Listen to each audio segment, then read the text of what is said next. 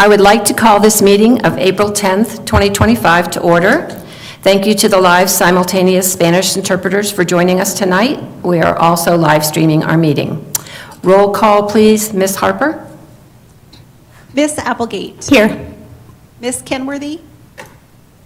Miss Parker. Here. Miss Reed. Here. Dr. Varda. Here. Will you please stand and join me in the Pledge of Allegiance? Pledge allegiance to the flag of the United States of America and to the republic for which it stands, one nation, under God, indivisible, with liberty and justice for all. The board's posted agenda calls for an executive session. However, because of the length of tonight's meeting, we're going to consider an amendment to the agenda to remove the executive session and to start our meeting tonight in public session with agenda item 8.02, monitoring report 1.4. Is there a motion regarding tonight's meeting agenda? I move to amend the April 10th agenda to begin our meeting tonight with agenda item 8.02. Is there a second? Second. Any objection? It's been moved and seconded to approve the agenda amendment of April 10th. Roll call, please. Ms. Harper. Miss Applegate. Point of clarification, is this just to amend that item of the agenda, or is this to approve the entire agenda? This is just to approve that amendment. Thank you. Yes.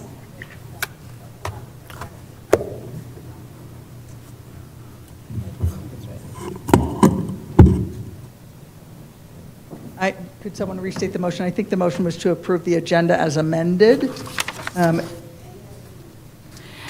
motion was to amend the April 10th agenda to begin the meeting with item 8.02, but it didn't open up the rest of the agenda. I heard it as a motion to approve the agenda as amended, meaning with the change to 8.02, starting the meeting in lieu of an executive session. So let me clarify then. Let me restate the motion.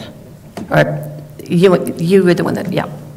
I am in support of beginning the meeting with 8.02, but I would like to consider, or ask my colleagues to consider if we move the two halves of public comment together to be one section of public comment, and I'm trying to decide if now's the right time to bring that up or if that is a later motion.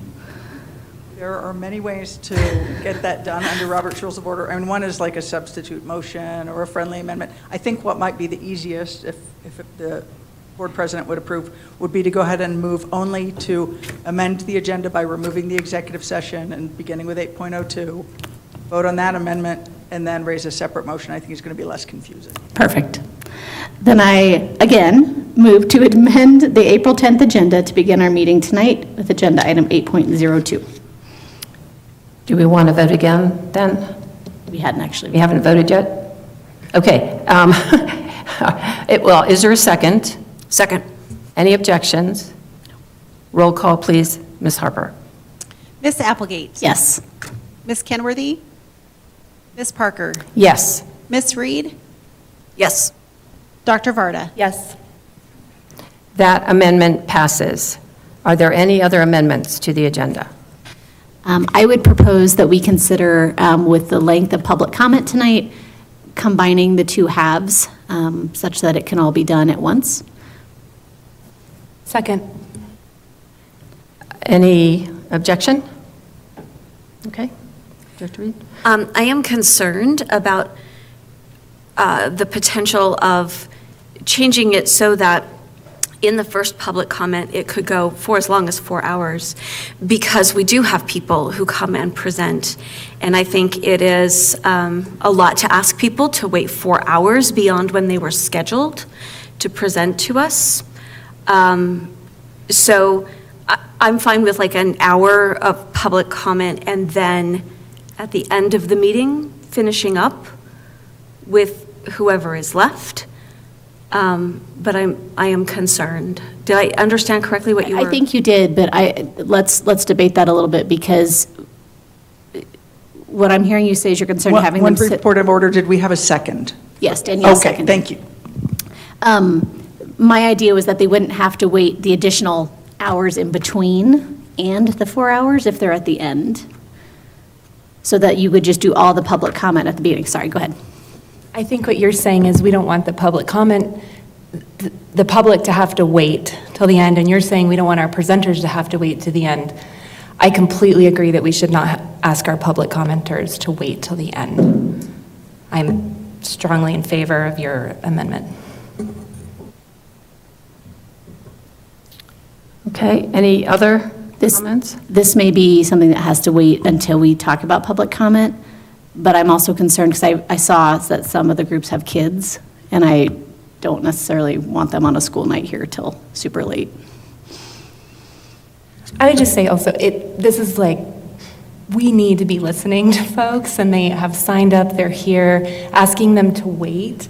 I think it's a much larger group we're asking to wait for a later time than our group of presenters, and I would hope our group of presenters would understand our priorities.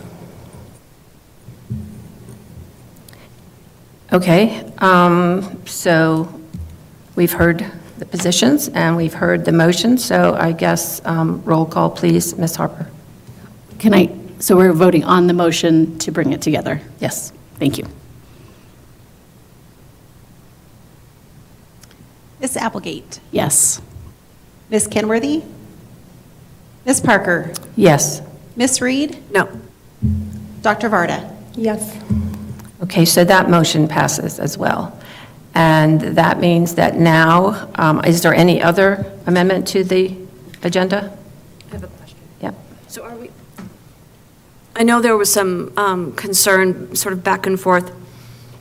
Are we also going to be having a motion to suspend policy? 17. Yeah. Yep. To change the length of time that people speak? And is this when we would do that? Or is that later? You'll do that when that agenda item, that portion of the agenda comes up. I do have one other proposed amendment I'd like to bring up. I believe, I'm trying to find it, we have an item on here speaking to a discussion decision on the Arvada pool. I would propose that that could be done, since we are having a lot of time for public comment, I would propose that that's something that we could move to the next study session to save time. Is there a second? Oh, can I add? I'm sorry. And that potentially we may want an executive session for legal advice. Yes, second. Good idea. Okay, so it has been moved and seconded to remove, I'm not sure what agenda item it was on the Arvada pool. No, we pulled it, I thought. 9.01. Okay, so the motion is to pull 9.01 from tonight's agenda and address that at a later meeting. And we have a second. Any comment? Roll call, please, Ms. Harper? Ms. Applegate, Yes. Ms. Kenworthy, Ms. Parker, Yes, Ms. Reed, Yes. Dr. Varda. Yes. that amendment passes. Are there any other amendments or comments? Okay, so the amendments have been passed. So now if we go to vote on the agenda as amended, Perfect. roll call, please, Ms. Harper? Ms. Applegate. Yes. Ms. Kenworthy, Ms. Parker, Yes, Ms. Reed, Yes. Dr. Varda. Yes. the agenda is approved as amended. Now, for our first presentation tonight, the board will study Monitoring Report 1.4. Every student will develop life skills and a continuous learning mindset to succeed in life after graduation. The full monitoring report is available for review in board docs. Ms. Harper, will you please set a 55 or a 45-minute time limit for us now so we can be sure to keep on time for this agenda item? Before I turn this over to Ms. Engels, Mr. Engels, excuse me, Superintendent Dorland, do you have anything you'd like to say? Yes, thank you, President Parker. I'd like to highlight a couple of items from this monitoring report. One that I believe is particularly good news. So as you're listening, maybe look for some of these highlights, and then I'd also like to highlight some challenges. First, I want to highlight that graduation rates for students who are participating in and committed to a CTE pathway, otherwise known as CTE concentrators, are graduating at rates much higher than their peers. And the gaps in graduation rates for these students across demographic groups are much, much smaller than our general gaps in graduation rates for different demographic groups. This is something we need to pay attention to as a strong indicator of the power of relevant learning for our high school students. And when I say relevant learning, I mean learning experiences, extraordinary experiences for students that align with future workforce interests for our students. I'd also like to highlight one major challenge from this monitoring report that I believe is particularly concerning and has been ongoing in Jeffco and many districts, but in particular related to Jeffco for many years. We continue to have large gaps between subgroups related to our graduation rates. As an example, graduation rates for Hispanic students lag the district's overall graduation rate by 10 percentage points. This type of disproportionality in our graduation rate data is something we'll be looking more closely at with our high school leaders and counselors and discussing how to intentionally address these gaps in the ultimate goal of graduation success for all students. And finally, as a mom of a senior who's graduating, I have to highlight one other point of success that means quite a bit to me, both personally and professionally. Since the 2021 school year, we have increased the number of students enrolled in concurrent enrollment classes, which means for our listening public that they get not only their credit for graduation here in Jeffco, but also credit for higher ed opportunities and credits for university credits. And we have increased, since 2021, the number of students enrolled in concurrent classes by 3,600 students approximately, from 3,700 in 2021 school year to approximately 7,300 last school year. And thereby saving our families an estimated $7.7 million in college tuition expenses. So as a mom who's sending my little young child, now not so young at 18 years old, but off to her next journey, I think that's a huge benefit for both our students and our families. And this puts our students ahead as they enter post-secondary studies at either a community college or four-year college. With that, I'd like to thank Mr. Engels and Ms. Waldron for the time and intention you have put into this very robust report and the presentation tonight. And thank you also to Ms. Buning, Mr. Porter, and Ms. Vigil for being here to speak to the impact of this work in real time at our schools. Mr. Engels. Thank you. Good afternoon, board members and Superintendent Dorland. I'm glad to be here and have the opportunity to present this monitoring report this afternoon with my colleagues. As Superintendent Dorland said, my name is Todd Engels. I am the interim chief of schools. Before we start and continue on with the presentation, I'd like to make sure that the rest of the group can introduce themselves as well. Hello, thank you for having us this evening. I'm Heather Waldron. I'm our Director for Post-Secondary Workforce Readiness. Great to see you all again. Thank you all for having me. I'm Shannon Vigil, the proud principal of Bear Creek High School. Good evening. Thank you for having me. My name is Micah Buning. I'm the principal of Ralston Valley High School. And I'm Micah Porter, principal at Arvada West High School. In order to distill this rich and deep report for you in a presentation, here's a quick overview of our agenda. I would like to highlight the bottom two bullets. We do have a lot to be excited about and proud of in Jeffco, and we will certainly hit those highlights in the on-track agenda item. We also know through our data and a number of other observations that we also have challenges to work on, and we're also going to make sure that we hit those in that bottom bullet as well. This particular report focuses on end statement 3.2, which is every student will develop life skills and a continuous learner mindset to succeed in life after graduation. Several key measures in this report all are helping to tell a story about how we are doing to make sure that we are meeting this critical end statement. As you all know, Jeffco is the second largest school district in Colorado, serving 76,000 students. Often when we think about the term high schools, we tend to think of our traditional neighborhood high schools. In Jeffco, we have a deep offering also through our option, remote, and alternative educational campuses, AECs. Our 28 high schools have different student populations and different needs that vary by community and geography. You've heard as a board about the work that we are embarked on as a district with our High School Reimagine throughout the course of this year. Most recently, a month or so ago at one of your meetings. This afternoon, you will hear several connections to that work as the movement of all of our high schools is taking currently is related to this exciting work.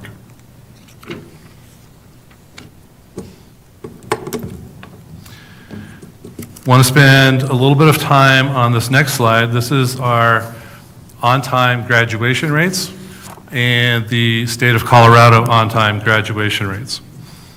If we take a quick look at our graduation rate data, Jeffco's grad rate looks to be stable over the last 5 years.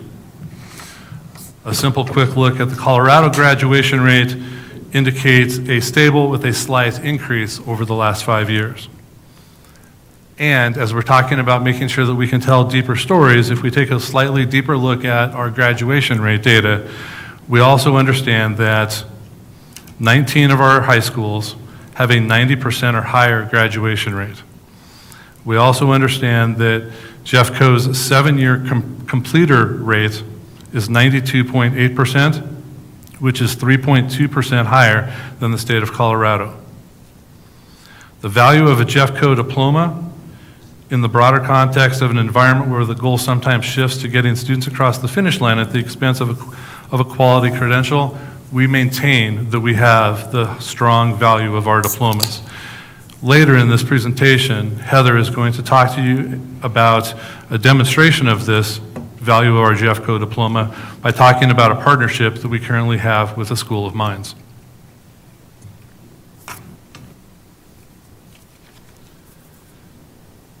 With our Jeffco and Colorado dropout rates, we see the same pieces, right? We see the Jeffco dropout rate over the past 5 years and the state of Colorado dropout rate over the past 5 years.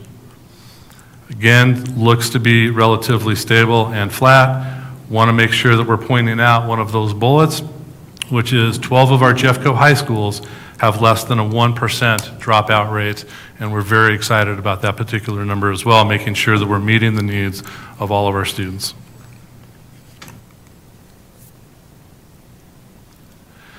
We'll talk more about this particular slide throughout the presentation and particularly at the end of our time. This number certainly looks to be higher than what we would love, and it's true, this number is. This is a challenge area for us, not because of our AEC staff, as they are working unbelievably hard and are dedicated to all the students that they are supporting. But for us as a system, as do we have the right structures and communication plans in place between our neighborhood high schools and our AECs in order to transition students from school to school? And do we have the right AEC structures to support our educators while they are doing such hard work and supporting students?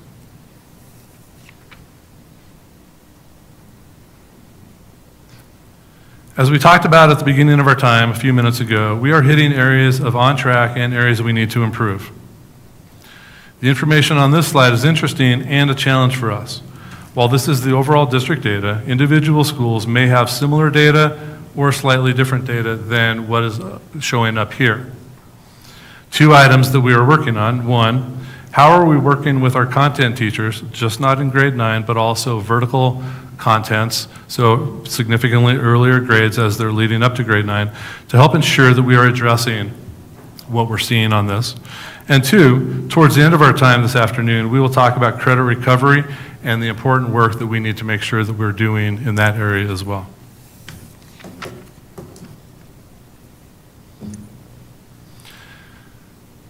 Part of this monitoring report is also in regards to some of our advanced placement and international baccalaureate tests that our students are taking on an annual basis.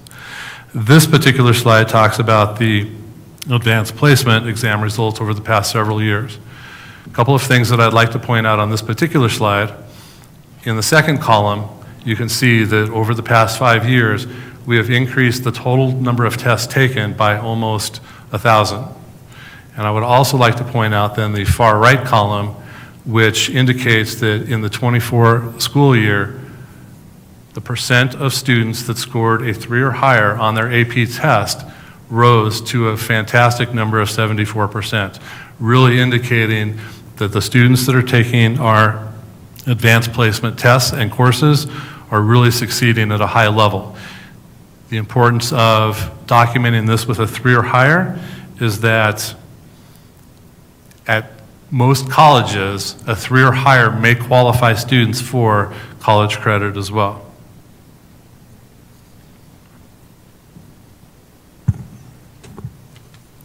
Thank you. And so this slide may look familiar from our conversations about High School Reimagined, but we've been doing a lot of work around what is a career pathway. Part of our goals within 1.4 is making sure our students are ready for whatever their post-secondary life might look like. And this is one of the ways that we work towards that goal. So just as a reminder, when we talk about our career pathways in Jeffco, we're talking about students having access to 2 or more years of career-connected, vertically aligned learning. They have active industry advisors and partners that are parts of their programs. They have student leadership opportunities through our CTSO, sorry, I just forgot for a moment, through our CTSO organizations, and that all of those opportunities are aligned to high-demand, high-wage careers. The piece that we're really excited about to share with you all, and Superintendent Dorland was able to touch on this a little bit during our introduction, is the graduation rates that we see for our students that are concentrators in these CTE pathways or these career-connected programs.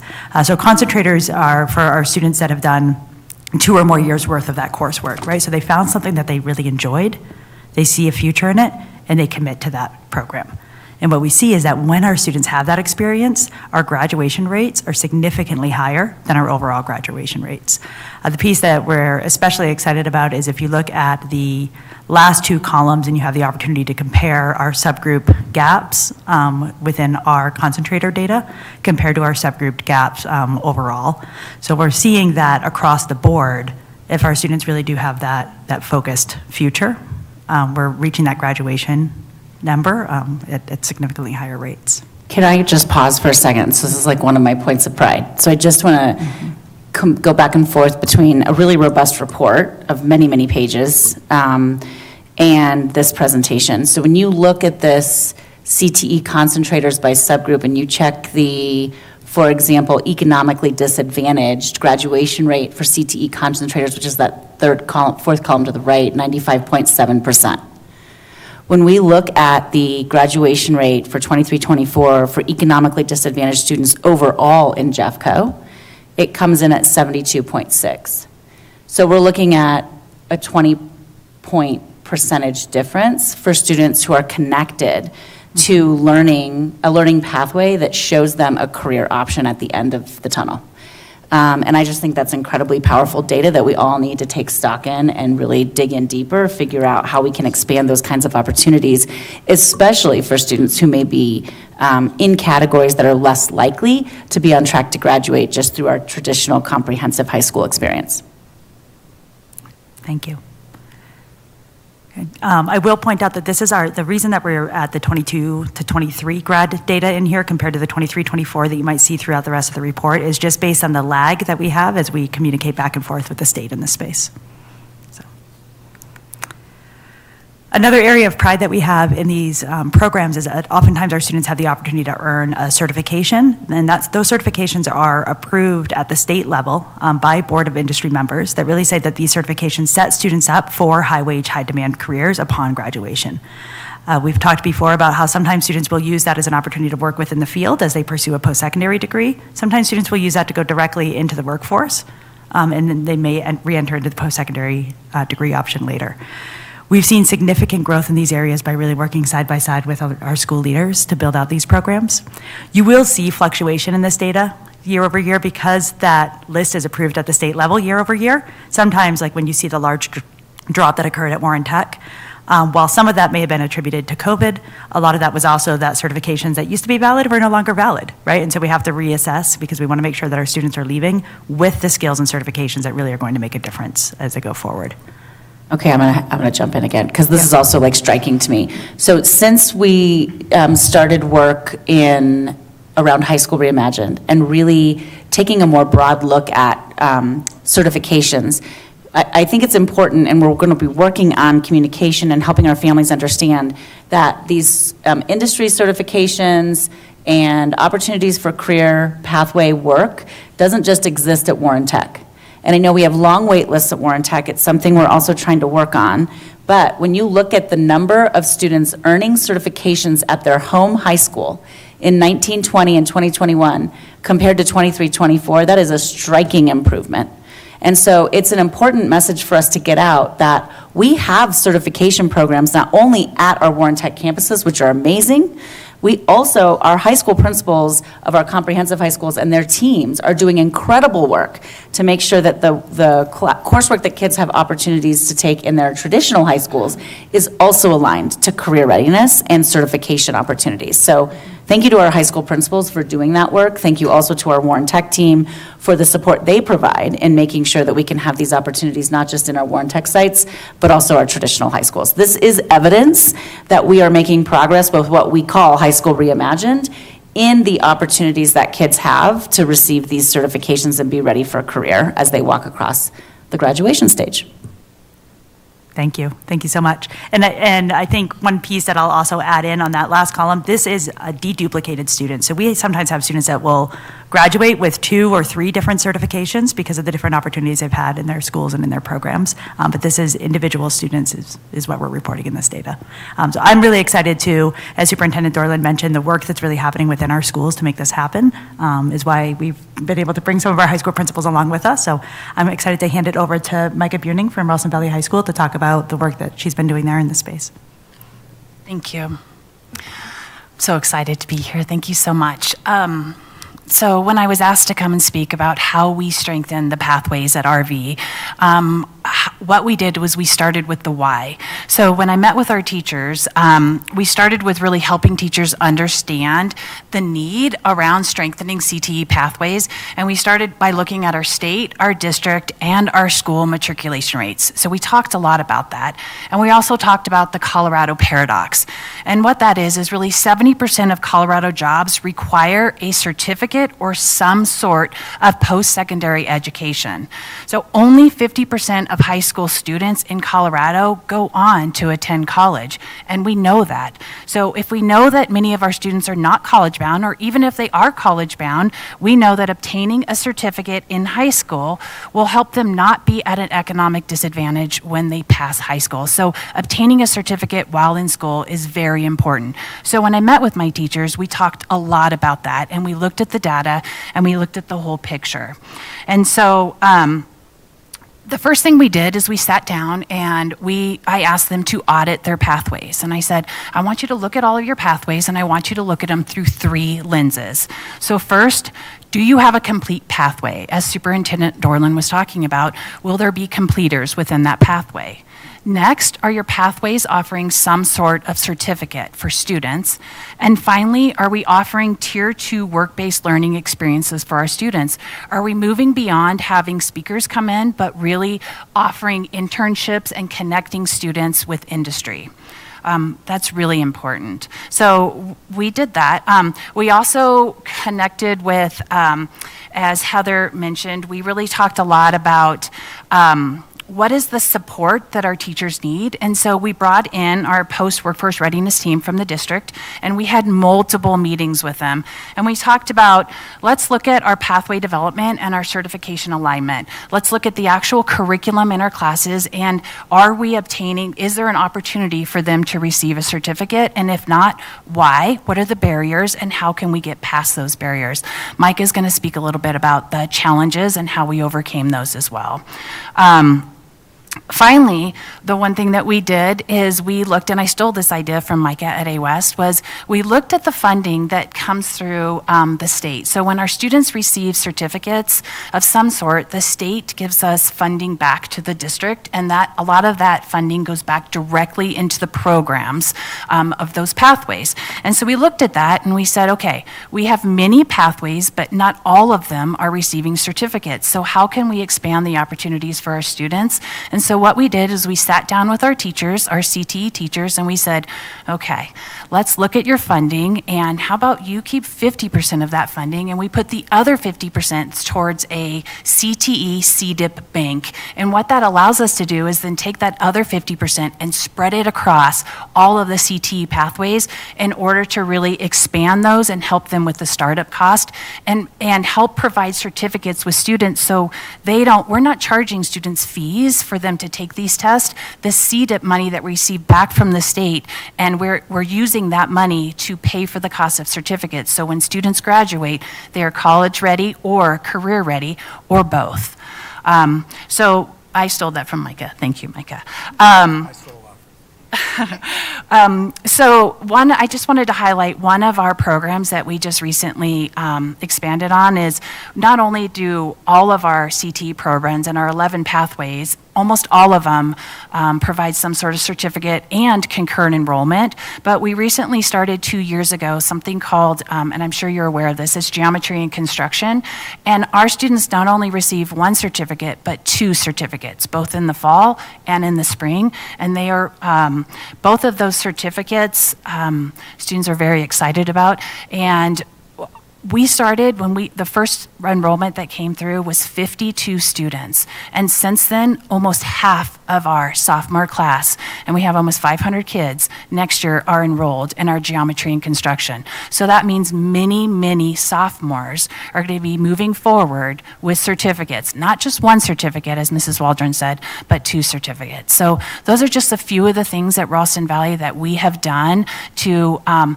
it's possible for all schools to do, to really expand the opportunities for our students and make sure that they are ready for life after high school. Thank you. So my topic, I'm going to talk a little bit about things and strategies that we've employed over the last 2 years at Arvada West, as well as conversations that Micah and I have had over the last couple years about expanding CT programming, is how we've done it. What are the strategies and the supports that we've had at the district level that have allowed us to actually accomplish this. My time at Warren Tech taught me that this is a very complicated process, and there's a lot of federal, state, and local hoops to jump through to meet these goals. So first, I think having the post-workforce readiness team to support schools is essential. We could not do this work in a vacuum. Mike and I talk regularly about ways that we're implementing these in both of our schools and feed off each other, but knowing that Heather and her team are there is really essential to navigating this complex work. And then I think the liberty and license that district leadership has given us to explore and be creative and progressive about how we schedule, how we give kids options for other ways to earn credits, all of that has opened up opportunities for students that was not there to begin with. So, and a lot of that starts with CTE. We also did a program review and an audit of our CTE offerings, and really one of the ways that really advanced our certificate programs is our teachers advocated for it. They knew the advantages that our students would receive by earning certificates. So I think day 2 in my job at A West, the CTE teachers were in there talking about the certificate advancements that they wanted to add to the programming. And so having teachers that advocate for those advancements is critical. The why as well, to add a little bit to that, is our students told us. They told us they wanted this. In the TLCC data and the Panorama data, our engagement scores are not where they need to be, not only at A West, but I think district-wide we see that. And our CTE engagement scores triple that. So our students, just in the way that they're sharing what they want their learning to look like, made it very clear as a building leader that we needed to advance these offerings to our students. And one of the strategies that we employed this year, we did an industry advisory night where we had over 35 industry partners in to A West. They had scheduled meetings with all of our pathway programs, and they meet and they discuss what is it that industry needs to see from our graduating seniors. That's a requirement by CTE, but we did it in a way that was very robust. It was almost an event as opposed to just a meeting, and it allowed for all of our teachers to see the opportunities that students had and then what our industry professionals were telling us. That input that we receive from industry guides our programming. It lets us know what certificates that we should be offering, which certificates are outdated, and what we need to plan for the future. Everything from equipment to the certificate programming to OJE and work-based learning experiences. So that's an essential part and a strategy that has to be implemented in schools that are really advancing CTE work. We also we really reprioritized our budget this year to hire a Career Hub coordinator through working with Heather's office. It's really technically a work-based learning coordinator, but that individual is solely dedicated to supporting our CTE teachers. The paperwork alone for CTE teaching it's really, I don't want to say insurmountable, but it really does drive quality educators away from career and technical education because of the additional responsibilities. So we added a Career Hub coordinator that really helped manage all of that work for our CTE teachers, who also have 3-4 preps.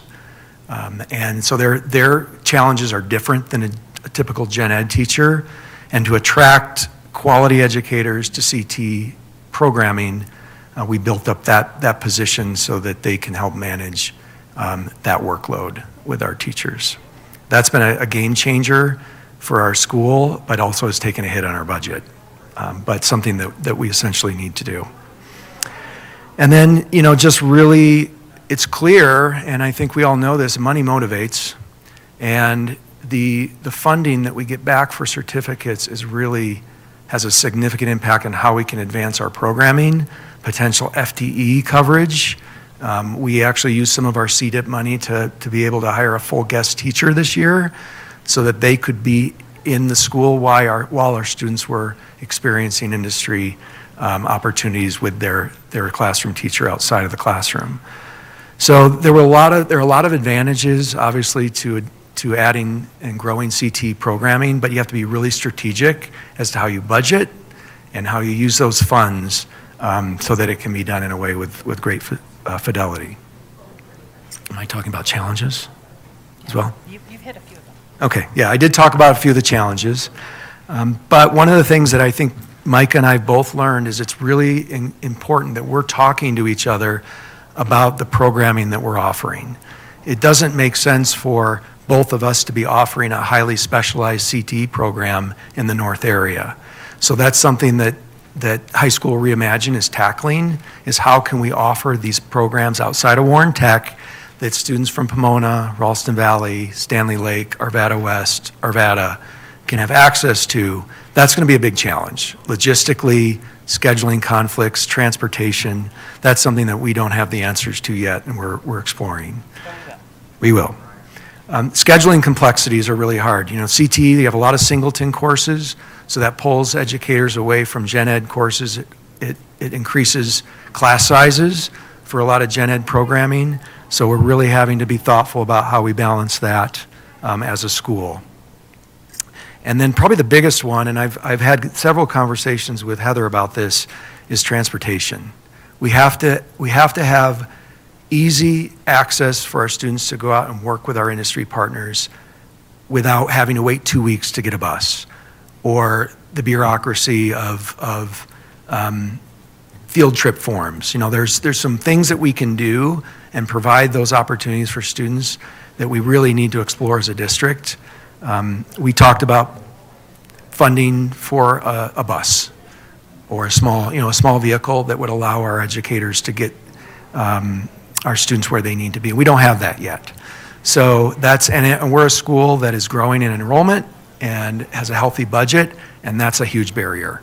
But we'll figure it out. We'll figure it out. And the last thing I wanted to mention about a challenge is that we have a lot of work as leaders to make sure that our teachers are offering programming that is student-centered and not teacher-centered. And that's just something that is part of the shift from a more traditional view in education to a more progressive view where we want our students and industry to be guiding what we're teaching, not our educators deciding what interests them and offering to students. So there's all of these are not insurmountable challenges, and we've already started talking about strategies of ways to solve them, and we're excited about what the next steps for certificates and CT might look like, not only in the north area, but throughout the county. Thank you. Thank you, guys, for sharing the work that's happening at schools. I think the thing that we're most excited about is that these are conversations happening at every high school as a part of our High School Reimagined work. I'm going to try to move us along relatively quickly. I know Superintendent Dorland highlighted this success as well, of really just seeing that continued increased growth within concurrent enrollment across our system. I'm going to mention a couple strategies we've used at a district level to support this work, and then hand it over to Shannon to Ms. Vihel to talk more about what's happening at Bear Creek High School. We've really been focused on a variety of areas in the space. One is decreasing the spaces where our students would have had to pay for credit in the past, which is dual enrollment, in order to increase concurrent enrollment opportunities. We've been working with our teachers that are really close to being able to offer concurrent enrollment and doing tuition reimbursement programs to help get them over the edge to be able to offer these courses. We've also been doing some really intentional work of crosswalking AP and concurrent enrollment courses. So if an AP teacher is offering AP biology, they can co-seat that with a concurrent enrollment opportunity. That's some of the areas that we've seen this growth. I'm going to let Shannon talk for just a couple minutes about what's happening at Bear Creek as well. I was told to go kind of quick, and I can. We really dug in 2 years ago to the why, just like Micah and Micah did. We really talked to our teachers, and I even showed them a report card of my grandmother's from South High School, and mine from Lakewood High School, and my daughter's from Columbine High School, and we all took the exact same courses, even though 100 years had passed. So what we decided as a staff was that we were seeing all the struggles post-pandemic, and we decided we really had to increase the relevancy within the classroom. We had to deeply invest in the work of High School Reimagined. And not only is it the certificate work that we're all working on, and definitely Micah and Micah are leading the way in that, but it's also this concurrent enrollment piece. And at Bear Creek High School, where over 50% of our students are economically disadvantaged and over 70% of our students are students of color, we really wanted to expose our students to rigor and college-level expectations. Because if we don't increase the rigor and the expectation, then we're perpetuating inequity. So we tackled this by going from having just a handful of concurrent enrollment courses in 2 years to having 32. And we've saved our families over $2 million in tuition. And I'm very proud of that. And what we had to do is literally beg our staff to bring in their transcripts from college and master's degrees. And then we audited them with help from Heather's team to say, hey, here's something really cool you could teach and much more practical, and will get kids college credit before they graduate high school. And we've been able to do that. We went, just this year, we've had 441 students already obtain college credit, and we think we'll have 800 more this semester. So we're really proud of everything. It took a lot of work by our teachers taking extra classes, spending money out of their own pockets to advance their own education so they could qualify to do this. And we've supported them where we can. And now our families and students are just reaping the benefits. I could say a lot more, but that's the quick version. Thank you. And yeah, the growth that's happened at Bear Creek has been such a huge team effort from their counseling department to their teaching staff, their school leadership team. We've been really excited to see what's been happening over there. So the last piece that I get to share with you all is something that has been an extra bonus for all of us this past spring.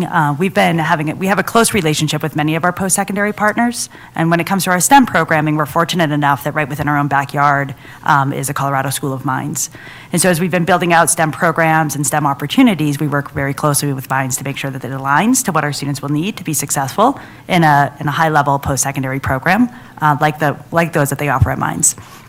We've offered a STEM endorsed diploma, which is a state legislated diploma endorsement. We've offered that for a number of years, and we've worked closely with Mines across the development and implementation of that program.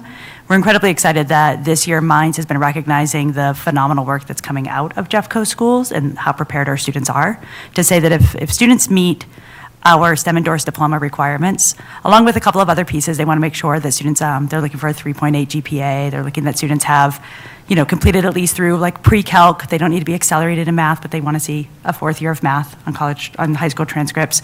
Really basic requirements, along with that STEM endorsement, that they're going to allow those students to have a guaranteed admission opportunity to Colorado School of Mines, should that be where they choose to go to pursue their studies. We're excited about the idea of being able to keep our students here within our community and knowing that they can continue on that post-secondary path and their career opportunities here in Jeffco. So this is something, we're all excited about.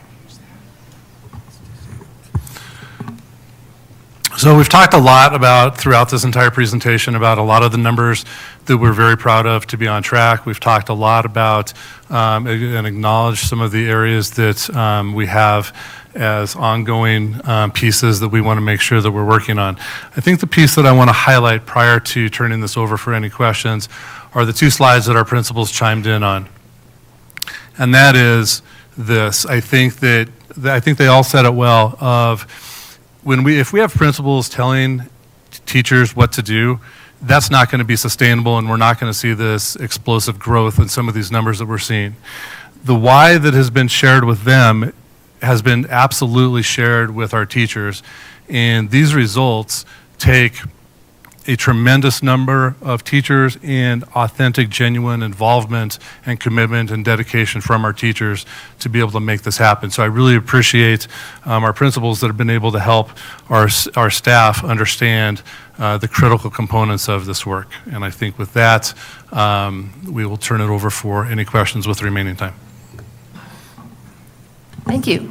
Board members, comments, questions? Dr. Reed. I have a question. I am excited by how well we're doing with kids taking AP and concurrent enrollment classes. The thing that I feel like is kind of missing from there is that we broke some of the other things down into subgroups, showing how some of our more traditionally underserved kids are doing. And I'm wondering what data we are keeping on whether or not all students are getting into AP classes and concurrent enrollment classes at the same proportion that they are in the population, or are we seeing gaps there as well? And if we're seeing gaps, what are we doing about that? I can answer the first part of that question, and then we'll have one of our principals chime in. The first part of that question is the information that we are getting back from AP is not broken down into some of the subgroups, so we are giving the information. Although if we had the deeper pieces, we would certainly make sure that that was available. But I do want to make sure our principals can answer that second part of that question about what they're seeing with student enrollment in those courses. The first thing we all thought of, and Micah just whispered it in my ear, so I'm going to echo her thought because it was the same as mine. In a lot of our CTE pathways, that is where the concurrent enrollment is tied in. And I think we have really good data to support that those are reaching those subgroups within our own schools. I know I do, but yes, okay, across the board.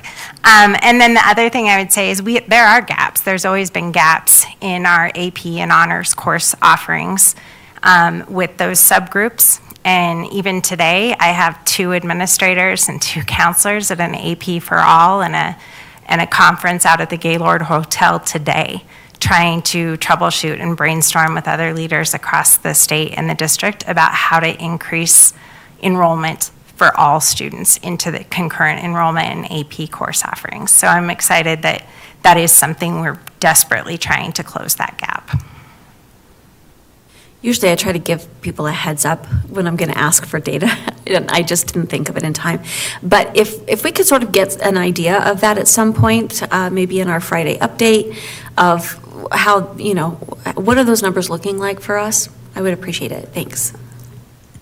And we can definitely pull enrollment data for some of those. As Mr. Engels mentioned, we're not necessarily getting the demographic data back on the reporting end, but I can also work with our data team to see what we can find. President Parker, we are at time for this section of the agenda.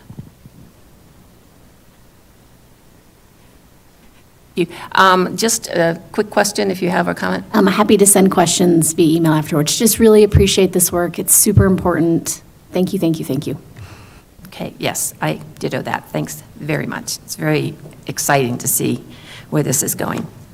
And I am going to call a very brief 5-minute recess break right now to make sure we get all our recognition people seated. I see a lot of empty reserve spots, so as quick as we can get that, we'll be back.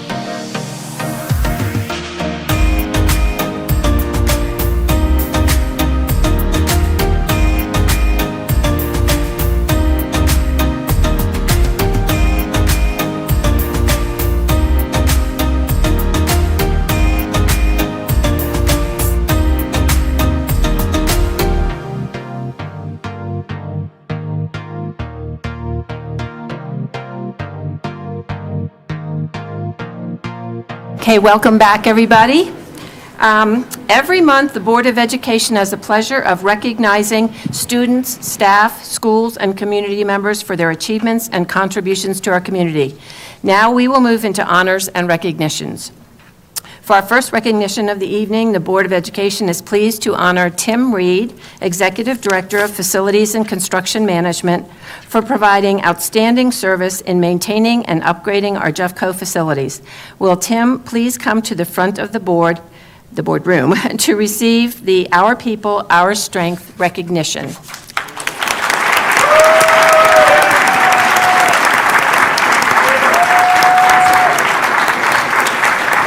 I have more to say. I have way more to say. Under Tim's leadership, over 300 projects within the facilities and construction management teams have been completed. Projects have ranged from new builds to athletic field upgrades.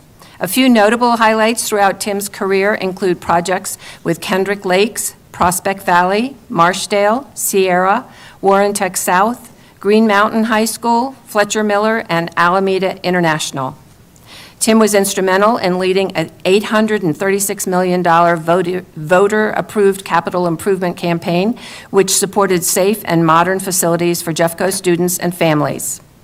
In partnership with the Environmental Services team, Tim oversaw efforts to remove lead in drinking water throughout Jeffco. Additionally, Tim supported the implementation of water conservation efforts for Jeffco. Tim is a strong advocate for staff development and was a vital stakeholder in the modernization of new equipment for custodial services. As reflected in our Jeffco Thrives priorities, we firmly believe that our people are our strength. Throughout his tenure with Jeffco Public Schools, Tim has consistently demonstrated a collaborative and inclusive approach to leadership. His contributions have significantly advanced instructional excellence and enhanced the overall educational experiences of our students. Please join us in celebrating the remarkable achievements of Tim Reed and his outstanding service to Jeffco. Through his leadership, he championed numerous programs and initiatives that have had a lasting impact on our students and families and will continue to do so for years to come. With heartfelt gratitude, we extend our appreciation and wish Tim all the best as he begins his retirement from Jeffco.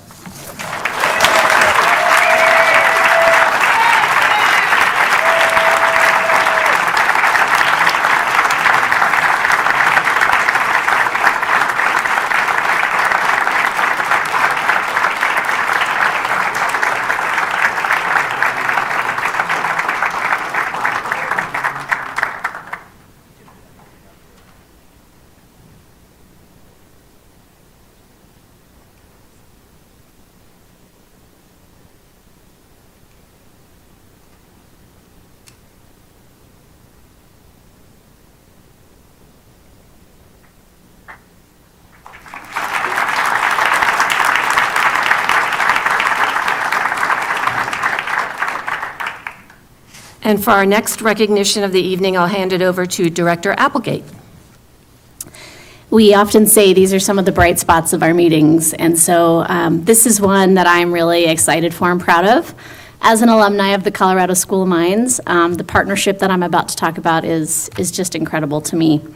And as Ms. Waldron mentioned earlier, we have a gem in our backyard, and I'm super excited that we are utilizing it. With that, the Board of Education is pleased to recognize Liz Cox and the Colorado School of Mines for a unique and generous partnership that guarantees Jeffco students who graduate with a STEM-endorsed diploma from any Jeffco high school will automatically be eligible for admission into any four-year Bachelor's of Science degree program at Mines. Will Liz please come to the front of the boardroom to receive the Our Community, Our Legacy recognition?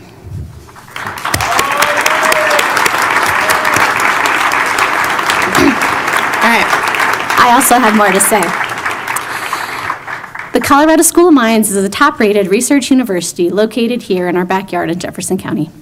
Colorado School of Mines is ranked as the third best engineering college in the United States.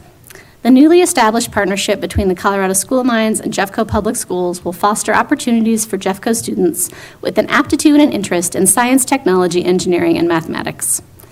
The opportunity for our students who are passionate about STEM to build on the current skills and experience they develop in high school and directly transition to a prestigious institution like Mines is inspiring and meaningful investment in their education. Mr. Paul Johnson, the president of our Colorado School of Mines, has said, quote, "By providing a guaranteed admission pathway, we are ensuring that Jeffco students who demonstrate excellence in STEM have the opportunity to pursue a world-class education and earn a highly valued degree while staying close to home." Creating positive, mutually respectful, and trusting connections with Jeffco families and our community partners supports student success. As emphasized through our Jeffco priority, Jeffco Thrives priority, our community, our legacy, this partnership between Jeffco and the Colorado School of Mines is a pillar of pride and demonstration of our value for excellence. So please join us in celebrating the Colorado School of Mines for fostering student success and opportunity in Jeffco, and go Orders.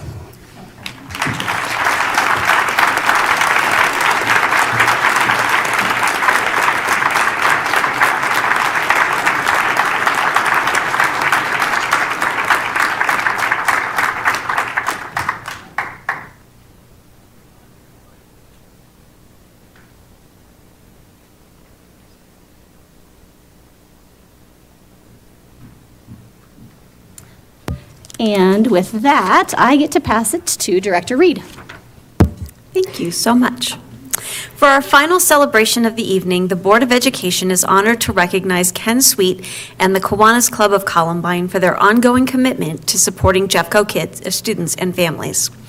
Through their contributions to school programs, student recognition, and generous monetary donations, the Kiwanis Club of Columbine plays a vital role in our community. We deeply value and appreciate their support. Will Ken Sweet and other members of the Kiwanis Club of Columbine please come to the front of the boardroom to receive the Our Community, Our Legacy recognition.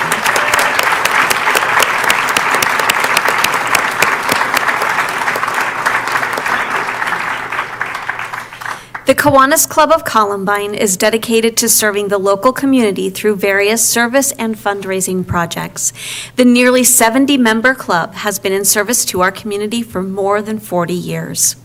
Kiwanis empowers communities to improve the world by making lasting differences in the lives of children. Kiwanis strives to be a positive influence in communities worldwide so that one day all children will wake up in communities that believe in them, nurture them, and provide the support they need to thrive. Our partner, the Kiwanis Club of Columbine, has developed positive, mutually respectful, and trusting connections with our Jeffco families.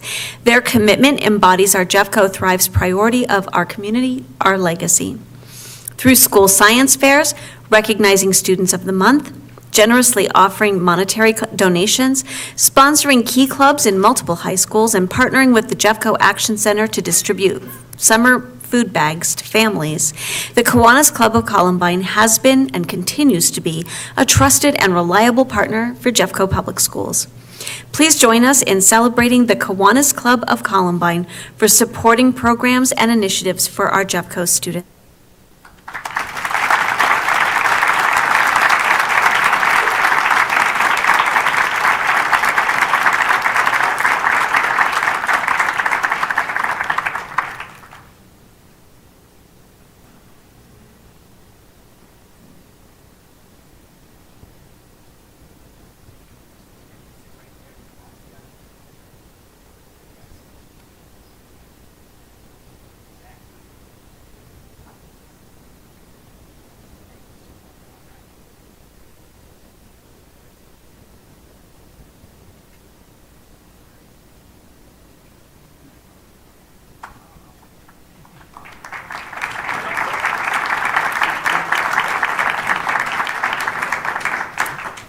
A sincere thank you to all our recognition honorees this month. It is our pleasure to honor you for your commitment to our community. Now, we will turn to our board proclamations. The board publicly recognizes special events and significant issues by issuing proclamations.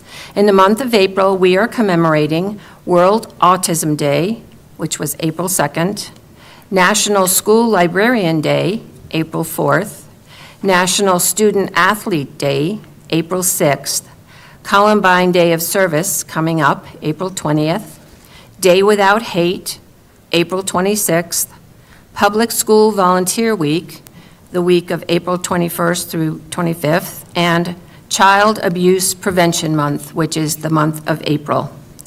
We encourage you to read the Jeffco School Board's proclamations. Items 5.01 through 5.07 are presented in board docs as proposed proclamations for the month of April. Do I have a motion regarding the approval of proclamations? I move to approve items 5.01 through 5.07 on the action proclamations section as published in board docs. Is there a second? Second. Any discussion? It has been moved and seconded to approve the April proclamations as presented in board docs. Roll call, please. Ms. Harper. Ms. Applegate? Yes. Ms. Kenworthy? Ms. Parker? Yes. Ms. Reed? Yes. Dr. Varda? Yes. And the proclamations are approved. So now we will turn to public comment. As part of a collaborative agreement we reached with JCEA and JESPA during collective bargaining negotiations, the board reserves the first 20 minutes of public comment for our associations, 10 minutes each for JESPA and JCEA to address the board regarding negotiations, processes, and interests. In addition, we have well over 30 members of the public signed up for public comment. Board Policy GP17 provides that when we have 30 or more speakers signed up, the speaking time is reduced to 1 minute per speaker and 3 minutes per group. I hesitate to impose that tight of a restriction on, especially on short notice. I think we may have a discussion on this here. I would like to entertain a motion to waive that language in favor of using the time limit set by policy for 20 to 29 speakers, and those limits would be 2 minutes per speaker and 5 minutes per groups. Is there a motion to waive the 1 minute and 3 minute time limits under GP17 and allow tonight's speakers and groups 2 minutes and 5 minutes respectively? May I amend that motion, or do we need to vote on that motion first? Well, that motion hasn't been made, and it sounds like maybe it isn't forthcoming, so an alternative motion is certainly appropriate.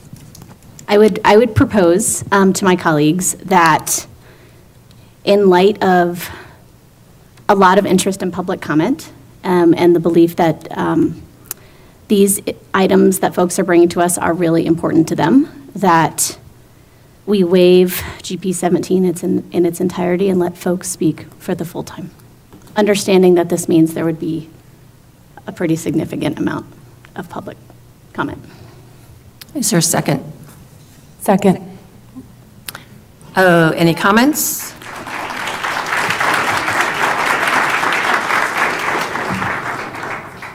So my comment is not really to oppose this. It is just to make the statement that either you have a policy and you use it, or you don't. And if what we're deciding is that this policy does not serve the interests of the public or the board, that not tonight, but that at a future date, we revisit whether or not we should have this policy at all. Thank you, I agree. I just also wanted to say, so that folks realize why this came up too, I believe that our public comment time will be set for about 3.5 hours if we stay with the time limit. So I just do want to acknowledge, I think that is what Director Applegate is suggesting, and I will agree. It does mean some people won't speak for about 2.5, 3 more hours. And so I just want to acknowledge that people will be here for a very long time in order to speak and to have that full time. So I know that's hard on everyone, especially families, and we all work. So, but I do appreciate people are here and want to make sure we give them time. And if I can add, I'm sorry, President Parker, I think it's also important that folks understand, maybe those who aren't here, because those of you who are here probably do understand this, that when you sign up for public comment, that doesn't necessarily set the order. And so when folks arrive, they get a number. And so for those listening public that might have seen what was posted publicly, that is not necessarily the order that folks will be speaking in. So I just want to clarify that for our listening public. So I will go back then to my motion to waive GP17 in its entirety. Okay, so we are ready for a roll call, please, Ms. Harper? Ms. Applegate? Yes. Ms. Kenworthy? Ms. Parker? Yes. Ms. Reed? Yes. Dr. Varda? Yes. Okay, so that motion passes. I also just want to clarify, because my script is not going to be appropriate right now. We also moved to change the agenda earlier so that there will be just one continuous session of public comment. There will not be breaking it into two. So, all right, so we will start with the associations. And just want everyone to know that the public comment is an opportunity for the community to share their thoughts with the board. During public comment, the board does not engage in discussion with or respond to individuals. As you just heard, we waived GP 17, and we are going to have all the public comment at once. I do want to mention that there is an overflow room right now at 4E. There may be some people there waiting. They want to have their chance for public comment. So if anyone in the room completes their comments and wants to go down to the overflow room and watch from there the rest of the meeting so that others can take the seats so that they can comment. Okay, so there will be a 3-minute time limit per individual speaker. If there are 4 or more people who sign up to address the board, they will have 10 minutes to collectively present their group view. And I think we have representatives from JCEA and JESPA here, correct? So JCEA, do you have someone to come speak?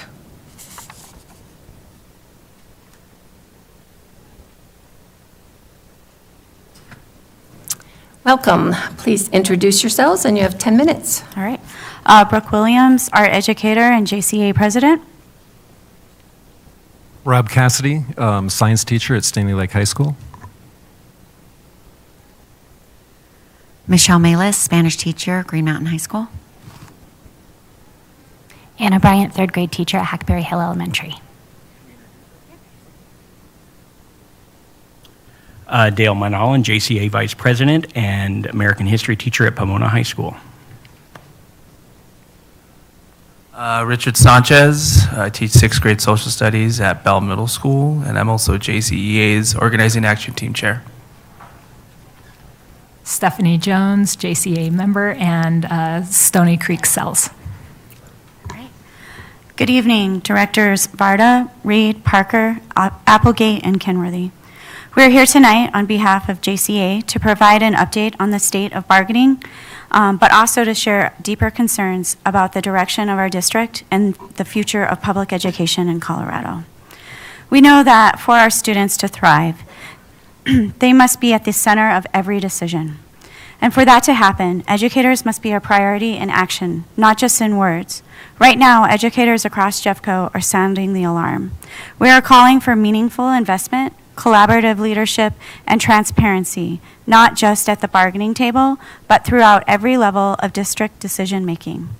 This year, JCA has been an advocate not only for fair compensation and affordable health care, but also for stronger educator voice and critical decisions, from changes at alternative education campuses to the future of Jefferson Junior Senior High School.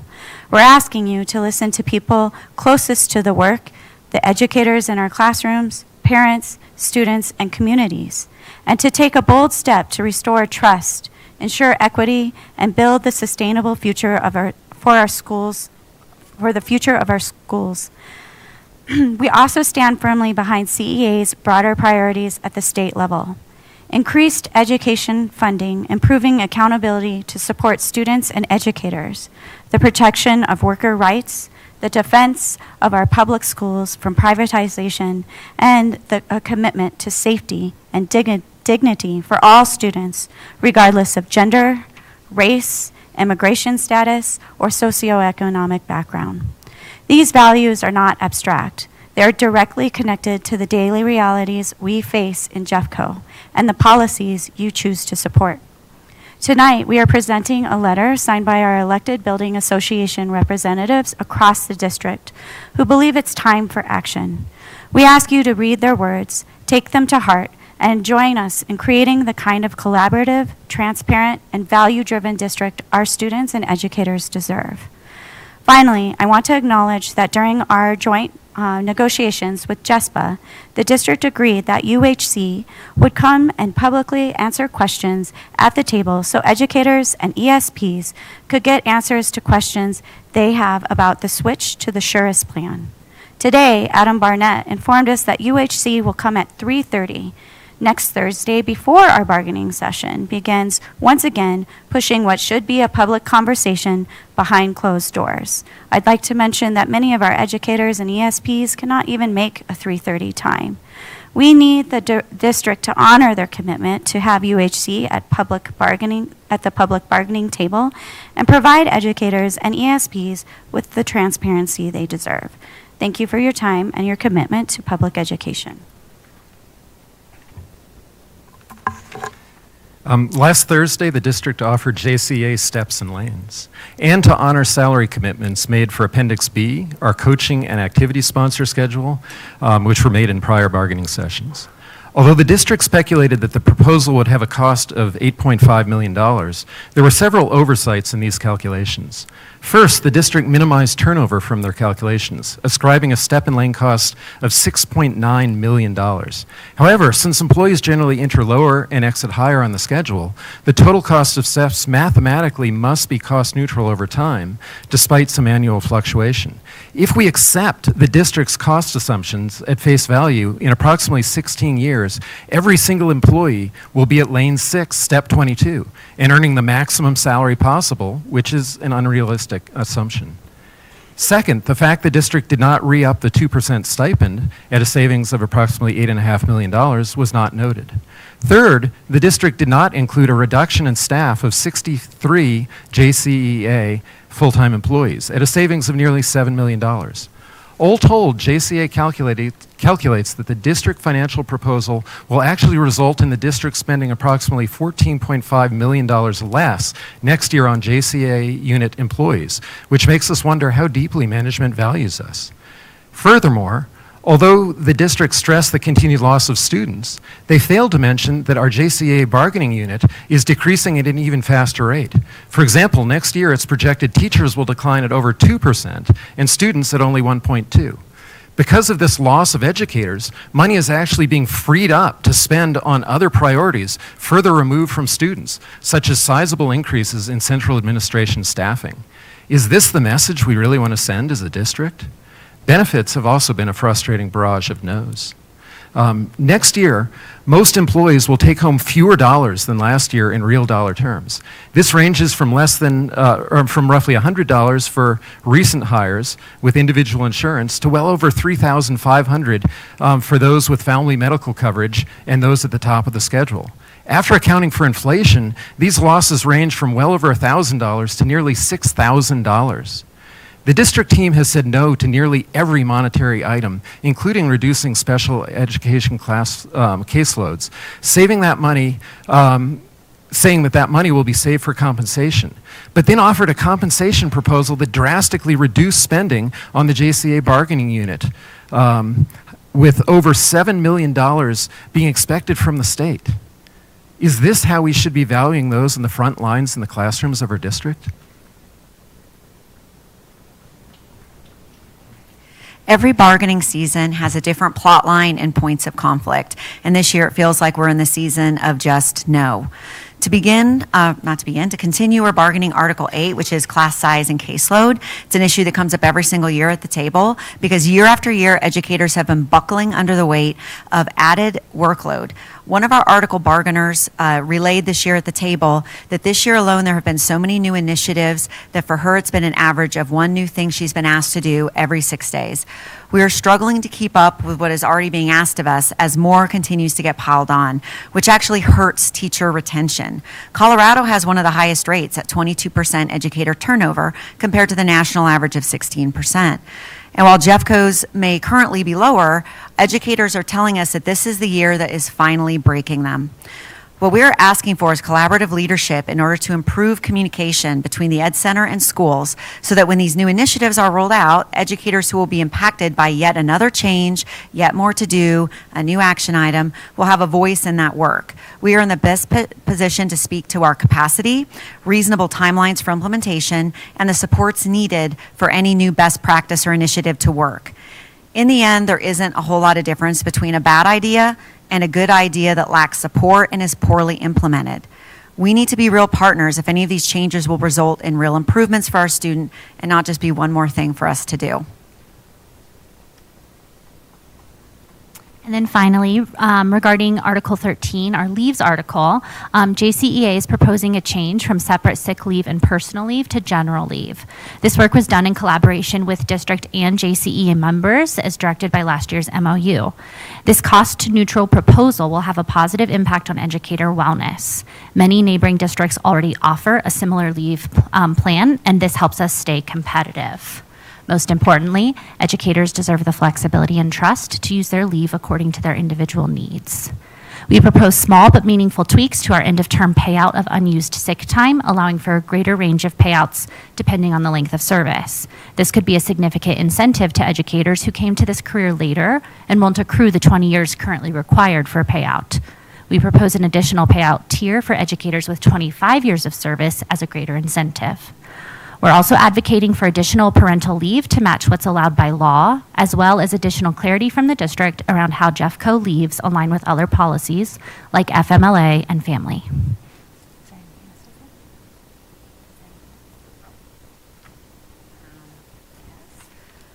So in conclusion, we would ask that you all commit to attending our next bargaining session, which is April 17th, and any future sessions so that you can hear what our members are also hearing and understand why they are so upset. Ultimately, we had hoped for a more collaborative bargaining experience as we work on these problems, but so far we feel that we are hitting a lot of brick walls. My concern is that we will not be able to find common ground before the end of the school year, which could push negotiations into August. We ask that you support us in reaching an agreement so we don't leave our educators and the community in limbo, wondering about their workload, pay, and perhaps lose educators to districts that are offering them something better. Thank you very much for your time. Thank you. And do we have some representatives from JESPA? All right, come on up.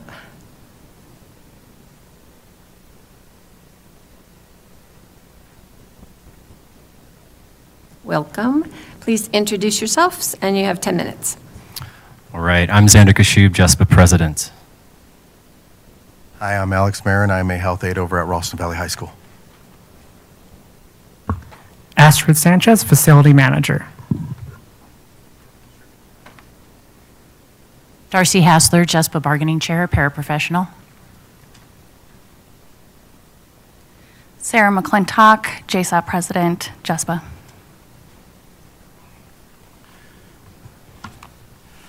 Good evening, board members, superintendent, members of the community. Like I said, my name is Xander Kashub. I'm the president of JESPA. I'm also a leader with Coloradans for the Common Good. We'll be speaking tonight about something that's deeply personal to all of us and also deeply urgent: healthcare, safety for workers, dignity of Jeffco workers, all of which we are negotiating currently. Let me be clear, Jeffco healthcare is outrageously expensive. For many of us, it's not a benefit, it's a burden. It's a cost that ESPs are least able to absorb. I live with type 1 diabetes. I've had to ration insulin while working for this district. For anyone who doesn't know, if I or anyone living with type 1 diabetes does not have insulin, we will die. Having to live my life being completely dependent on medication is in itself a monumental burden. I've suffered through several severe major depressive episodes and have had no choice but to rely on the healthcare system just to survive.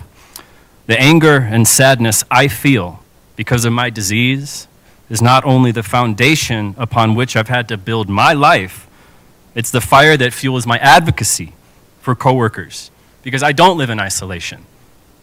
This isn't unique.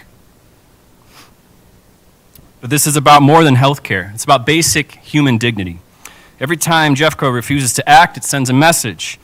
Xander, your health doesn't matter. Xander, your safety isn't our concern. Xander, your value ends when your shift ends. This is a profound moral failure. We have people driving buses, operating industrial kitchen equipment, supporting students in physical or emotional crisis, all while quietly battling chronic illness, skipping medications, or ignoring symptoms because they can't afford treatment. It's not safe and it's not sustainable. This problem isn't new. For years, both JESPA, JCE, and JCEA have brought healthcare to the bargaining table as a shared priority. The Benefits Advisory Committee has recommended action. This board has expressed support. But Jeffco leadership continues to refuse to act. Workers continue to suffer, where lack of accountability becomes glaring.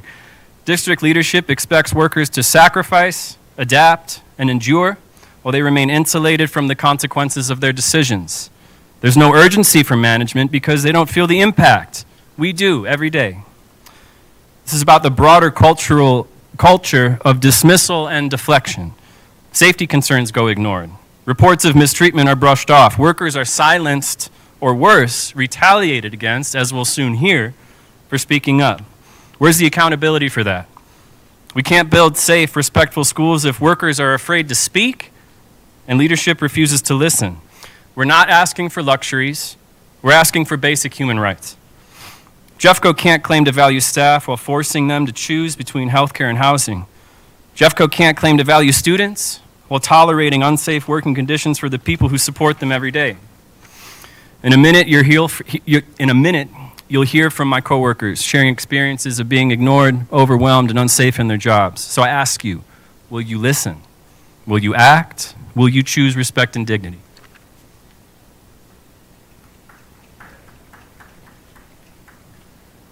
Good evening. As I stated, my name is Alex Marin. I'm the health technician at Ralston Valley High School and a proud member of JESPA. I'm here tonight because on September 19, 2024, a student sustained a serious head injury in my school, slurred speech, disorientation, a large contusion, and bleeding. As someone with over 30 years in the medical field, I recognized the need for an emergency response and asked to call 911 per the protocol of the principal, the one that she made up. Principal Buning is not medically trained. She overruled the request and insisted we wait. The district RN agreed with my assessment and told the principal to call 911. Still, the principal refused. Even after seeing the student in person and hearing the second recommendation to call, she delayed and delayed. 911 was finally called only after the student began vomiting and began coughing up blood. I filed a complaint, but the investigation that followed failed to include critical witnesses and overlooked the key facts. It appeared designed to protect Principal Buning, not to uncover the truth. Since then, I have experienced 7 months of retaliation. I've had responsibilities removed, I've been isolated, I've been undermined, I've been the subject of intimidation simply for what I was doing was right. I was advocating for my children's safety, my students.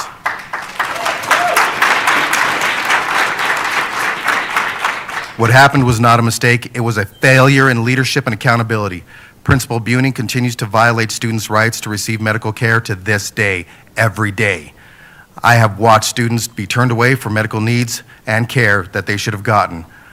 We have a culture where power and control are prioritized over student health and safety. I urge you to take appropriate steps to ensure this never happens again. I urge you to review the investigation and reach out to me. I urge you to side with professionals like all of us who stand up every day for student safety. Accountability should depend on your job title. I did the right thing. Now will you act?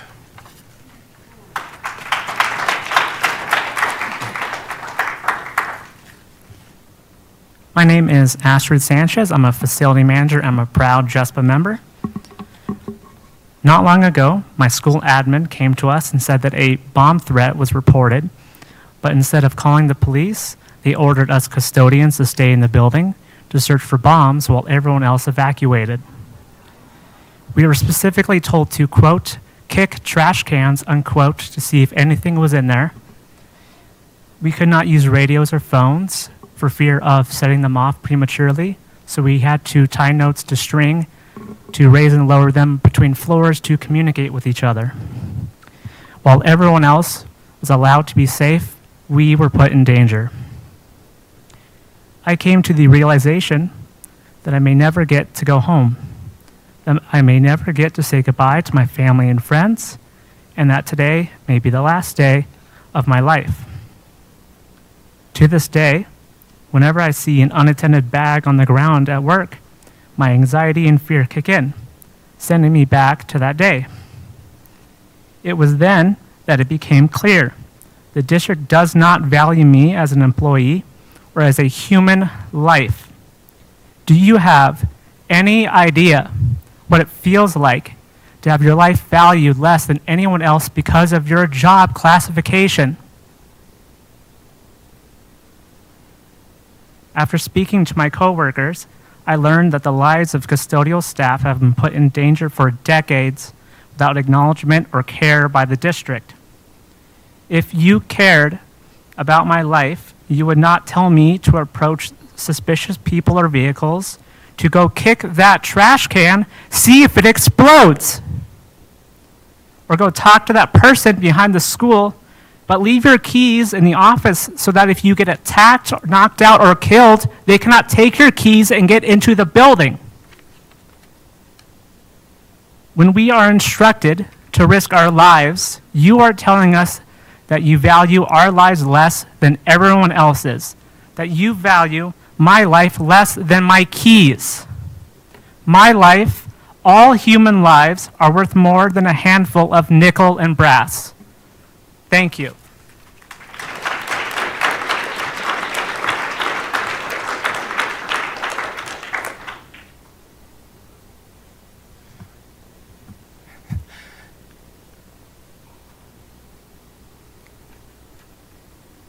These stories are painful, but they're not rare. They're the lived reality of a lot of us. Most of us in Jeffco, we've been pushed to the limit, but we still show up. You can't build safe, thriving schools on a foundation of neglect. We're demanding to be valued, to be seen. We feel like a can that's been kicked down the road for years. There's no more road. We're done. If that didn't move you, nothing will.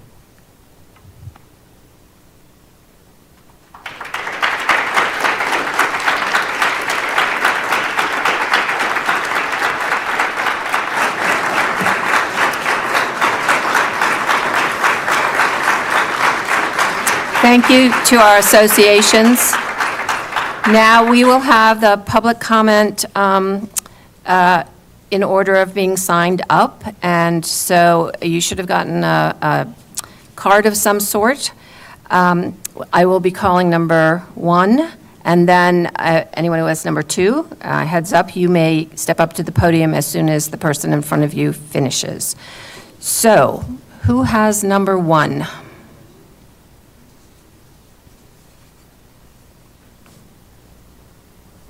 Do we have public comment number 1? Ms. Harper, do you have a list? Do you know who we're looking for? For Julia Fliss, Climate Action Sustainability Plan with the Mount Mamas. Is Julia Fliss in the room? She may be in the overflow room? Okay. Okay. Let's go for number 2 and we'll find Okay. number 1. Who has number 2? I think numbers 1, 2, and 3 might be all together. Clara right now. Naumer. I think they are all together. Okay. Louise Legel. Start with number 4 then, Caitlin Fitzpatrick, and we'll go try to find.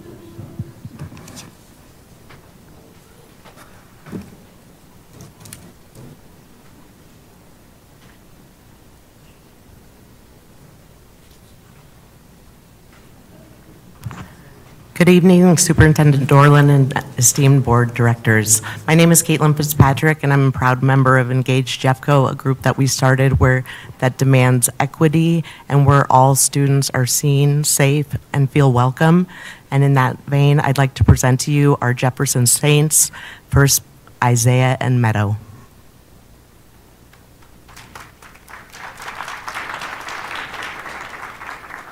Good evening. My name is Meadow Mondragon.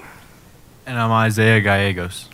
We are both juniors at Jefferson Junior Senior High School and student athletes. Isaiah is a state champion wrestler. And Meadow is a multi-sport, record-breaking basketball player. When we first heard about the possibility of Jefferson closing, we were frustrated. And now, months later, the frustration continues to grow. The district continues to string us along and cause unnecessary stress to our school community. We love our school. It makes us feel safe and makes us feel heard, and it gives us a sense of community. We fight to overcome people's perception of us, and all this talk of closing Jefferson is only making it worse. As student athletes, we recognize when the district is playing games, and tonight we ask the Board of Education to join our team. Listens to the requests of those we stand with tonight. Keep Jefferson open as a comprehensive high school. We also invite you to visit our school. Sit with us in our classrooms, walk the halls, and see for yourself what it means to be a true Jefferson Saint.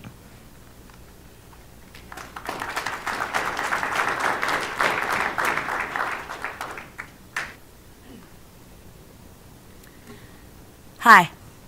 I would like to thank the board for providing me the opportunity to speak up for my articulation area and school community at Jefferson. Let me set the stage. The lack of creativity and true community mindset we have seen regarding remarks made and presentations provided in our articulation area has been resoundingly felt. We are a tight-knit family, but we felt after the first meeting that we had just been bamboozled into a timeshare sales pitch. So we got busy with real leadership and plans that involved humans, not numbers. We, the teachers, community, and business stakeholders, would like to see our community schools the following career pathways based on community service surveys and school resources. Auto shop with EV, auto body, auto mechanic, wrap tint. Healthcare and nursing with PCT, EMT, biotechnology. Health and beauty with cosmetology and hair.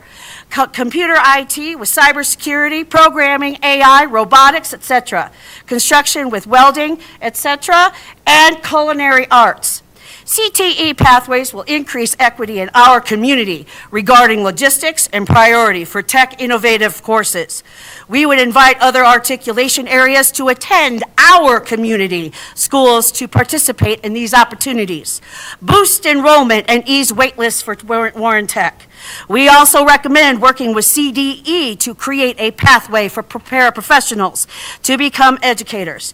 So many amazing paras and teachers that I have worked with who are indeed fluent in Spanish and other languages certainly have the experience. This could help build community, be an innovative accomplishment for the district, and keep families and communities within the district. This is a creative approach to the shortage of dual language teachers. Budgets throughout the district could be increased through advertisements on buses, school websites, grants, energy efficiency through solar power, and so many more creative ideas. This all came from our community leadership, not the district. This alone has loudly demonstrated the lack of ownership and creativity on part of the district in an area long neglected by the district as a whole. We became simply demographics, enrollment numbers, and those kids. A stigma remains throughout our district despite our growth. We were told at the end of a very hopeful and inspiring meeting that a dual language secondary school would be too difficult to staff. Where there is a will, there is a way. The buck stops with leadership. Jeffco can't thrive if all the parts aren't accounted for or are deleted from the culture of Jeffco.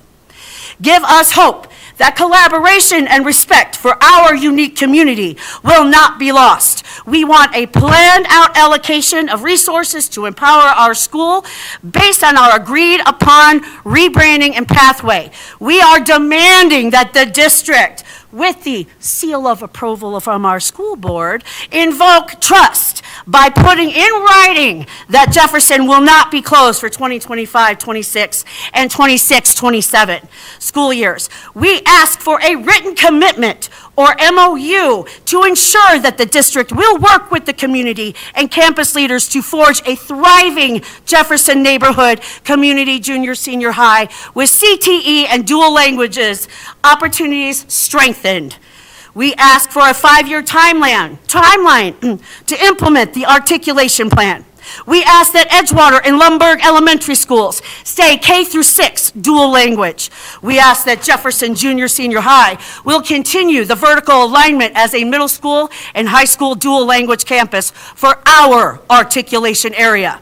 We demand that district leadership follow through with their commitments and show creative and empowering leadership. We will not accept typical lip service from the district. We want to ensure that the district leadership does not try to change agreements after the school board election in November. We see you, now you need to see us on 3. 1, 2, 3. Statement!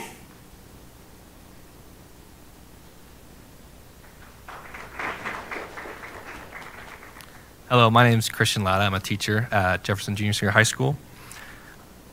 Since December 19th, the Jefferson community has been left in confusion. The community was quickly informed that Jefferson Junior Senior would only have a year left and be replaced with something that someone outside of our community chose. After much uproar, that decision was slowly revoked, but not after damage had been done. Some families had to make decisions for their future that do not include the school they always thought they'd attend. Some staff had to make the difficult decision of looking for employment away from the community that they've grown to love. While that decision has been paused, it is not enough that a single communication be sent out that the ultimate decision will be put off. Not enough has been done to get the word out. In order for this community to actually be healed from the decisions made for us, we need the following guarantees in writing to ensure that we are given a fair chance. No closures for the 25-26 and 26-27 school years.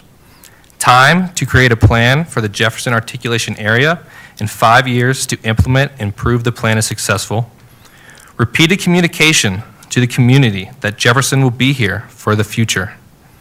And these guarantees need to be made by August in order for families to make the decisions for their students and the Jefferson staff be able to properly set itself up for the future and recruit the best staff to help our students thrive.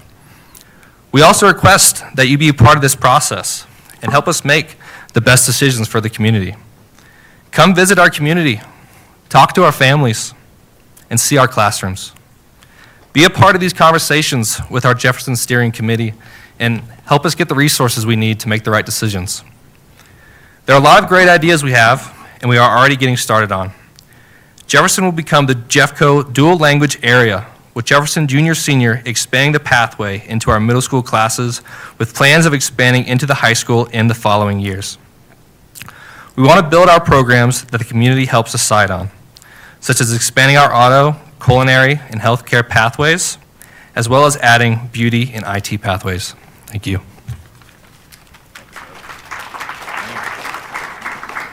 Good evening. My name is Ross Burns. I'm a teacher at Jefferson, teach social studies.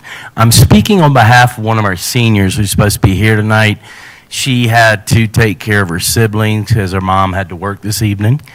Pretty typical for a lot of our kids. You know, we often have single parent families. Kids have a lot of responsibilities that they're dealing with. It's a unique community. But I'm going to speak on her behalf. Hi, I'm Ash D'Avendano. I'm a senior at Jefferson Junior Senior High School. I want to share my story about my journey here. I attended Lakewood for my freshman to junior years, even though Jefferson was my home school. I chose Lakewood because of the IB program, which Jefferson didn't offer.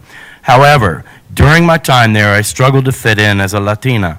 My skin color, my language, and my culture weren't supported, and I often felt outcasted.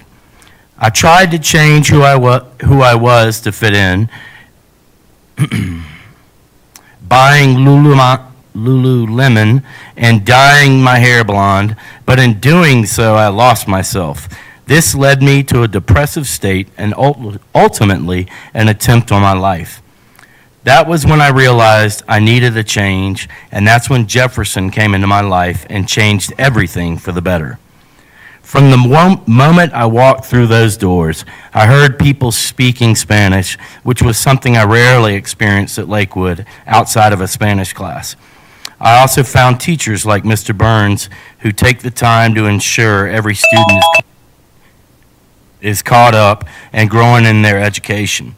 At Lakewood, the large class sizes meant many students, including myself, fell through the cracks without the personal attention we needed. At Jefferson, I could be myself.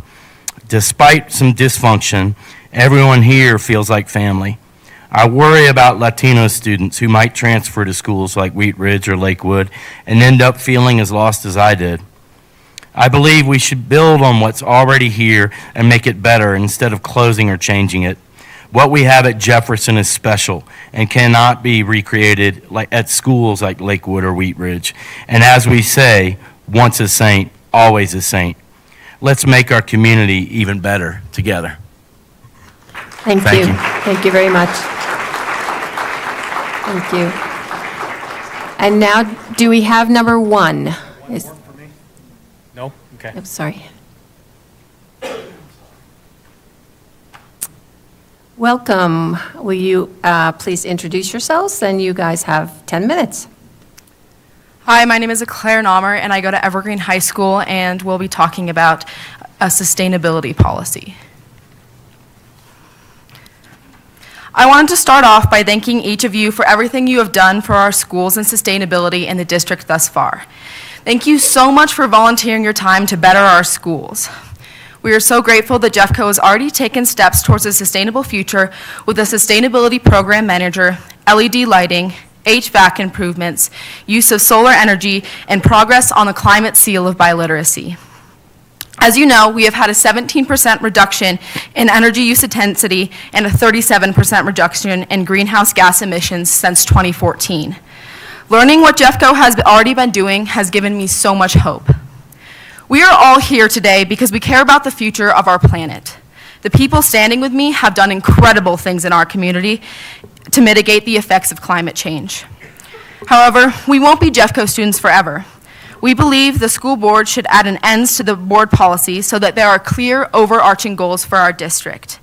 We want to ensure that sustainability in our schools will outlast our time here. Jeffco has already taken amazing measures, but with ends, there will be no question that Jeffco is taking the responsible and the right steps. Jeffco can be a leader for sustainability in Colorado.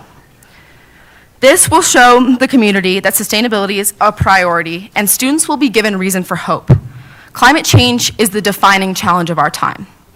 It's time for Jeffco to be proactive and address the concerns of our generation by adding a sustainability end statement. These are the guidelines that we are formally requesting be incorporated into the ends policy. Jeffco Public Schools is committed to climate action and sustainability practices. Jeffco Public Schools will incorporate responsible resource management and climate resiliency into relevant department policies so that sustainability is understood as a core value of the district and is considered when making decisions.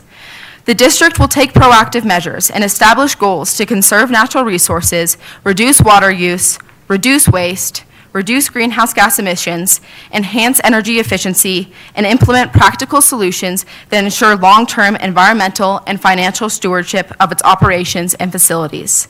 Students will be prepared for a changing climate through the incorporation of sustainability practices and environmental stewardship during their time at JPS. Curriculum will include evidence-based instructional materials that reflects an evolving future. According to the U.S. Department of Education, the U.S. Energy Information Administration reports that the education sector at large, including both post-secondary institutions and K-12 schools, annually spends $8 billion on energy and emits an estimated 72 million metric tons of carbon dioxide, equivalent to 18 coal-fired power plants. Jeffco has begun working towards sustainability, but we can do more. Schools cannot keep emitting this much carbon dioxide. Not only is this terrible for the environment, but it sets a bad example for students. If students are supposed to be the solution to this massive issue, they need to be shown what is being done now. We need to know what is already happening so that we know we aren't starting from nothing and we stand a chance. If students don't think anything is being done right now, they will feel hopeless and that they can't do anything either. We need to celebrate what is being done now, but always remember how much farther we have to go. As Pope Francis articulated, the time for seeking global solutions is running out. We can find suitable solutions only if we act together and in agreement. The time for individual student and school action is ending. We need to be united as a district for the future of our planet. Thank you.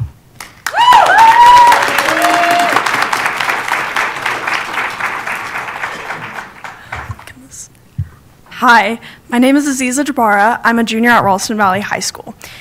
Today, you are going to hear from elementary school students about their experiences with climate change and why they want this climate and sustainability policy to be passed. Quite frankly, their speeches should make you sob. I look at these kids and I admire their bravery, but I also wonder why they're here, so young yet so concerned about such an intimidating and scary issue. And then I remember that I was once one of those kids.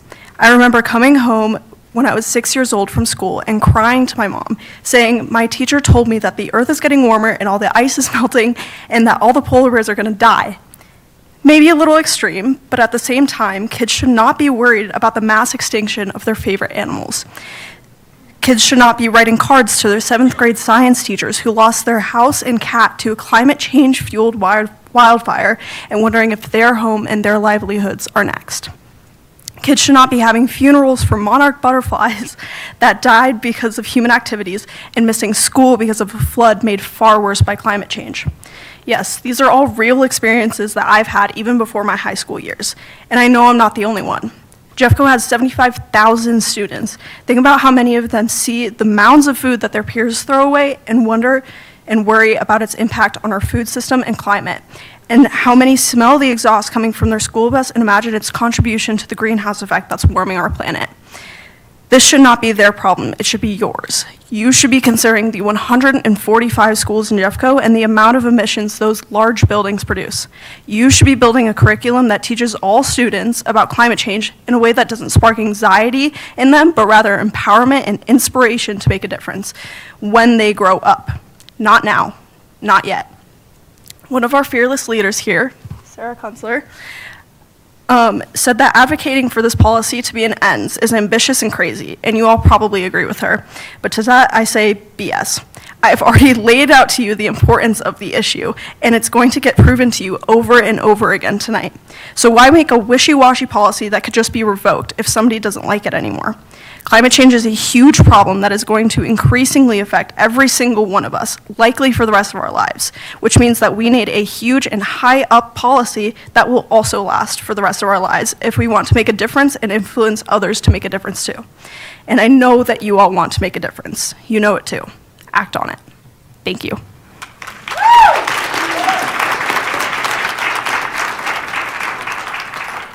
My name is Ayla Chang, and I'm a junior at Ralston Valley High School. I'm part of a generation that will live through political upheaval, drought, famine, wildfires, flooding, war, and economic crisis, when your generation at our age was free to live out in relative peace. I know that at a local level, there's only so much that you can do, but at the very least, can you pass this sustainability policy? At the very least, can you follow through on what you've taught us? I've been taught in your classes about the absolute havoc unrestrained carbon emissions and pollution has caused and will wreak on our environment and health. I'd hate to know that I'm being educated by hypocrites and cowards who cannot enact the very same climate and sustainability policies I've been taught are needed to maintain the survival of our species and our entire planet. At the very least, can you give us the absolute bare minimum? We aren't even asking for immediate radical change, though we'll need that soon enough. We're asking you for a plan that almost every other district around us has already had for years. Jeffco is made fun of for being the backward district by its students, its teachers, and its outsiders alike. For once, prove them wrong. Prove them wrong for the sake of the students who rely on you. Prove them wrong for the sake of the teachers who work for you, who should believe in you. Prove them wrong for the sake of maintaining Jeffco's dignity. Prove them wrong for me, someone who's struggling to have any faith in a system that has continued to delay any very much needed progressive change while doing nothing to stop the rise of injustice and tyranny in our world.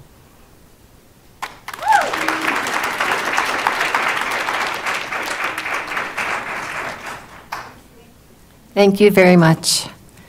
Do we have number 2?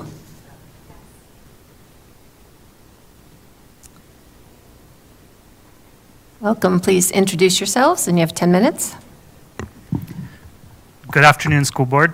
Thank you for letting us be here today. My name is Scott Major, and I'm a school counselor at Evergreen Middle School and also one of the co-sponsors for our school's Green Team. We're here with 3 members of our Green Team, and we're here from, as I mentioned, Evergreen Middle School, and we are here to talk to you additionally about the sustainability policy.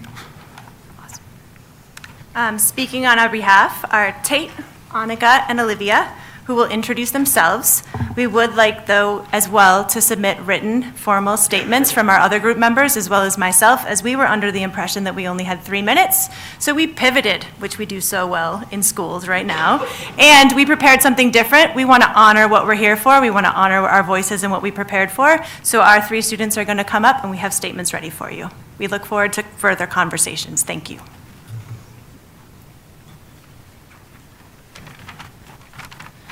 Hello, members of the school board. Thank you for your time this evening. My name is Tate Borgman, and I am a 6th grade student at Evergreen Middle School and part of our school's Green Team. Hello, my name is Annika Bergstrand, and I am a 7th grader at EMS. Hello, my name is Olivia Thomas, and I'm a 7th grade student at Evergreen Middle School.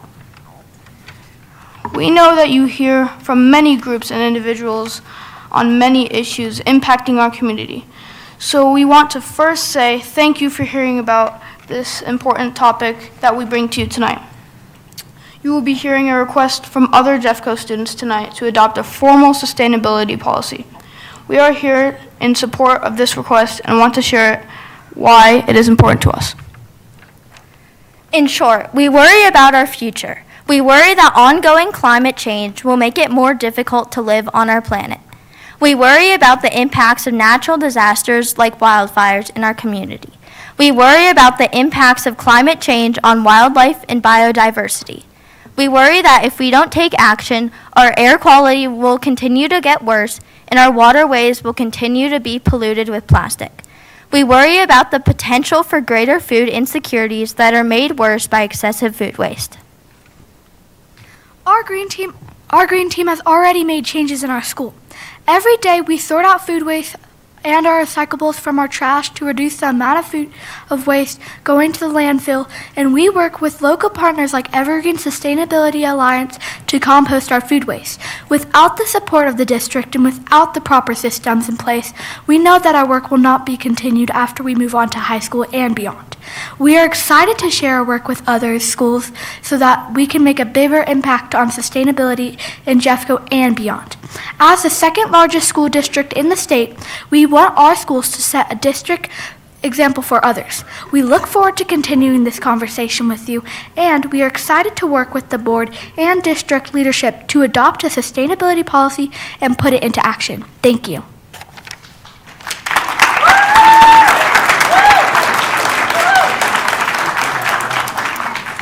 I have in my hands 5 written statements, one by Isaac Andrews, 6th grader at Evergreen Middle School, one by Camille Richards, 6th grader at Evergreen Middle School, one by Emmy Whitney, 6th grader at Evergreen Middle School, one by Jack Dominguez, also a 6th grader at Evergreen Middle School, as well as a statement of my own.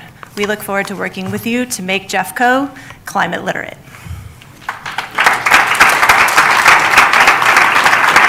Thank you. And do we have number 3?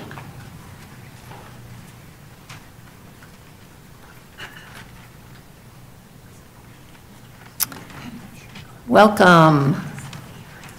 Please introduce yourselves, and you have 10 minutes.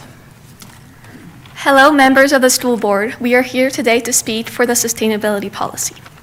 Good afternoon, members of the school board. My name is Louise, and I am a junior at Evergreen High School. I'm here today to speak in support of a climate action policy for our district. Over the past year, I have been learning more about sustainability and what it means to implement sustainable actions into my life. It all really began when I joined the environmental club at school.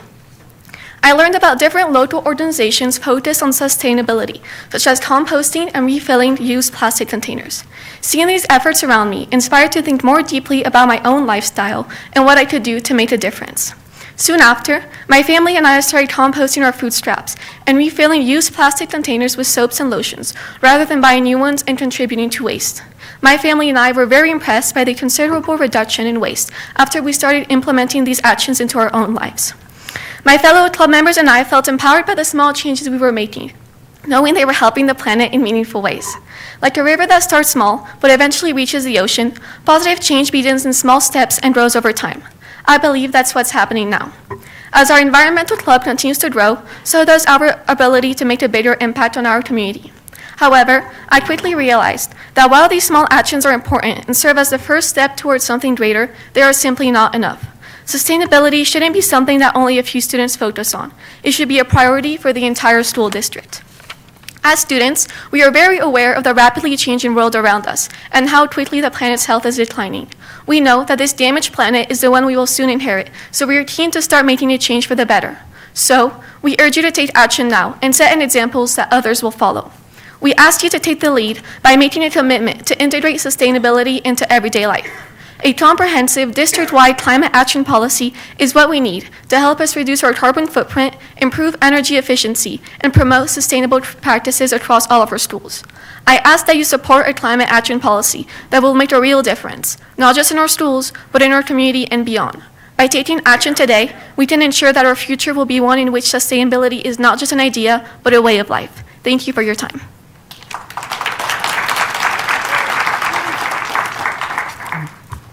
Hi, good afternoon. My name is Charlie Bonham Fleming, and I'm here to provide a few short words about the importance of passing a sustainability policy for our school district. Jeffco is the second largest school district in the state, meaning that the choices that we make today may have an influence on more than we might think. What I notice very often is a general feeling of dread. People will look at some climate change graph and they'll see that one spike in temperature, that spike. And after it sinks in a while, they'll think, we are doomed. I cannot tell you how painful that feeling is, the feeling like you're in a crazy Armageddon movie. But this chance, I think that gives a lot of people hope, and it takes people out of that feeling. I believe that people are well aware that passing a Sustainability Act would have a lot of benefits, like it would increase energy efficiency, meaning that we would transition to more clean sources and decrease district costs. It would reduce waste through encouraging recycling and reusing, and it would, lower transportation emissions, but they don't understand that ultimately it would give kids a future to look forward to. It would give them a chance to live their life fully, and it would give kids hope. To pass a sustainability policy would mean to work towards ensuring a future where people have true prosperity and well-being, where the next generation of our society doesn't have to see a world that has destroyed itself, doesn't have to see a world where people only cared when it was too late, but instead gets to see a world of beauty as every human being deserves. Every time that I go into nature, every time that I go camping or sledding or anything else, I notice the beauty of our world and our home, and I make a promise to protect it for humankind's many years to come. I hope that someday everybody will be able to make that promise themselves, and I know that starts with us today. Let's beat that spike. Thank you.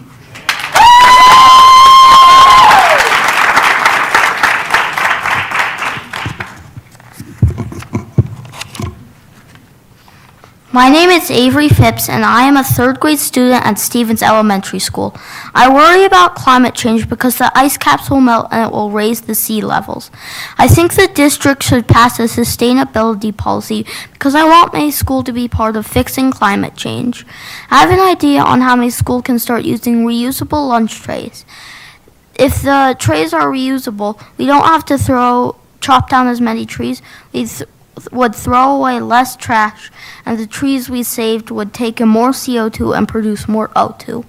If we work together with our ideas, we can find a way for our schools to be healthy and eco-friendly.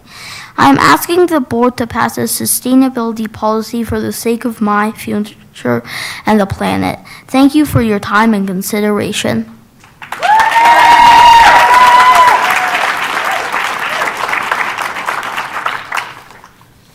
I am Odin Contractor, and I am a student in 4th grade at Lucas Elementary. I feel we are not taking enough action on the climate crisis, and I see plenty of evidence on a daily basis. For example, if my family goes on a trip 20 minutes or longer, we see visible air pollution. I think the district should pass a sustainability policy because we are behind other districts, such as those already integrating electric buses and waste management programs. Comparatively, in my own school, I see inefficient diesel buses and immense amounts of waste, especially food waste from the cafe. I worry for my own future and for where I will have to deal with the global problem of climate change, responding to and researching the subject, and be burdened by natural disasters, scarcity, and many other problems associated with the climate crisis. I worry for the planet because if we don't take action, we will have an infinitesimally large climate crisis involving loss of rainforests, coral bleaching, rivers drying up, and literal tons of trash being spilled. We need to reverse climate change, and the longer we wait, the worse situation we're in. In addition, jobs on the subject will be required for the new generation, so we do need education on the subject. In conclusion, I am asking you to pass a sustainability for the sake of my future and the planet. Thank you for your time and consideration.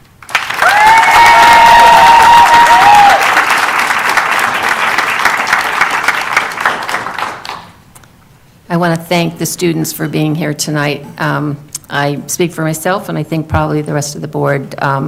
This is very impressive. You guys did yourself proud, and we appreciate you being here.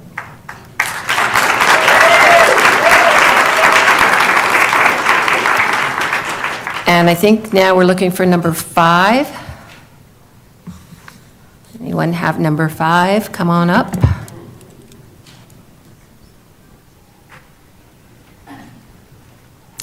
Welcome. Please introduce yourself and have 3 minutes. Good evening to the board. My name is Kara Marshall McKelvey. I'm at 6370 Depew Court, and I'd like to speak on supporting our transgender students.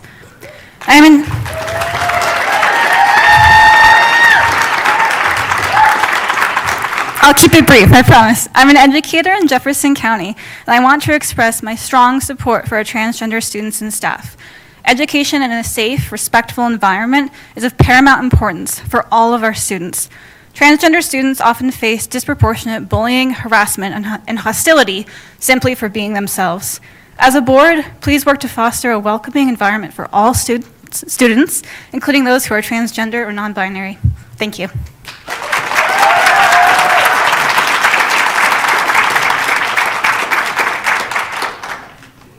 Thank you. Do we have number 6?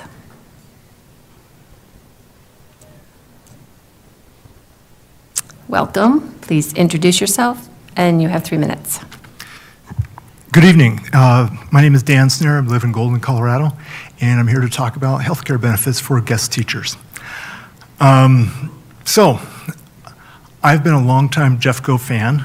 My wife is a Wheat Ridge farmer. I have 2 kids who went all through K-12 in Jeffco, one at Compass Montessori, one at Lakewood High School. I myself have worked in the district for 30 years and now guest teacher. When I was 5 of those years were here at the ad building, and my children were young enough at that time that I'd often bring them to work, and they knew their way around here, and they were very welcome. They knew where Cindy Stevenson's candy jar was, and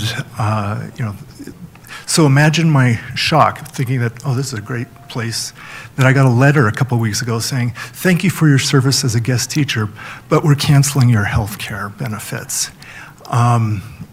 Here are your options. You can do COBRA, you can go to Connect Health, you can get your spouses. Well, my wife is self-employed, so it was always on me. As I understand the Affordable Care Act, which is the reason given to me for this cancellation, that Jeffco can or may extend access to healthcare benefits for a year after leaving the district. That's great, thank you. We got an increase in pay, that was great, thank you. But I don't know that Jeffco wants to be the minimum on this. Why not extend healthcare benefits for subs as long as they're here in the district helping out?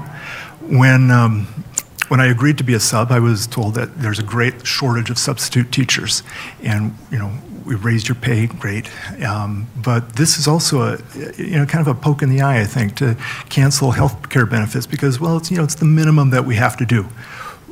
I don't know the healthcare ACA backwards and forwards, but it seems to me Jeffco could continue to offer access to healthcare through Kaiser, whatever group I choose to be with, for the period maybe until I'm 65, maybe until or as long as I sub.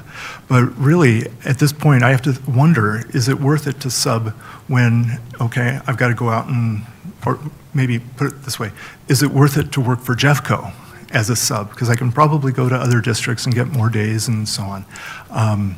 Anyway, I would urge you to consider extending access to healthcare benefits for guest teachers. I know there's a bunch of us that are impacted by this, and I will yield the rest of my time and just say I'll follow up with an email to the board and to the superintendent. Thank you.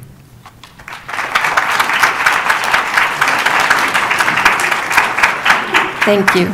Do we have number 7? Welcome. Please introduce yourself, and you have 3 minutes.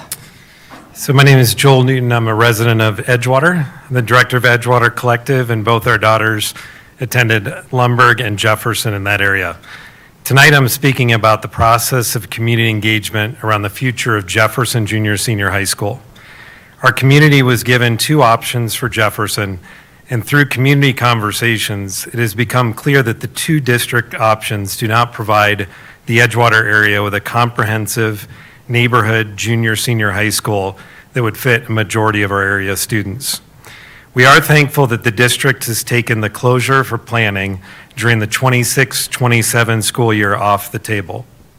We're also thankful that the district has slowed the planning process. I'm making you all aware that our community steering team, made up of educators, parents, and students, has created a Jefferson area planning agreement that should guide the future planning for Jefferson. Without a signed agreement between our community and the district, our community does not trust that the district will follow through on its promises to listen to the community. You will receive a full planning agreement this weekend, but I wanted to point out 2 of the mutual agreements. First of all, Jeffco Public Schools will pause all planning to close, restructure, or repurpose Jefferson Junior Senior High while the steering team works through the summer to fully develop our plans for the future of Jefferson. Secondly, based on the results of our work over the summer, we will present a complete Jefferson community plan to you all in August, which will include an MOU that will guide the 5-year implementation of the plan. In our district, most communities have had a chance over the last 30 years to create a school that fits their community. Most of them have been charter schools or option schools. Because of the lack of financial resources in our area, we have not had that ability. We do not want a charter school. We do not want an option school. We want a neighborhood school that fits our community, and we want our community to be part of planning that process. So together, let's create a thriving Jefferson for the next generation of Saints. Thank you. Thank you. Number 8. Welcome. Please introduce yourself. You have 3 minutes. Thank you, Georgia Rising, parent Golden, Colorado. I want to acknowledge the historical role that school boards have played in advancing civil rights and ensuring equitable access to education for all students. After watching how school boards are responding to EOs, I want to applaud Jeffco School Board for holding firm on these commitments. Especially as legislation targets our most vulnerable, including immigrants, students of color, and gender diverse youth. These kids are being attacked for who they are. To these students, I see you, and so many are fighting for you. I'd like to read a few paragraphs written by Rob Rogers in his article, Strategic Alarm: How Fear is Being Weaponized to Undermine Public Education. American politics has been awash in a flood of parental anxiety, driven not by organic concern, but by design, from book bans to anti-trans legislation to parental rights bills. This isn't a grassroots groundswell. It's calculated feedback loop of fear repackaged as concern for children. None of this is about student outcome. It's about turnout mechanics. Fear energizes the base. If schools become collateral damage in the process, so be it. Civic trust, student well-being, and educator safety are expendable in a service of electoral margins. This is his plea, which I make to you all. Don't match fear with fear. Recognize the pattern. Disarm the narrative. Respond with clarity, with systems thinking, and with moral coherence. They keep doing it because it keeps working. We keep falling for it. We treat manufactured outrage like it's a misunderstanding to be clarified with evidence, with ethics, with science.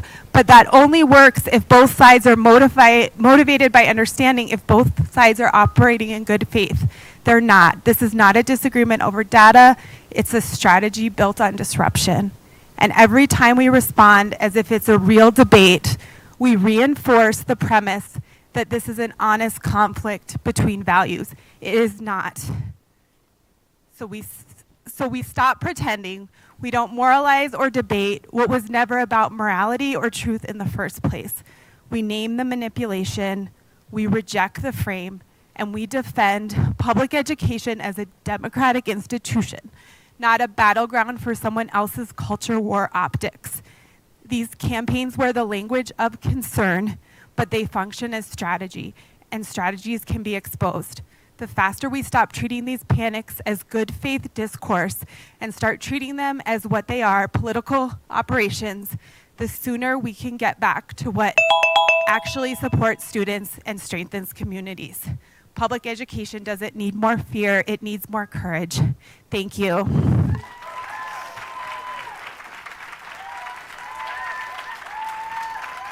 Thank you.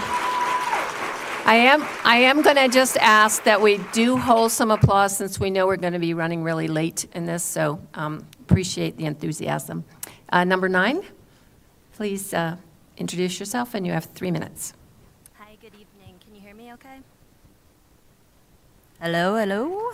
Good evening. My name is Kara Noon, and I live in Golden. My child attends Mitchell Elementary.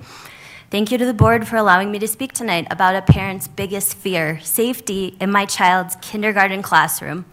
For 7 months, our 5- and 6-year-olds endured attacks and injuries in the classroom, on the playground, and on the bus. Our children watched their teacher get assaulted and saw their classroom destroyed on a regular basis during their first experiences in public school. In January, Superintendent Dorland stated, "Educating students and providing safe environments in which they can succeed and thrive is my life's work." These are powerful words, words that reflect the board's core values, but they're just words here. They're empty words. Top district leadership failed our kids. They failed our children's teacher, and they failed to uphold a safe and healthy learning environment for this kindergarten class. Instead of thriving, this class was surviving as they endured violence, chaos, and trauma. Escalations above the school to the district started as early as September. Yet, in a March 3rd meeting, when asked if current safety measures are effective in preventing harm to students, the deputy superintendent answered, in some cases, yes. In other cases, the evidence clearly points to no. My child's classroom was evacuated for safety reasons at least 17 times during this school year. The deputy superintendent stated evacuations are only to be used when absolutely necessary. That means it was absolutely necessary 17 times to remove 5- and 6-year-olds from danger. This crisis extends beyond physical safety. Our children were deprived of instructional time in their most formative year. They're suffering from emotional distress. They felt unsafe because they were unsafe. As parents, we'll be helping our kids unpack fear and anxiety in therapy for years to come. As board members, you are responsible for ensuring every child has access to a safe and effective learning environment. Yet, for 7 months, an entire kindergarten classroom was deprived of both. With willful intent, district leadership kept our children in danger and led us to believe nothing else could be done to keep our kids safe. So I ask you, does allowing the youngest learners to be injured, evacuated, and deprived of learning reflect Jeffco values? Does delaying action while a classroom remained unsafe demonstrate strong leadership? Would you have sent your own child into this classroom? I urge you, investigate the situation, review your policies, and hold these leaders accountable. Not next year, not next month, now. Thank you. Thank you. Number 10.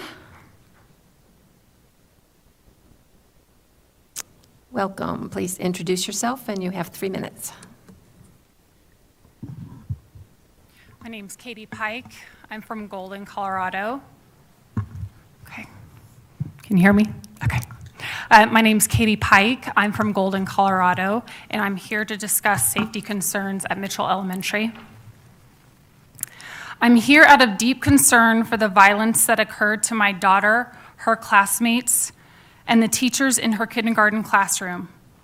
Since my daughter was physically attacked on the school bus in September, I have lived with daily worry, wondering whether she or someone else might be hurt by the end of the school day.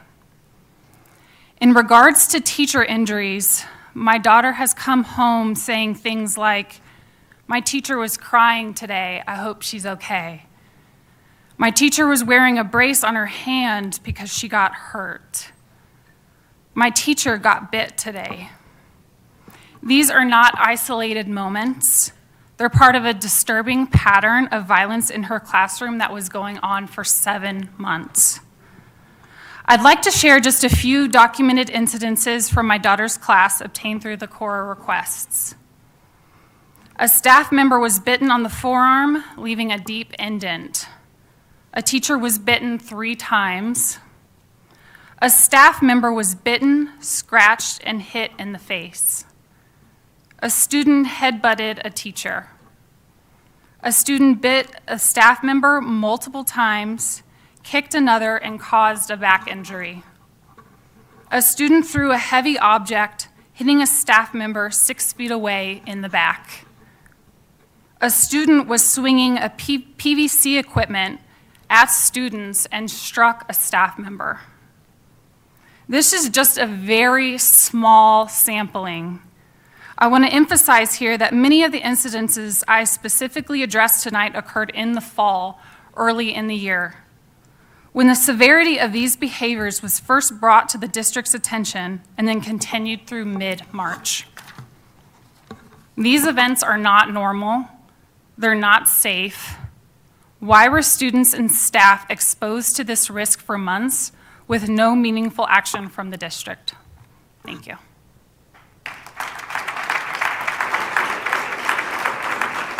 Thank you. Number 11. Welcome, please give us your name, and you have 3 minutes. My name is Rebecca Katz. I'm from Golden. I have 2 children at Mitchell Elementary, a 4th grader and a kindergartner in the class. That's the subject of discussion. You'll hear from others about our kids' collective experience in my child's kinder classroom.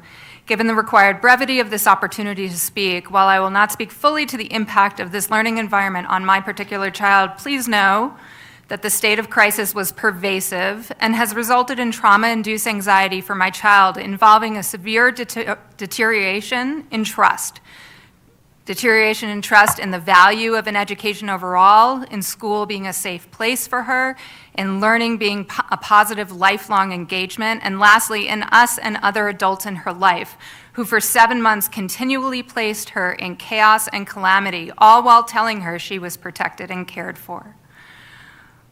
What I want to emphasize in these remaining 2 minutes is how, after the school quickly exhausted all they could do following P&I policy and their own local resources, and after 6 months of messages to the district being ignored, the district's response was to gaslight us and neglect responsibility for letting the situation continue for so long. I guess we annoyed them enough by month 7 that we got a response, and that response said that the district knows, quote, classroom evaluations can feel disruptive. Classroom evacuations do not feel disruptive, they are disruptive. We were told classroom evacuations are only to be used when absolutely necessary to ensure the safety and prevent escalations. This implication in this communication was that evacuations were rare, and that's laughable. As you heard before, at minimum 17 times. 17 times in a state with the shortest school year in the country. We are told evacuations, quote, ensure students remain engaged in learning while the situation was being resolved, end quote. These evacuations appropriated our children's instructional hours in addition to causing significant distress. We were told the district's goal in this particular situation was to, quote, ensure a safe, positive, and structured learning environment for all students. I would hope I don't need to explain how this was not an environment anyone would classify as safe, positive, or a structured and learning environment for all students. But if I do, I would beseech those folks to first become acquainted with the meaning of the words safe, positive, structured, and all. I want to recognize that we know this was an unfortunate and complex situation, but these situations are part of these various superintendents' jobs to resolve. I lastly want to call attention to the completely inadequate response the deputy superintendent had when asked, aside from general education, what happens in a situation like this when other legally binding IEPs and 504s for kids in the classroom cannot be executed due to constant evacuations and violent manifestations of a classmate also on an IEP 504. On the heels of telling us these types of situations and manifestations are increasingly common, with a shrug, she told us, yeah, the situation as far as how to navigate between competing IEPs is hard. Full stop, no plan for how to resolve it. That answer is unacceptable and demonstrates that either current Jeffco administration are not qualified for the jobs they hold or intentionally chose a position of negligence. Either way, we demand accountability and change. Thank you. Number 12.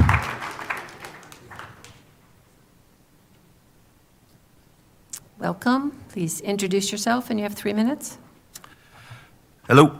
Thank you, board, for the opportunity to speak. My name is Matt Landers. I'm here tonight as a parent of a kindergartner at Mitchell Elementary. My daughter experienced repeated violence in her classroom throughout the school year, violence that should frankly never have happened and be considered part of a normal school environment.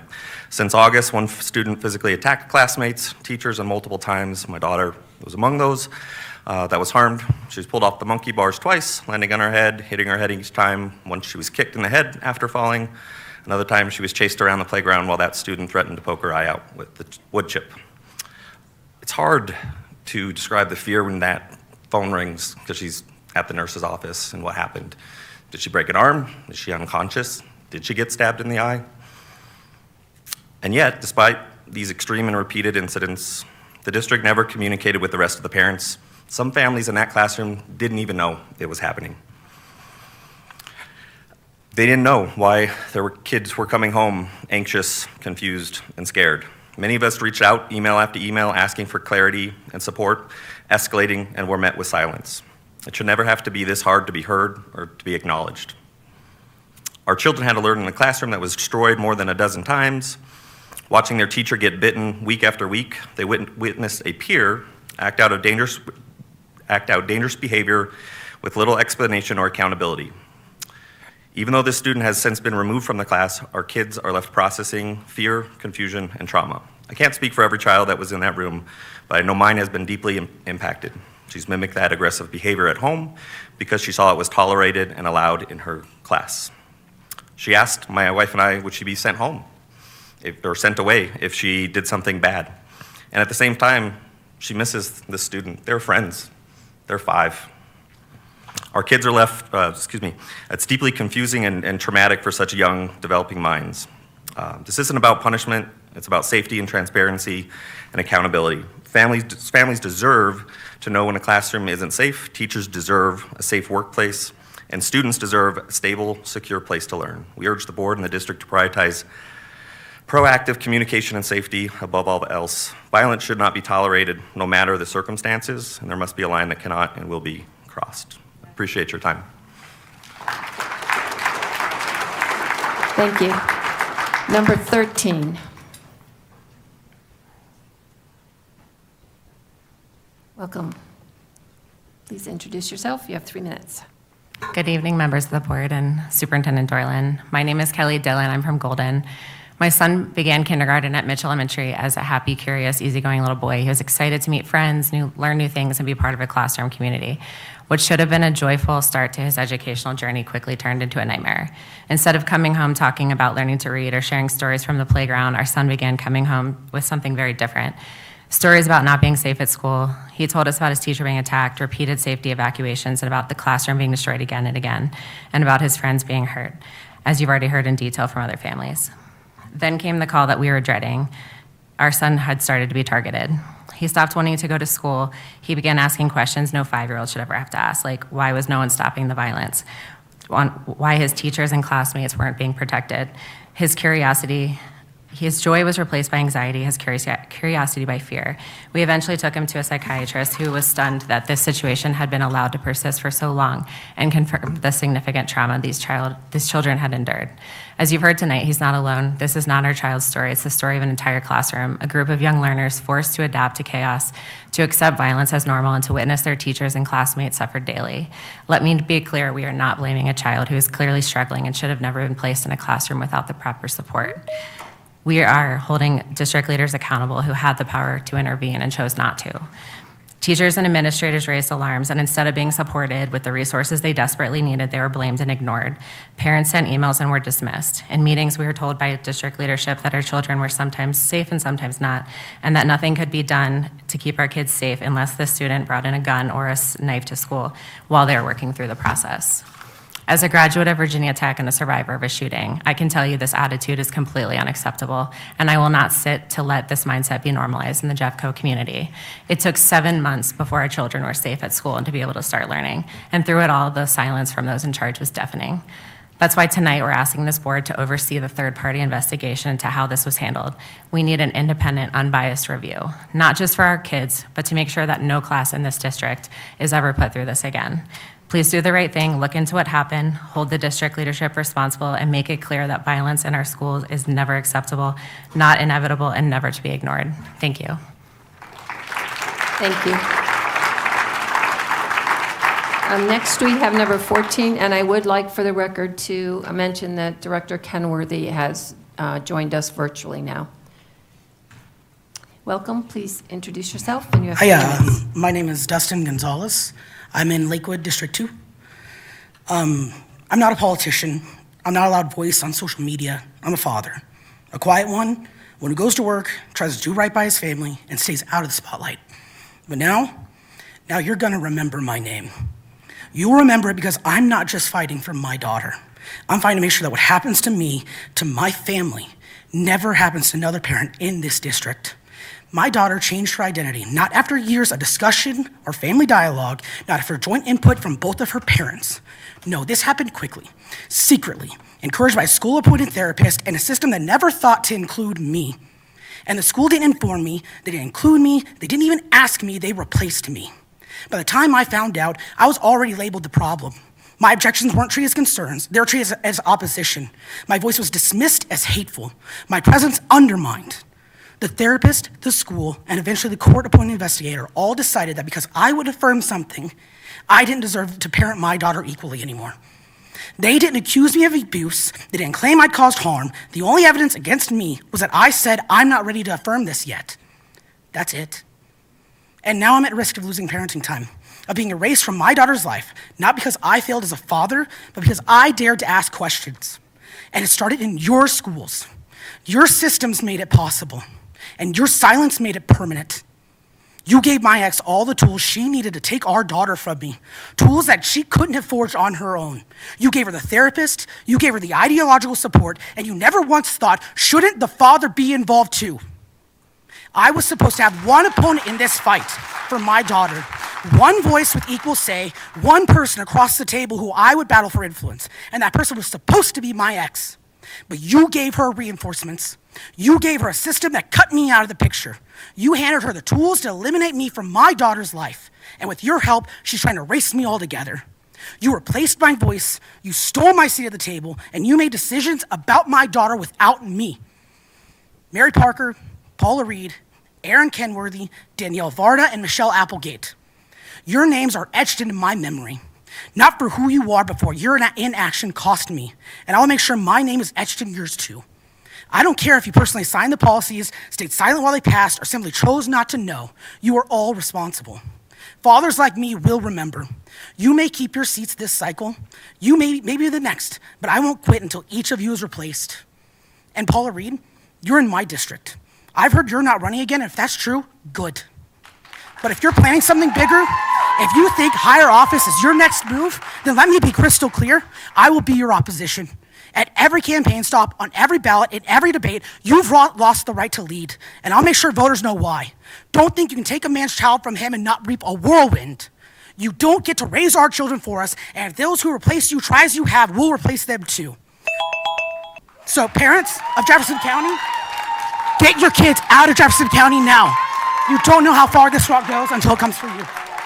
And after you do, speak out, join me, and take back what's ours, the right to raise our kids. Thank you. I'll see you in October. Thank you. Number 15.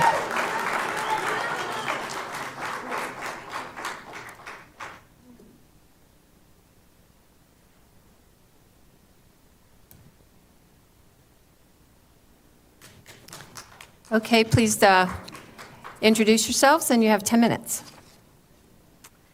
I'm Lindsay Datko from Arvada. I'm Allison Browner from Arvada. Leah Flynn, Arvada. Heather McCormick from Littleton. Ashley Reynolds from Arvada. Melissa Wilcox from Littleton. Noelle Christensen from Arvada. Krell Christensen from Arvada. Elizabeth Armstrong from Arvada. Carrie Wallace, also from Arvada. Some years have passed since I stood over the hospital bed of a close friend of mine, an Arvada West graduate of 2000, suffering from cancer and agonizing pain, her vertebrae shattered from the weight of her pregnancy as she fought for her own life and the life of her baby. I saw the resolve in her eyes to parent and protect, sacrificing herself before she recently succumbed to cancer. My friend exemplified the unmatched power of parental devotion, and I speak tonight in honor of her, National Child Abuse Prevention Month, and of the parental and guardian instinct to protect. With legal, policy, and investigative experts aided by our network of district employees dedicated to child safety, we've documented 26 recent incidents of sexual abuse, misconduct, grooming, and hiring and firing issues in Jeffco schools. Our findings, backed by open records and other documentation, also show a troubling pattern of unreported cases to the Colorado Department of Education, posing two critical questions for Jeffco leadership. One, why is past egregious behavior overlooked? And two, why is unethical behavior or professional incompetence left unreported? Standing with me are parents of children who have fallen victim to a few of the incidents I will now outline. Last October, a Jefferson County mom received frantic messages from her husband about their son. She rushed home to find extensive evidence that their 14-year-old son was sexually and emotionally assaulted and abused by his trusted adult and Jeffco School's social worker. Shocked, they called the police. It was soon discovered that previous complaints had been made against the employee, highlighting the poor judgment and decision-making. Official paperwork discloses that before this heinous crime, Jeffco Schools had entered into a settlement agreement with a different family that was significantly affected by the professional incompetence of this trusted adult. Yet she remained employed by Jeffco Public Schools, enabling her to strike again. A Jeffco teacher faced 14 years of corrective actions, including suspensions for misconduct and defying rules against being alone with students. Student and parent complaints, along with Safe to Tell reports, alleged sexual relationships with female students. He eventually resigned in 2024, barred by agreement from unsupervised contact with children in schools, yet his resignation wasn't reported to the CDE for 2 months and his license has remained active. The Creighton Middle School family liaison had a criminal history of shoplifting, criminal mischief, and trespassing, but an official district statement to media claimed these misdemeanors did not bar his hiring. Open records reveal that a 2-year-old outstanding arrest warrant was missed and finally led to his arrest, but only after allegations of molesting immigrant children in his office were made. This underscores significant flaws in the background check process and the decision-making involved in hiring for this child-facing role. An employee hired in October 24 with a criminal history of drug felonies, misdemeanors, and probation violations was given access to kids at Jeffco Schools despite a background check flagging these issues. Though no longer employed, the district initially opted to hire this child-facing worker with this concerning record. A former Jeffco Schools employee was recently sentenced to 4 years in prison for sexually assaulting a student, exposing him to fentanyl and discussing firearms with him. Named his trusted adult in the arrest affidavit, her background had red flags the DA said should have been obvious to the school. Reports indicate that staff, including principals, identified misconduct on her part, and employees indicate her contract wasn't renewed, yet she was rehired at Brady Exploration High School to work with at-risk students. A Jeffco teacher resigned in lieu of termination following multiple allegations of inappropriate grooming behavior and boundary crossing with students. The teacher was subsequently hired at a neighboring school district. Adams 12 was reportedly unaware of the allegations and the reason for his separation from Jeffco until our advocacy group alerted their leadership to the potential risk he posed to students. Why wasn't this teacher's behavior reported as unethical or identified as incompetent to the CDE, allowing Adams 12 to make an informed hiring decision? At 10:30 p.m., a teacher sent unsolicited, bizarre, sexually suggestive texts to his young female middle school student. Students quickly ID'd him via Google search of the phone number the next day. Another teacher overheard and escorted the student to the principal, but we understand the investigation stalled there. The teacher then transferred to a Jeffco school for high-risk students for a year. Chief of Legal, Julie Tolleson, recently indicated she was unaware of this incident. Several Jeffco Schools employees have been linked to alarming online sexual behavior, including a teacher following pornographic accounts which were discovered by students on the school's official Instagram. Staff members have discussed explicit sexual acts and drug use on public podcasts, posted nude images on dating sites, maintained websites with pornographic content while teaching elementary art students, and written public blogs discovered by students about their own sexual arousal. Other employees who were investigated and allowed to resign now teach in other districts and even other countries. 2 days before he was fired for alleged possession of child sexual assault material, former chief of schools Dave Weiss sent an email showing he oversaw the district's sexual misconduct trainings. He also played a significant leadership role in district investigations and was present in investigative meetings as shown by his professional calendar. Add to all this what we have learned regarding Jeffco's implementation of the federal McKinney-Vento Homeless Assistance Act. A minor, wrongly labeled an unaccompanied homeless youth, moved in with a school speech pathologist and later out of state with her predatory teacher. For 7 torturous months, The parents explicitly avoided and deceived by a counselor and district liaisons, didn't know if she was alive until she contacted them asking for help to move home.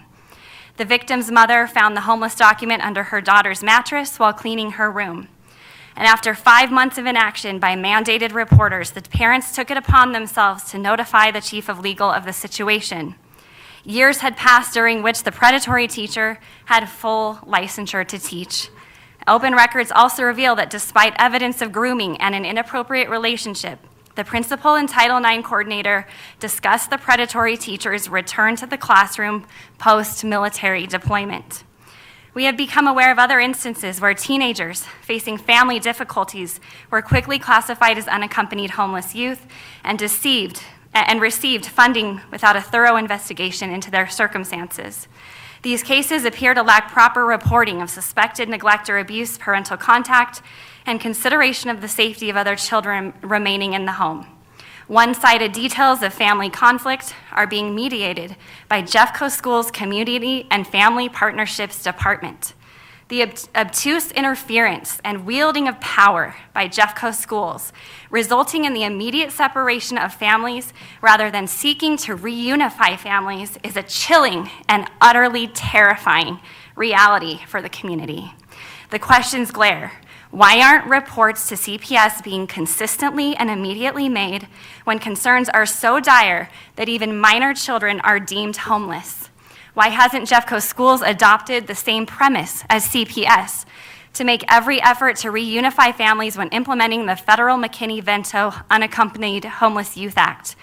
Public data shows Jeffco Schools declares students unaccompanied at over double the rate of Denver Public Schools, despite Denver's 20,000 additional students and nearly double the free and reduced lunch rate.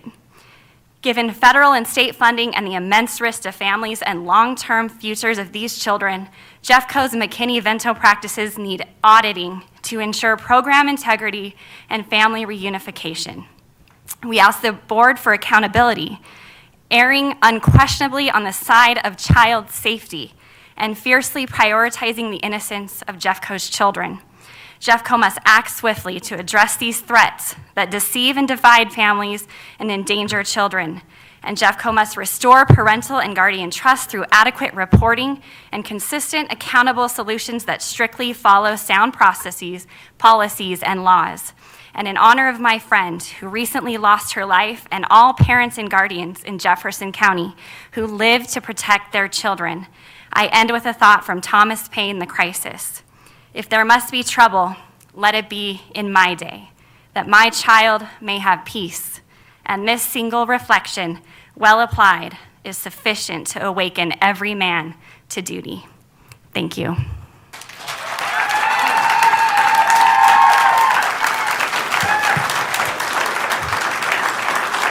Thank you. Again, in the interest of time, I'd like to ask you to please refrain, or we will clear the room if we can't get forward. What?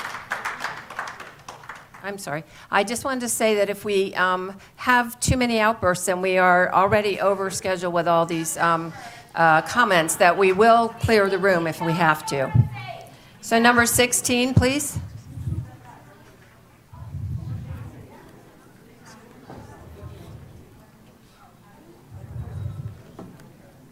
Welcome. Please identify yourself, and you have 10 minutes. Hi, my name is Van Davis. I teach business marketing at Green Mountain High School, and we are here to represent the CTE and CTSO teachers in Jeffco.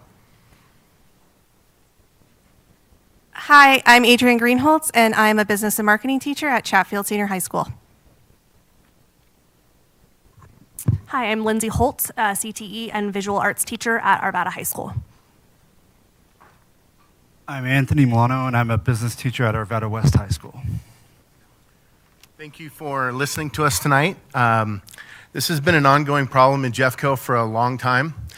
The problem is that our Jeffco CTE teachers and CTSO advisors are not receiving compensation as other districts are. This is making it very difficult to retain our great teachers and recruit new ones. Our duties are very similar to coaches. We have to plan logistics. We do overnight conferences. I think I have about 20 days out of the system right now that have been with students.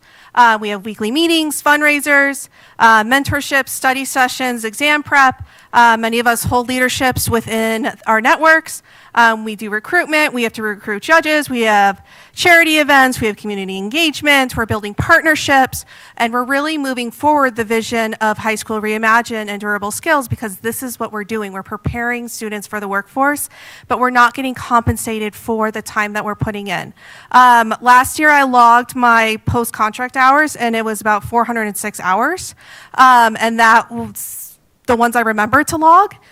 This year, I'm at 200 plus hours so far, and that doesn't include the time I lose that is grading and all the and planning that I have to do at home when I'm addressing our CTE and CTSO duties at school. So what we have done so far to solve the problem, last year during bargaining session, it was brought to the table and it was stricken from the activity and sponsorship pay schedule. So that pretty much lit my fire, our fire. We reached out to the union, met with them a couple times over summer. We ended up from there meeting more times to strategize how do we get this done.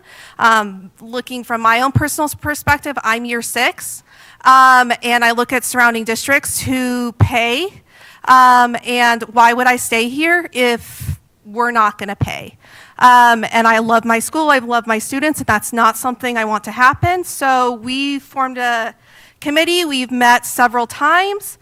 We've drafted a plan that we hope will be listened and heard to, so we can stay and keep teacher retention and keep offering opportunities to students.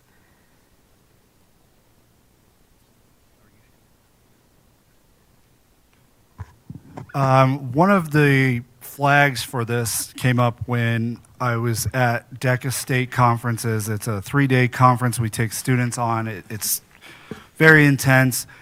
Several of the academic advisors, the DECA leaders, Business Club, were discussing the stipends that they got from school.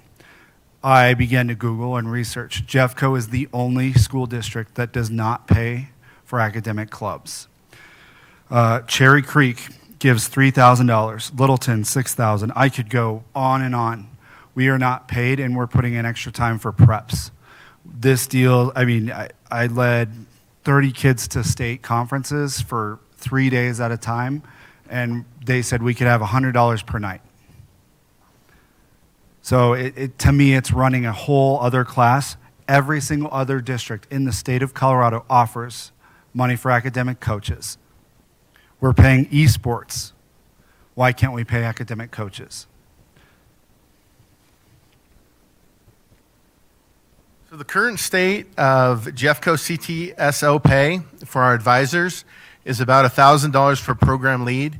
The problem with that is that most schools have more than just one CTE and CTSO advisor at their school. There's lots of CT teachers. And with the direction of the agenda that the district is pushing for High School Reimagined and these durable skills, that is what we do. CT teachers and CTSOs are durable skills, and they are High School Reimagined. What we're asking is some investment.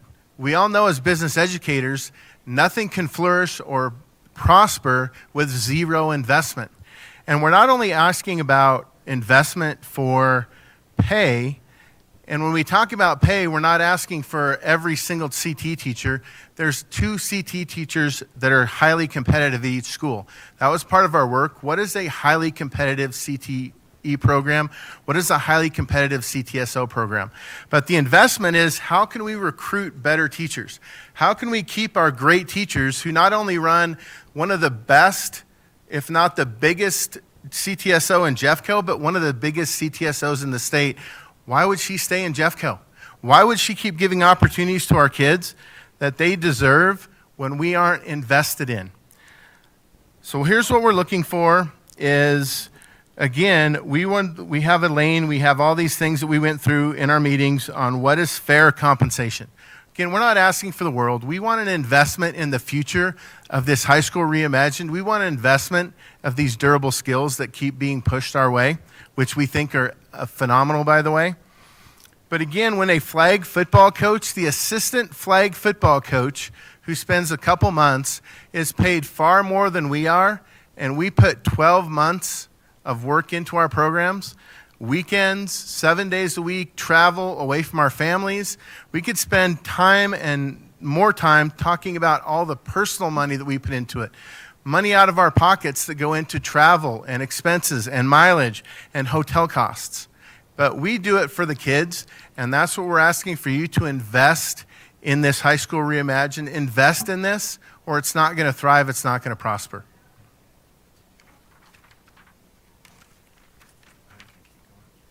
Okay. We also think that with more building support, we're going to encourage more CTE programs and more CTSOs to do more. Why would a young teacher that comes in, why would they want to do anything extra when they're not getting paid or they're not invested in? That's something that in the real world, why would anybody do extra if they're not being invested in it? We also think that something that can happen within our buildings is that could be a job requirement. If you want to be a part of our building, this is what your expectations are, is to run a CTSO. And again, these CTSOs offer opportunities for kids with durable skills and with high school reimagined. And if that's what this district is going to push and our agenda is, we want this investment in our futures. We also, again, it's these opportunities for teachers, it's opportunities for buildings. A lot of the building leaders don't even know what goes on. I'm pretty sure that most of you sitting up there have never attended a DECA conference, never attended a FBLA conference, right? Those are pretty amazing things, aren't they? But if there isn't any investment, why are we keep doing it? We met as a group of business teachers and we said, why do we do this? Why are we still running these conferences? Why are we spending time away from our families? Why are we spending money out of our own pockets to do this? And the answer is for the kids. And it's not about us as pay, it's about investing in the district in the direction that you want to go with this. I also want to add in for our building support piece, at this point in time, we learned through these meetings that our subs actually should be paid for before they were coming out of our program costs. Any kind of transportation, anytime, like Van and I are going to Orlando in a couple weeks and kids have to pay for our flights or hotel, our registration, none of that is covered as well. So it becomes an equity issue because really the kids who can do it are the kids who can afford it. And that flourishes in our south area, that doesn't flourish in other areas. So that doesn't feel right. So not only bringing pay to us, but also bringing support to our buildings will help with it's going to be amazing for students. We provide opportunities for concurrent enrollment. I think we're all concurrent enrollment teachers. Certifications. I just had 20 kids get certified yesterday in project management. So we're providing all of these opportunities that we just want to see be supported. And that's all we're looking for. In conclusion, we just want to partner with you to ensure that this high school reimagined is a great thing, that these durable skills are given to these kids so they can go out and be successful in the world. And that's what we're asking for. We're asking for you to invest in these programs, invest in these kids. Thank you.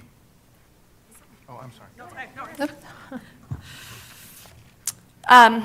In addition to conclusion, we just want to say that CTSO advisors, we go above and beyond. We provide mentorship, professional experiences, and career readiness for students. Surrounding districts recognize the work with appropriate stipend. Jeffco does not. We must do the same to remain competitive and retain quality educators. We urge the district to support this proposal by implementing a fair stipend structure that acknowledges the vital work of CTSO advisors. Thank you. Thank you. I'm going to call number 17 now and let you know that we had 36 people and groups sign up, so we will take a short break after 18. So, welcome. Please introduce yourself, and you have 3 minutes. Cool. Thanks for letting me talk tonight. My name is Wendy McCord. I have two... Excuse me a minute, too. Could we please have some quiet? Thank you. I'm Wendy McCord. I have 2 Evergreen High School alumni and a current sophomore at EHS.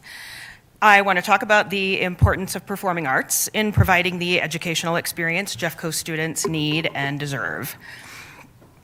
As you discussed during your study session, Board Ends 1.4 provides that every student will develop the skills they need to succeed in life after graduation. Jeffco's continued neglect and dismantling of performing arts programs in our schools is preventing many of our students from finding success however they define it. The district measures its achievements only by metrics chosen to make the district and individual schools appear successful. You're so focused on improving the data that you've lost sight of the human beings whose lives you're shaping. AP test scores and STEM certifications can be valuable for some students, but they are not an indication of whether our students are learning the skills they need to become confident adults. The SAT can't measure character, resilience, or creativity. These are the traits that our students need to be successful, as you've seen from the many students speaking so eloquently tonight. Choir and theater give students space to take risks, collaborate, and express themselves in powerful ways, which shapes our kids into compassionate, confident, and thoughtful people. Many of these students rely on choir or theater for belonging and motivation. Often it is the only place they feel safe in their school. Jeffco thrives, right on here.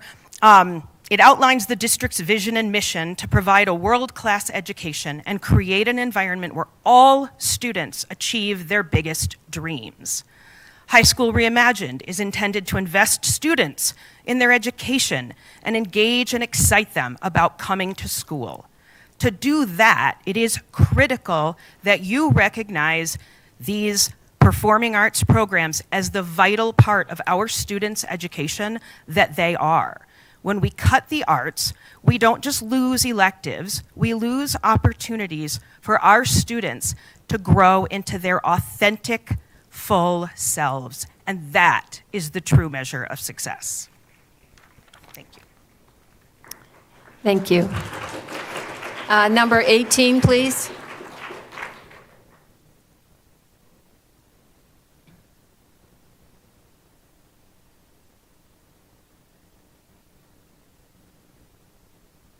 Welcome. Please introduce yourself, and you have 3 minutes. Thank you. My name is Charles Grant Walker. People call me Grant, my middle name. I have a granddaughter at Wheat Ridge High School, and I have a grandson at North Arvada Middle School.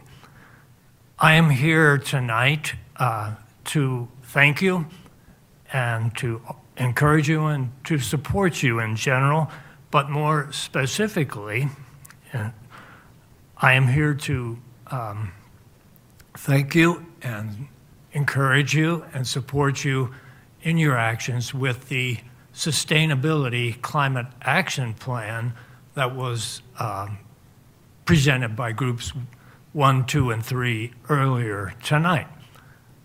I believe in public education. I believe in the public schools. Sustainability, climate action is critical for all of us and certainly should be part of the education of our children. That's why I'm here, and I thank you again. Thank you. So with that, we will take a 5-minute break. Thank you.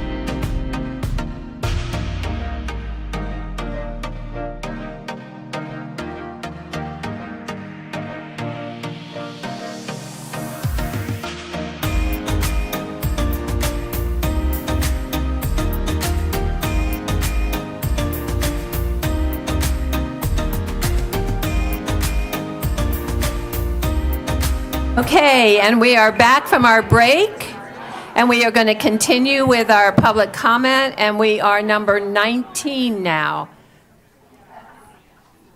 Welcome. Please introduce yourself, and you have 3 minutes. Hi, everyone. My name is Oscar Hathaway. I live in Denver. I studied at Mines, and now I work here in Golden.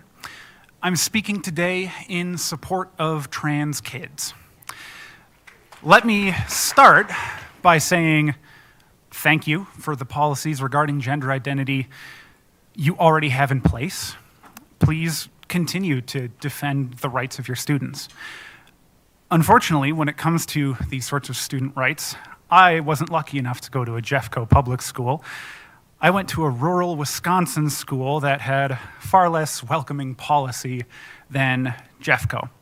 So I speak from experience when I say that it's a lot harder to learn when you're being bullied, and a lot harder to learn when you don't feel respected and safe. Everyone of every age deserves to feel respected and safe. And everyone of every age deserves privacy as they navigate their lives. And our kids especially deserve privacy, respect, and dignity, because that is how we create an environment where they can do their best and learn. We find ourselves in, let's call it a volatile time. And right now, as Coloradans, we need to support one another at every level. A community that protects its neighbors is a stronger community. And likewise, a school that protects trans kids can better protect all kids. I want every student everywhere to have a better time, more welcoming time, and a safer time in K-12 than I did. And when it comes to gender identity, I see the seeds of that progress growing in Jeffco. So I ask you, please continue that progress, fight even harder for the rights of your students, and please protect trans kids. Thank you. Thank you. And do we have number 20? Welcome. Please introduce yourself, and you have 3 minutes. My name is Heather Williams, and I have 2 daughters, one that goes to West Jeff Middle and one that goes to Conifer High. In the spring of 2023, my daughter that is currently at Conifer High was contacted by one of her teachers late at night with bizarre, weird texts. My daughter had no idea who was texting her, and during the class the next day, some of the other children figured out through Google who this teacher was. His name is Frank Reitz. There have been rumors about this teacher and his inappropriate behavior with students for years. Neither the principal or any of the counselors at the school ever contacted me about this. Another teacher sent my daughter to the principal to discuss this, and no one contacted me. My daughter had to come home from school to tell me about this. I contacted the school and got no response. I waited 24 hours, and then I contacted Jefferson County Sheriff's Department. They were appalled by the behavior of Kim Hollingstad. She neglected to inform anyone of this inappropriate behavior. The teacher was moved on from my daughter's school. It was the last week of school. He was let go for the week and then moved on to a high-risk school, high school in your district. My child that is currently at West Jeff Middle School has no faith in the system. She understands that if anything happens at the school, nothing will be done and parents will not be notified. How can you let a teacher who is contacting underage girls be allowed to teach in your district? How can you allow a principal to overlook this and be allowed to stay in the district? Do our children no longer matter to you? Does their safety mean nothing to you? How can you make the children in our schools safe from predatory teachers and unreliable administration? How can you?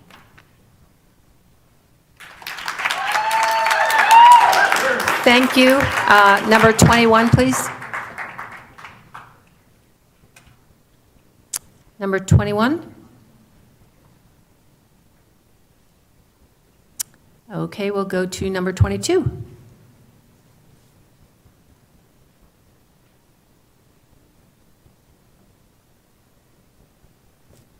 Welcome, please introduce yourself. You have 3 minutes. Thank you.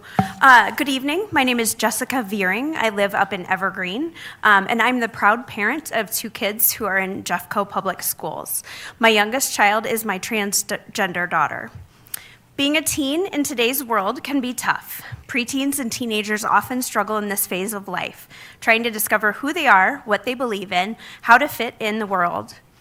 Transgender kids and teens have an added layer of difficulty in navigating a world that has traditionally been designed to acknowledge gender in a binary form only. This is a group of fellow humans who are vulnerable and are being singled out as an easy target by those who refuse to understand them and choose not to show compassion toward them. They simply want what everyone wants, to be left alone to live their lives in peace as they see fit, without unnecessary criticism, targeting, and vilification from others. Real children and their lived experiences must take precedence over hypothetical situations. The board has a responsibility to keep all Jeffco Public School students safe, to safeguard the civil rights of all students, and to protect the health and well-being of all students. I appreciate your efforts in this matter to date, and I hope you keep up the good work. Thank you so much for your time and attention. Thank you. And that brings us to number 23.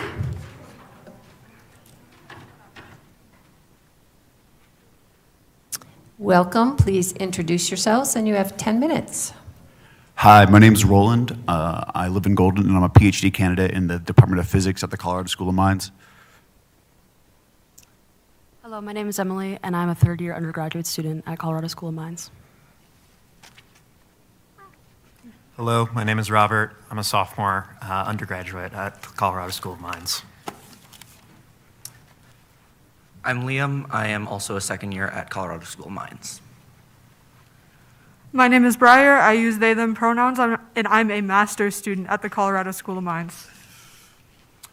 Hello, my name is Finn. I'm a PhD candidate at the School of Mines, and I'm also non-binary. I'm going to start us off here. I bring up that qualification because I want to talk to you a little bit about bad science. The Cass Review is a body of work that came out of the UK in 2024, and I've heard it used to argue against social and medical transitioning.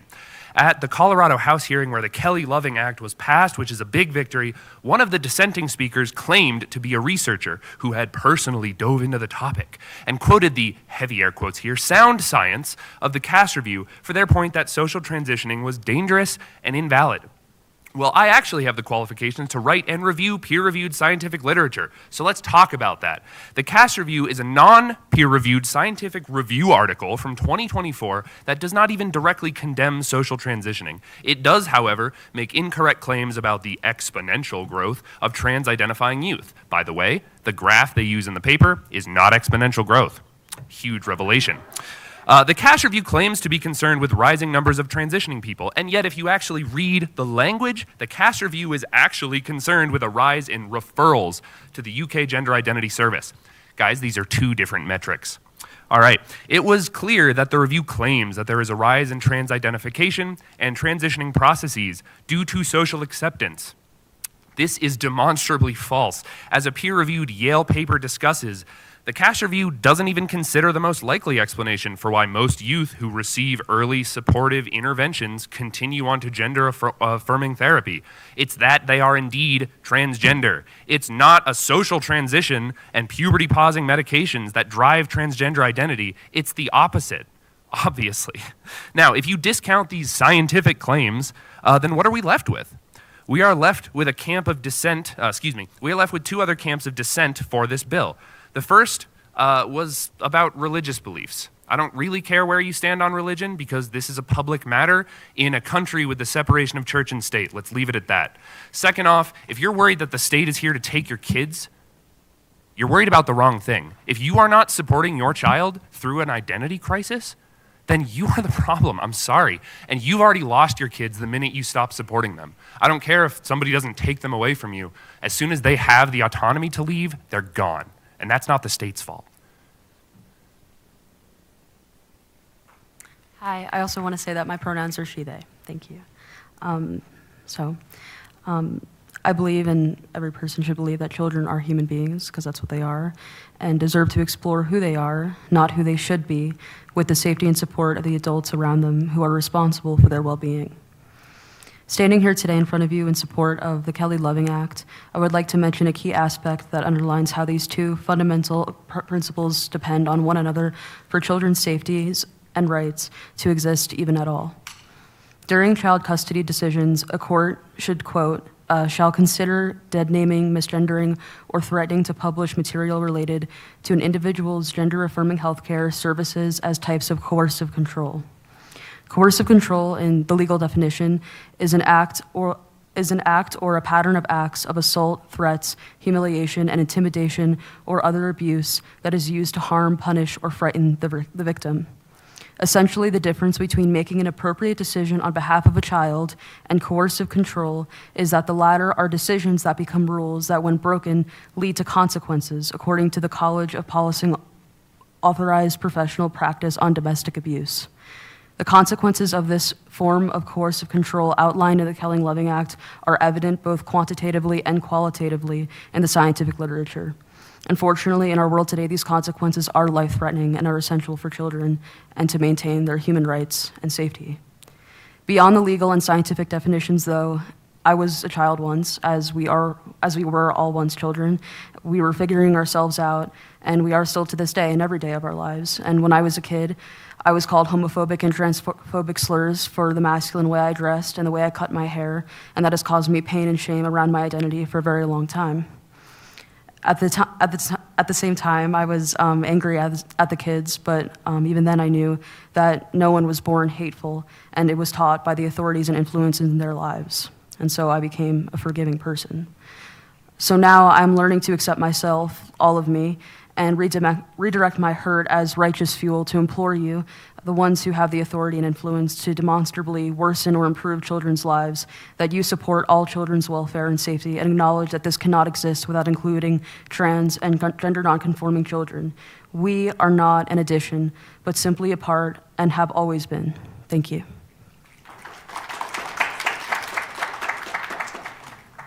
Hey, thank you. I'm Roland. I use he, him pronouns, forgot to say that.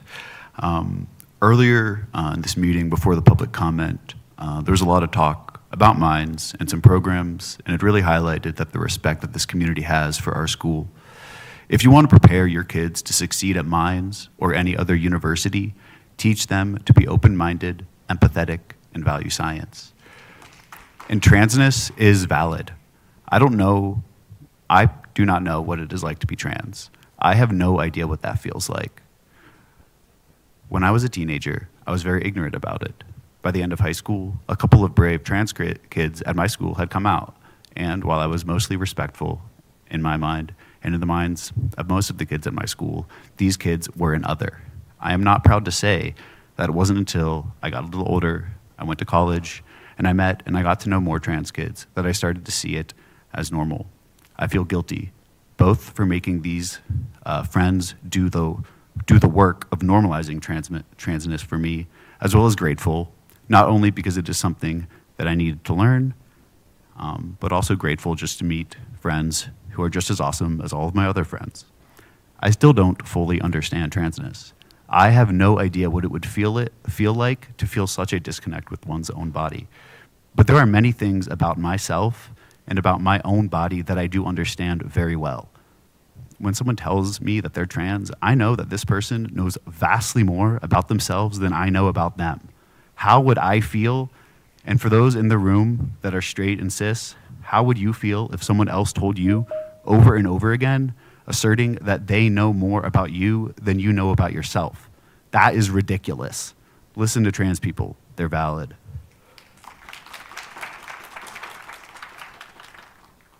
As a master's student, first-year TA, and engaged community member at the Colorado School of Mines, I understand the desire to protect the youth. I've worked with trans kids of many ages, and I myself have been the trans kid bullied into hating themselves. I want to hold my trans kids close, shield them from the world that tells them that they're wrong, tells them that there's a correct way for their body to be, and tells them that the world determines who they are, not themselves. The issue is, stigmatizing and policing trans people doesn't teach us that any of those things are wrong. It teaches us that our existence is worthy of vitriol and that we don't deserve to exist. Forcing us into the clothes you want to see us in, to be referred to by the words you want to refer to us by, and forcing our bodies to be the way you want them to be, forcing us to be the people that you want your world to have. These things only drive trans kids to experience violence, not only at the hands of ourselves, but at those who are determined to police and hate us. Children are still people, and protection comes first and foremost from respect and autonomy. That stands even with and especially for trans students who don't deserve to be beat into an ideological box just because people who don't yet understand us don't want us to be us. Supporting the Loving Kelly Act and trans students, I've confused myself, supports every single child, but it especially supports kids who need it the most. Without the support of educators throughout my childhood and into my adulthood, I would not be alive to pursue my master's, to work with the kids that I work with, or to speak at this comment, but I would still be trans.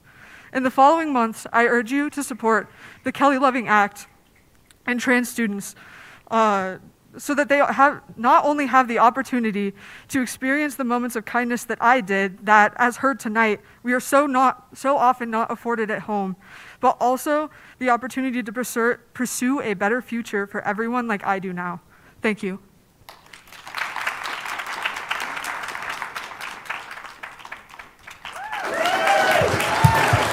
Thank you. And again, I'm going to ask you please to hold the applause. We are now on number 24.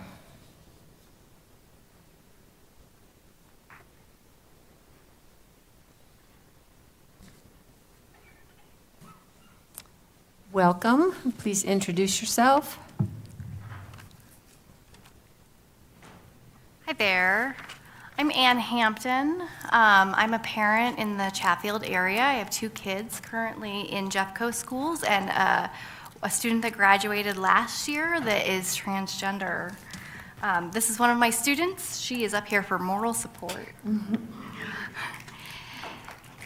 Thank you for allowing me to speak and address the board today. When I heard that members of the community might be coming out tonight to speak hateful rhetoric about our trans community and trans kids in particular, I knew I needed to be here to show those same kids that there are people right now that are standing up for them and their rights. I want to thank you, board members, for standing up for the rights of trans kids and the policies that Jeffco has, and ask that you continue and are unwavering in that support of this very, very special community. We know that supporting and affirming trans kids leads to happier and healthier kids overall, who are more confident, who are overall joyful, and most importantly, who survive to adulthood, right? Trans people are being attacked from all directions right now, so we need to be working harder to create a safer environment where trans kids feel safe at school, because we know that when trans kids are safer at school, all kids are safer at school.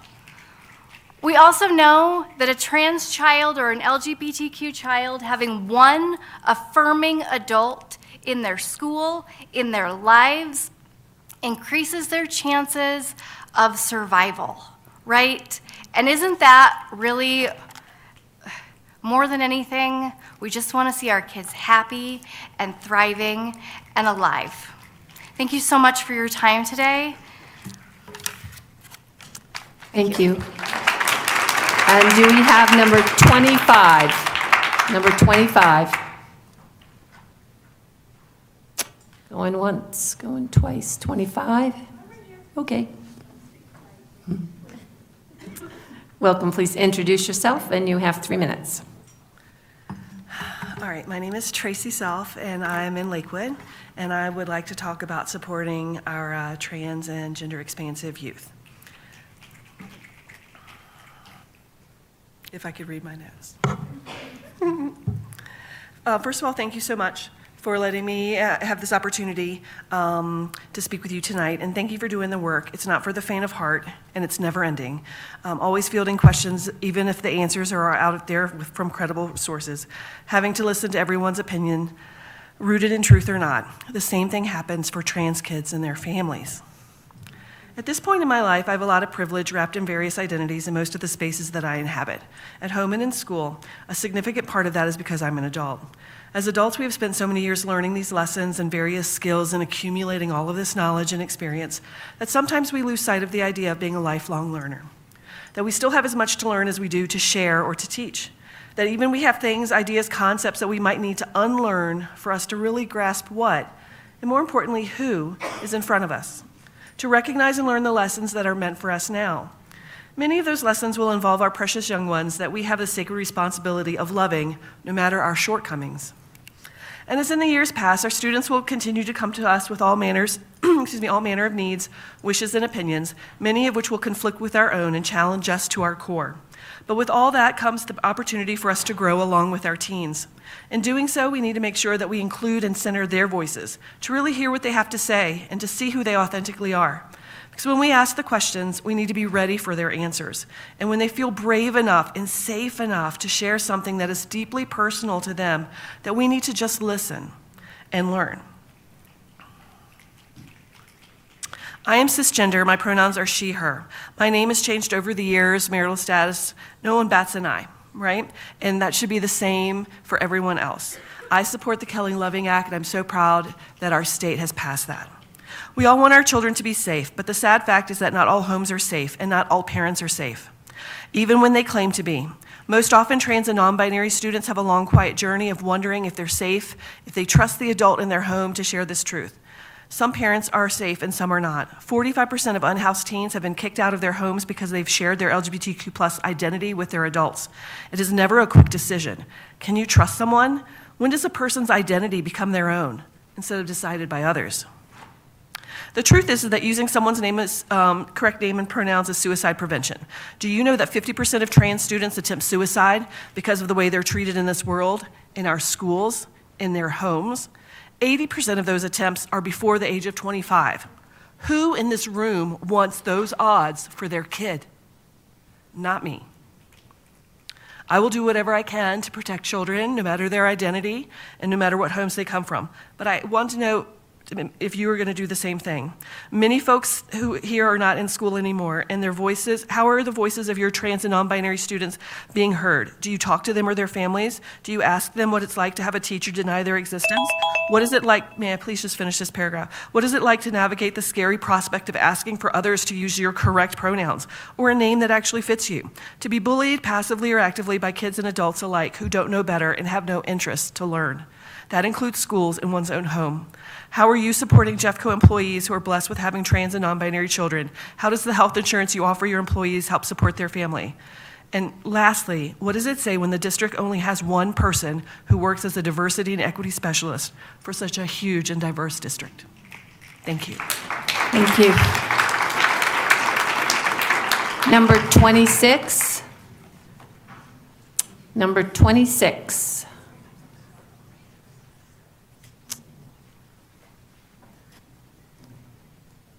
Is that 26 coming? No. Number 27.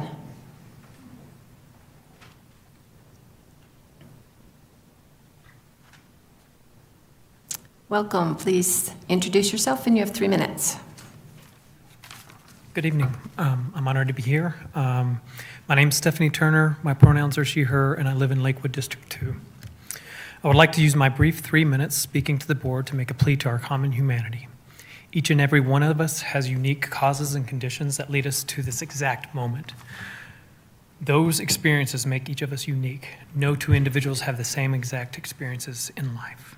My causes and conditions led me down a long journey of deprogramming ideology that was beaten into me as a child through the simple act of eagerly seeking out those different from me and listening in order to understand their experiences. If by chance I had been born in place of anyone in this room who thinks that I should not exist, and I had been born with their biology and had their lived experiences, I undoubtedly would be where they are now, thinking the way they are thinking and acting the way they are acting. In fact, there are past versions of me that, if confronted in the present moment, would likely not be here advocating for kindness and compassion. I would also bet that if anyone in this room who thinks that I should not exist had been born in my place with my biology, had had my exact lived experiences, they would be here now talking to this audience as a confident transgender woman as well. So it is with this understanding I plead to this board and to my community to consider the following going forward. First, if this board decides to change policies around trans, non-binary, and gender diverse students, please include individuals from those communities in the decision-making process. You have a golden opportunity to ask questions in good faith to gain understanding of something that cisgendered individuals can never fully understand. Your existing policies already provide wonderful protection for trans students. So I urge you to protect these policies and continue enhancing them where possible to ensure the kind, equal treatment of all students. Trans, non-binary, and gender non-conforming people cannot be left out of the conversations around trans students' rights and their futures because we are the ones that can understand the experiences of trans students the most.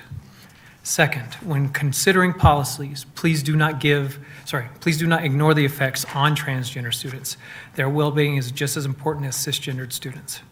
Please pursue evidence-based policies and treat all students equally, and don't limit a child's ability to be themselves and flourish just because some people are uncomfortable with trans people. And finally, and most importantly, and this doesn't just go for the board, but everybody who can hear my voice, remember that kindness is always an option. I hold the belief that the world is what we make of it. If I want a kinder world, a more compassionate world, the only thing that I can control is my speech and my actions, and ensuring that they align with these values. Employing hate, lies, discrimination, and othering only breeds more of the same. Similarly, kindness, empathy, understanding, compassion breeds kindness, empathy, understanding, and compassion. Not only is kindness free, but it's the only way to a kinder society, especially when we teach it to our children. Thank you for your time. Thank you. Number 28.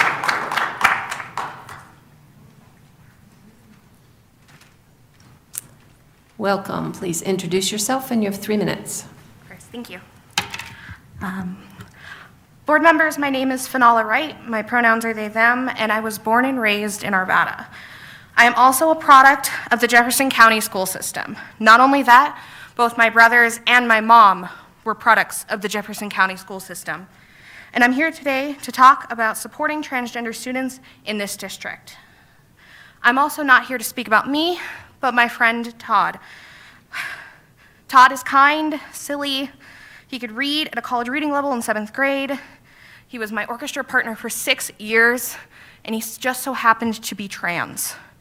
If it wasn't for the teachers and the staff at North Arvada High School and Arvada High School, he would not be here today, because I know that his guardians did not affirm his gender.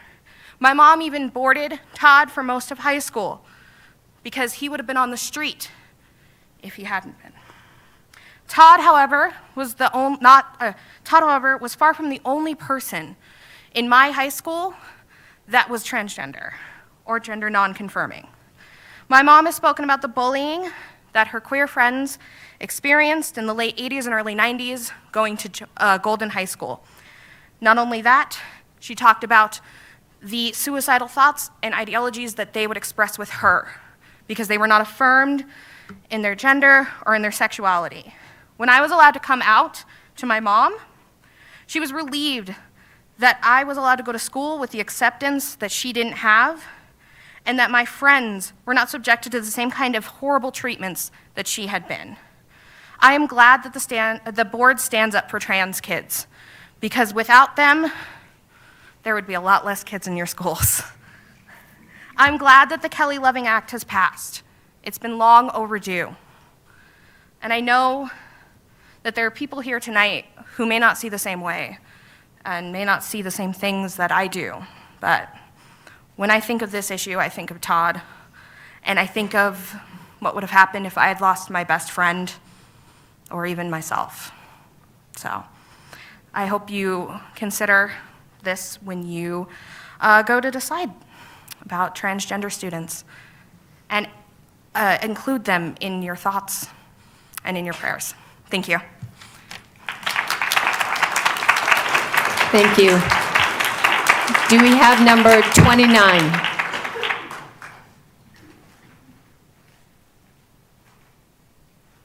Welcome. Please introduce yourself. You have 3 minutes. Hi, can I get these pictures up to you? Thanks. They're all the same, so thank you. Thank you for your service and for giving those of us here the maximum amount of time to speak. I supported your campaign, and I'm pleased with the job you've done. Hi, I'm Bryn Brody, she, her pronouns, from Lakewood, and I'm here to talk about the intersection of school environment and suicidal thoughts and behaviors. I have 4 children who have graduated from or are currently enrolled in Jeffco schools. I also worked with Michelle Gonzalez to implement Jeffco's suicide prevention trainings. I'm speaking in my role as a mother and as a suicide prevention expert.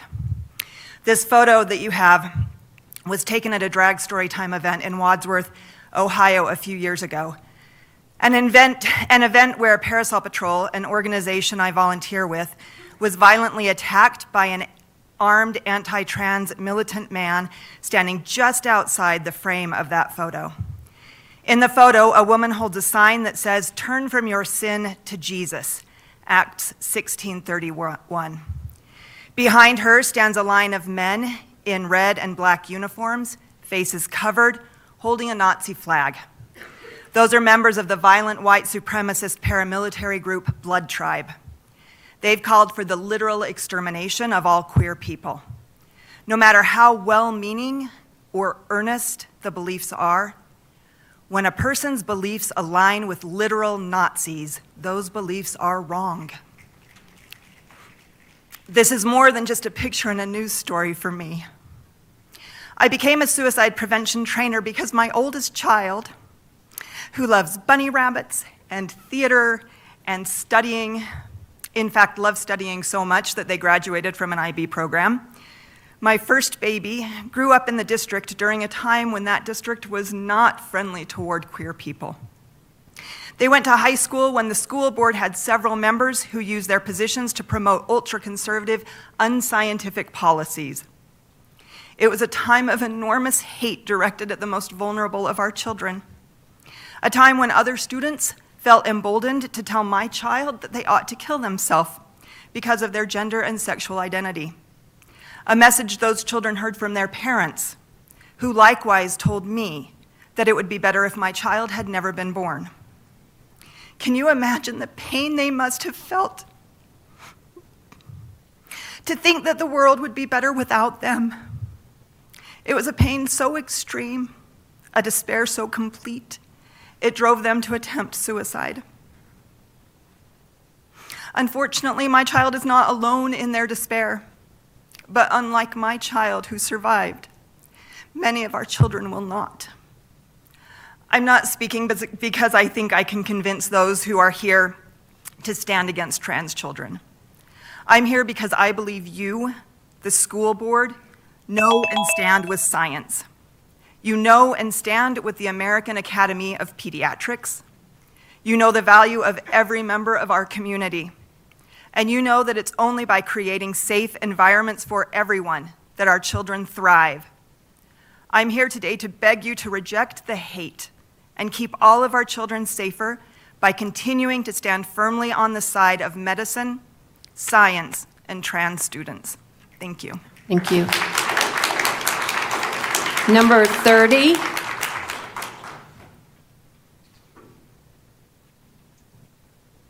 Welcome. Please introduce yourself. You have 3 minutes.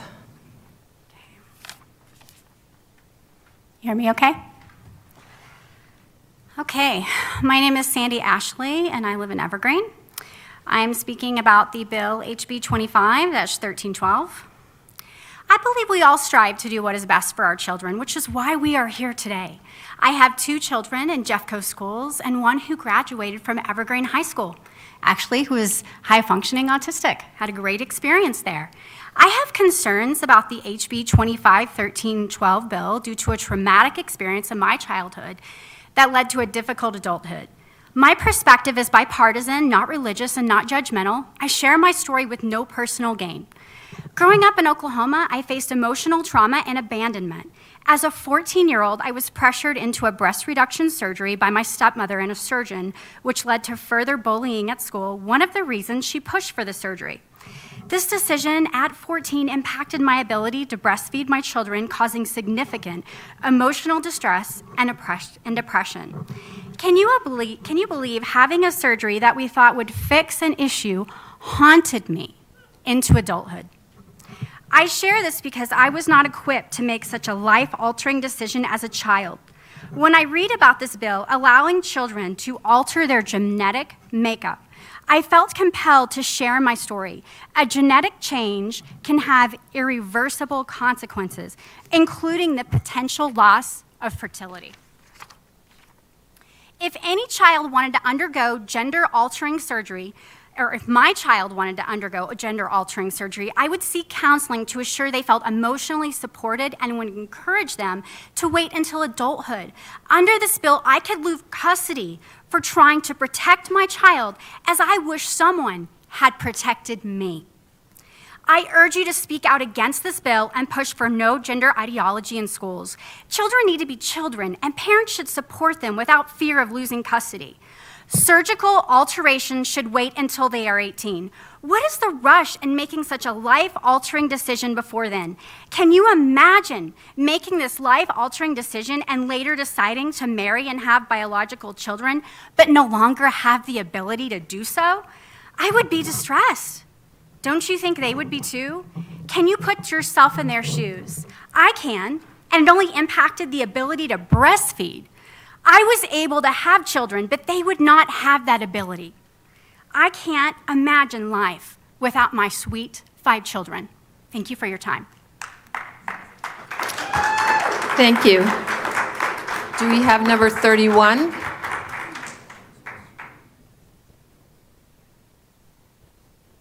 Welcome. Please introduce yourself. You have 3 minutes.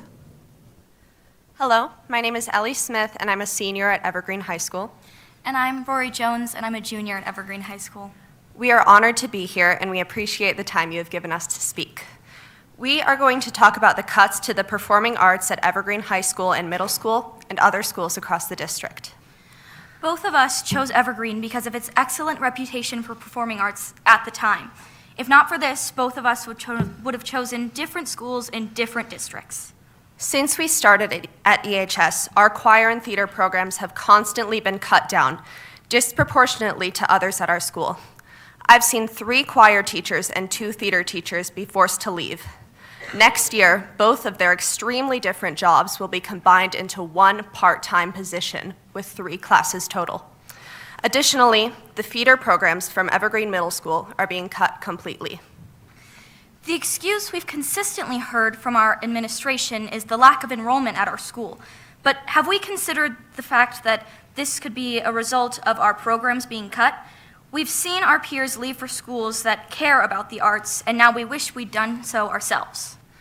Performing arts are as important to education as math or English.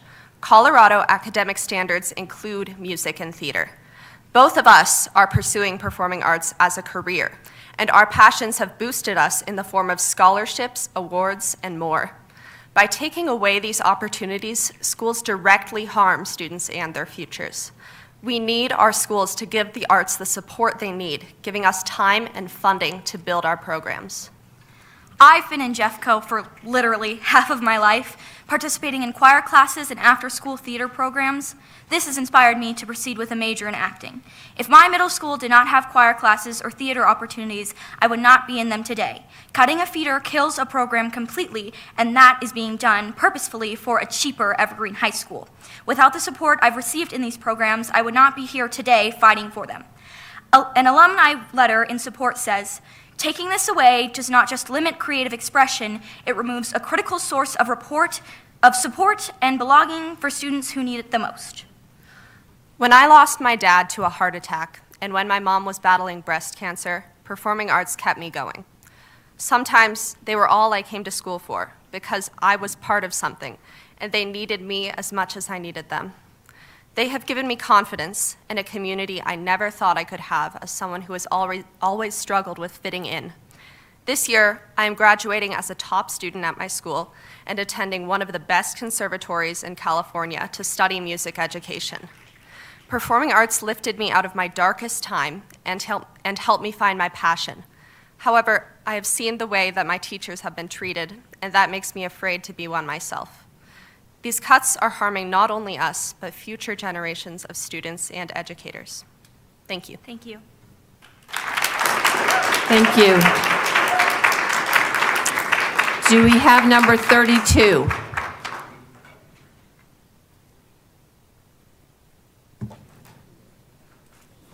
Welcome. Please introduce yourself, and you have 3 minutes. Thanks. Thank you, and thank you for the 3 minutes. Thank you for the opportunity to speak tonight. My name is Dawn Fritz, and for once, I'm only representing myself. So I want to talk to you about 3 things tonight. First, I know there's a lot of noise right now in this room, at the state and at the federal levels. I want to assure you that the parent communities that I'm a part of support you in your creation and enforcement of policies that respect and protect our trans students, educators, parents, and community members. Please continue to fight against discrimination and misinformation. Please support and protect our teachers and staff as they create safe and inclusive environments for our students. Please protect and fight for our LGBTQ+ educators who are under direct attack right now. We will fight alongside you. Everyone deserves to be seen and affirmed for who they are. Second, I just want to thank you for including the resolution supporting equitable and adequate funding on the agenda tonight. Some of y'all know I'm part of the Get It Done campaign, and it's incredibly important and imperative that our legislature creates a plan to implement one of the adequacy studies. Please let our legislators know where Jeffco stands on this and support the recently introduced Senate Joint Resolution 21 on full and fair funding of public schools. Finally, thank you for including an endorsement of Senate Bill 200 tonight, the dyslexia screening bill, on tonight's agenda. This bill has been a long time coming, and I'm so pleased that there's real momentum this year to pass the bill that will support so many of our students. I have heard from many of our parents and kids about the importance of dyslexia screening to both academics and self-esteem, so thank you. And I appreciate y'all up there. I know you're volunteers, and so thank you for this long night. Thank you. Do we have number 33? Welcome. Please tell us your name, and you have 3 minutes. My name is Laurel Rogstead, and I am an instructional coach at Coronado Elementary. And I am here to speak on behalf of myself and also a colleague who is a parent and an educator. And we are both allies for our LGBTQ+ community and just our most disenfranchised students. And so the first thing we want to say is to those students, you belong, you have always belonged, we see you, we value you, and we are better off for having you as a part of our community. You may at times feel alone. I am certain there are times that you are not treated with the dignity you deserve, but please know you have people who are in your corner, people who will fight for you, stand up for you, stand in the way to protect you. You are not alone, and I am proud to be an educator who can offer that support to our students. That's the most important part of my job. Crystal, my colleague, and I ask that in this climate where the very existence of trans and non-binary people is under attack, and many of our other disenfranchised communities as well are under attack on the national stage, we ask that the district take a loud, clear, and unwavering stand in support of our LGBTQ+ community. Our district's vision per Thrive 2025 includes cultivating a sense of belonging. And so if we're going to be true to that, that means all students belong and are safe and protected and deserve a quality education in Jeffco. Kids are not controversies. They are vulnerable people we are charged with protecting. Please, please do everything you can to protect them. Thank you. Do we have number 34?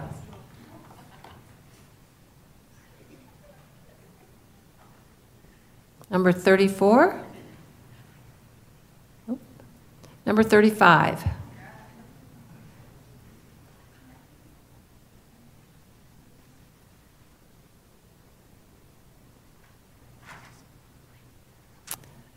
Welcome. Please introduce yourself, and you have 3 minutes.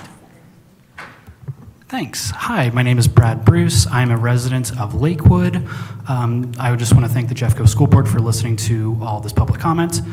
I am here to express my strong support for our transgender students and staff. Every child deserves to feel safe and respected in school. Students require a safe and welcoming environment to effectively learn and grow. Faculty deserve a safe and welcoming environment as a bare minimum, especially when they are paid so poorly. I encourage this body to please encourage fostering a welcoming environment for all students, including those who are transgender or non-binary. All students belong. I also want to express my gratitude for the steps this board has taken to pass a resolution affirming support for our immigrant students and their families as well. Thank you so much. Thank you. And do we have number 36?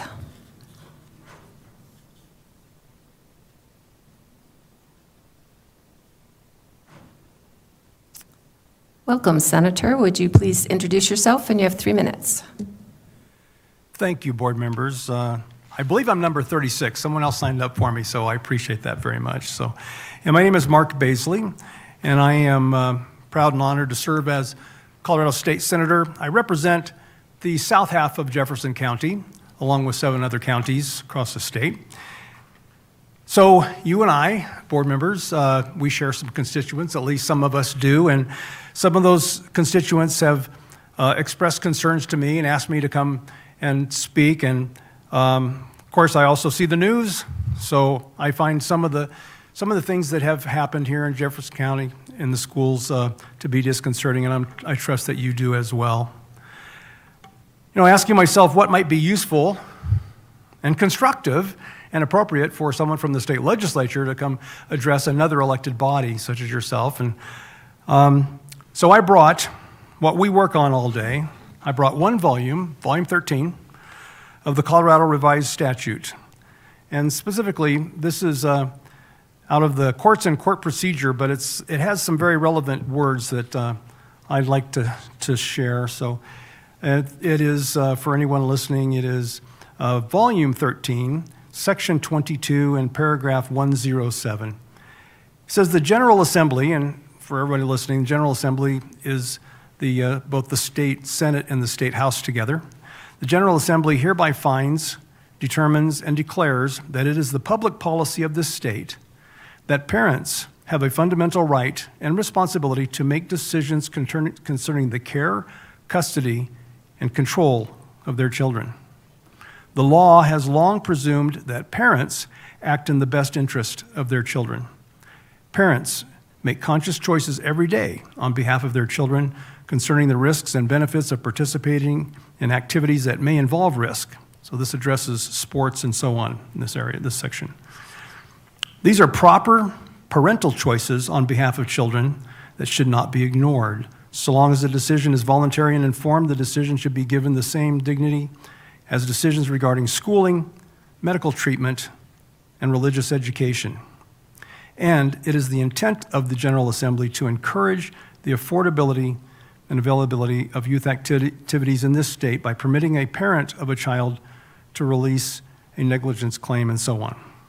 So that's the relevant part. I just wanted to share the emphasis that the state legislature has put into the sovereignty of the parents in all these decisions that you all are facing.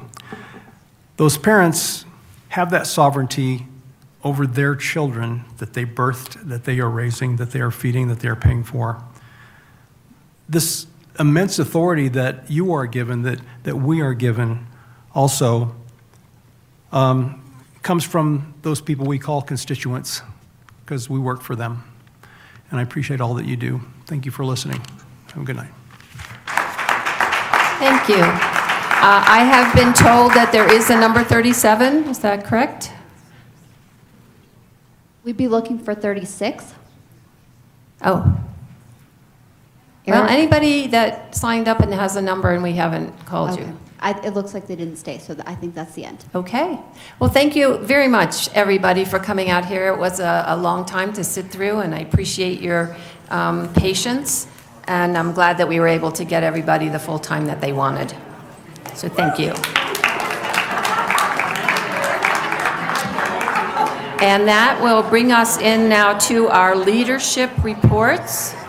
So if you're exiting the room, if you could do so quietly, please.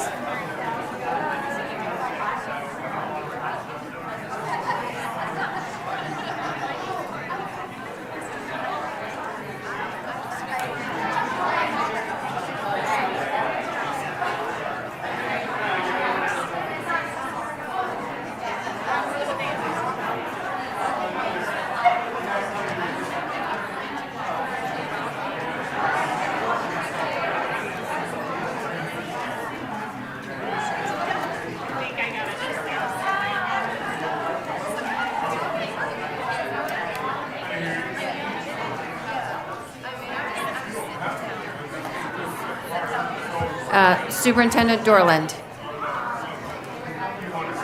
when you feel that you have the floor. I'm gonna start. I do want to say that it's, the division in our community was pretty evident tonight in public comment. And I think that's really hard. And I think I feel disappointed and emotional about it at times. I want to say thank you to the people who showed up and said to our transgender and non-binary students, we see you, you belong, we support you. I want to thank people who said that tonight. With a direct message to our students who oftentimes are our most vulnerable students. And I also just want to say once again, as we say so many times, I guess in my opinion, this is not a zero-sum game. That multiple things can be true at once, that we are here for all students and that we have practices where everybody belongs. And we embrace every student who walks through our doors every day with care and concern for their well-being and their academic success. And we do that in partnership with families. We have been working very closely with our school leaders and our staff on how to do that in a way that is meaningful for everyone involved. And we all know it takes a village, right? As a mom, I know it takes a village. When my students come home and tell me that they had a hard day and Mr. So-and-so or Miss So-and-so took a minute to talk to them, I'm grateful that when I couldn't be there with them physically, somebody in their school who they trust was. And so I guess I would just say tonight was difficult through a long period of public comment. We talk often as leaders in Jeffco about the importance of leaning in to listen and learn. Give the board a lot of credit for waiving your policy tonight. You didn't have to do that. But I think it was a great example of our board showing leadership around leaning in to listen and learn. There were a lot of people telling you tonight that they wanted to be heard, and you took the time to do that. And so I commend you as a board for doing so. And I am walking away from this evening with a lot to think about in terms of how to be a sense maker for our system, for our community, given the divide that we heard, the divide that we've experienced in this building this evening, and the fact that I actually don't believe that divide is as wide as it may seem. And as leaders in Jeffco, I feel strongly that it's our responsibility to serve as bridge builders and people who lean in to listen and learn across the political spectrum, across the belief spectrum, because we serve everyone's kids, no matter their religious beliefs, their political affiliations. And that's the role and responsibility, in my opinion, that we have for every student who attends a Jeffco Public School. So I just had to reflect a little bit after leaning in to listen and learn for a few hours tonight with all of you. I do want to also highlight that we, last night, had our very first Jeffco Safety Summit. And it was wonderful to be there. I want to remind people that we have a website that talks about all of the measures that we are taking to communicate about our current measures to keep kids safe, as well as future plans that we have to keep kids safe in Jeffco, in partnership with our community. I attended the Jeffco Safe Student Summit at Wheat Ridge High School last night. 300 families registered, 20 safety experts and community partners hosted resource tables or led breakout sessions. I want to highlight a few of those. We had child abuse prevention training with Ralston House. We had cyber safety for parents and caregivers. Many of the parents I talked to who were having dinner prior to the sessions talked to me about how grateful they were to have an opportunity to learn more about how to keep kids safe online, right? We all know about social media and the challenges that we as parents have with keeping our kids safe in that environment. So thank you to the Colorado Office of School Safety for providing the cyber safety training. We had the Porch Light, a family justice center, who ran a session on supporting victims and strengthening communities. I had the opportunity about a year and a half ago to attend a fundraiser in support of Porch Light, learned more about that community. I just want to highlight that organization in our community as a really special organization, and I want to thank them for being there with us last night. I also want to highlight the Taming the Anxious Mind session by the Jefferson Center for Mental Health. JCMH has been an incredible partner with Jeffco Public Schools as we all take time and intention to care about the mental health and well-being of our students. And I just want to say that especially post-pandemic, having been in public education for 25 years, in positions that were working directly with students and or positions that support policies and practices at a systems level to support students with mental health, that it has been a much more of a challenge after the pandemic. And so thank you to Jefferson Center for Mental Health for being there with us last night to support families, many of whom said to me they were grateful to be able to go to sessions to understand better the anxiety their students were feeling or some depression that they felt their child was having. And so I appreciate them being there. And then we had also the Blue Bench, which was a group that came and presented on talking to kids about consent, boundaries, and healthy relationships. And Director Reed, you very early on in some of the challenges that we've recently had have said to me, how do we also train our students to be their own self-advocates in situations with other adults? And I know that the Blue Bench had a session about that last night. So I appreciate being able, for families to be able to learn about that so that they can take it upon themselves to talk directly with their own children about how to be their own self-advocate. All right, that was a great event. Mary, I saw you there. I'm not sure if others were able to join. Because I didn't see anybody else, but if you were, great. And I think we've got a lot of feedback to comb through, but I anticipate that it's mostly positive and we'll be doing a session like that again in the future.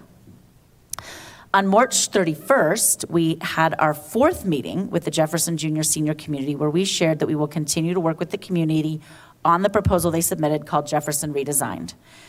There is an agenda-setting meeting for the April 30th meeting being held in partnership with the Edgewater Collective on April 15th at 4 p.m. at 2497 Fenton Street.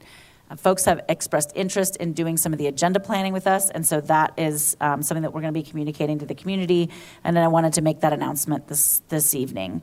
Anyone is welcome to come to help set that agenda. We have heard clearly from the community they do not want the school to close for any period of time to plan, and that there is strong interest in the building continuing to serve students in grades 7 to 12, and we have made that commitment to the community as of the last community meeting. We also hear an interest in a dual language program and have committed to the strategic plan around dual language in Jeffco. So we will be doing a much more robust systemic plan around dual language in general in Jeffco Public Schools. In particular, we need more exploration of what effective dual language programming looks like at the secondary level. We have very little of it in Jeffco at the 6th through 12th grade level, and we need to explore what that means and what that looks like when school districts do it successfully. I also know we've heard a sense of urgency to move toward a dual language model in quick fashion. In fact, I heard the deadline of August this evening in public comment. But I do want to remind everyone that District Policy FB requires that the Chief Academic Officer study and document the anticipated impact to an articulation area and surrounding schools, including but not limited to enrollment and financial sustainability, when considering school-based programmatic decisions. And so this review for around dual language will be conducted as part of some work over the course of the next school year, and I am hoping that it gives us some clarity about if we want to do something around dual language programming at Jefferson Junior Senior, what's the best way to do it in a way that is sustainable and aligned to the district policy FB. Over the past month, I've had the opportunity to spend quality time with many of our amazing Jeffco High School students. I toured our new Safety Dispatch Center with our Jeffco Student Leadership Board and participated in an annual lunch that they have with our cabinet members. Thank you to our cabinet team for spending time with that group. I also went on a tour of NREL with the Youth Leadership Jeffco and the students who participate in that program. This program is a result of a great partnership between our district, the Economic Development Council, and West Metro Chamber of Commerce. So thank you to those partners for supporting our students. And a group of Bear Creek Field Studies students visited me here at the Ed Center to learn more about what I do as the superintendent and community leader. And we had a productive discussion about relevant learning experiences in high school. I also got to share the amazing student artwork that is all around this building. They kept asking me about the artwork, and I kept saying to them, this is artwork that the district collects over the years from our students, and they were fascinated and wanted to just sit around looking at the artwork from their peers. They also really enjoyed sitting in your seats at the board table when I brought them up to the boardroom. And then finally, Mary and I were able to attend the Never Summer Awards. It was really special to go to that with you. And where the Warren Tech graphic design students had their snowboard designs on full display.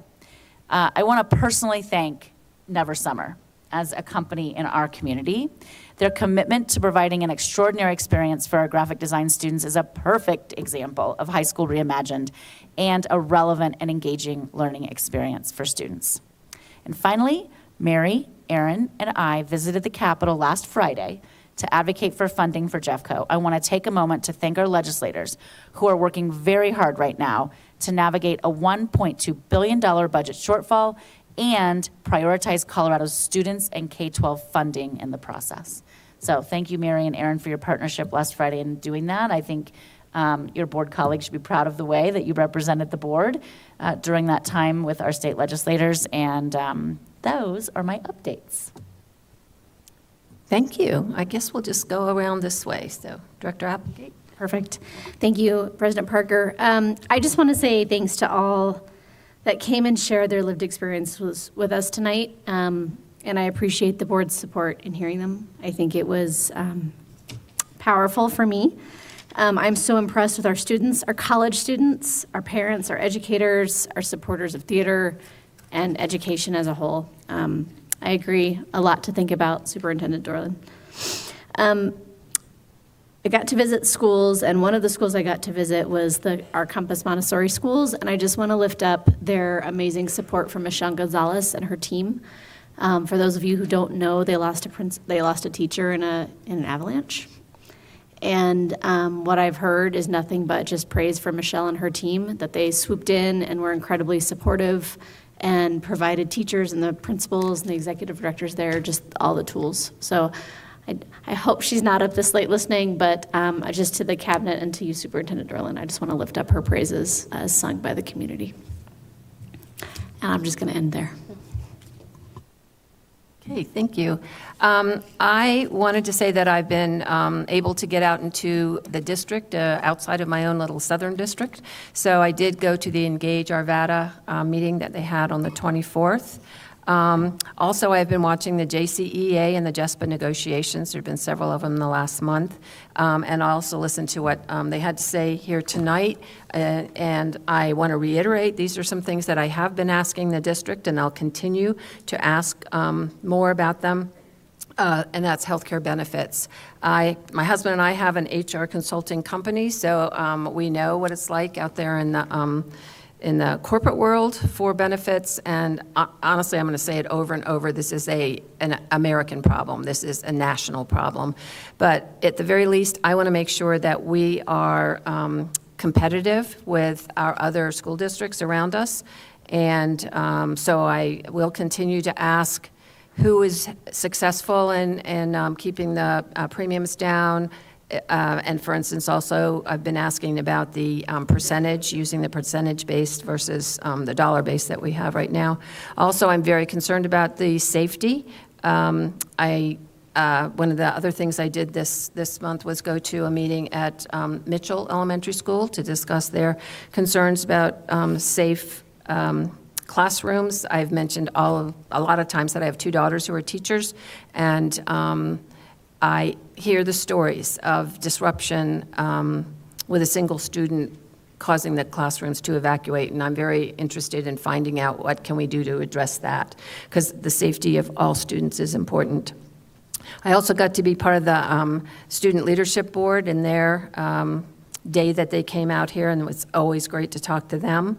And as Ms. Dorland said, doing the art walks, we've gone to see the elementary schools and the middle school art, and selected a few that will be coming our way.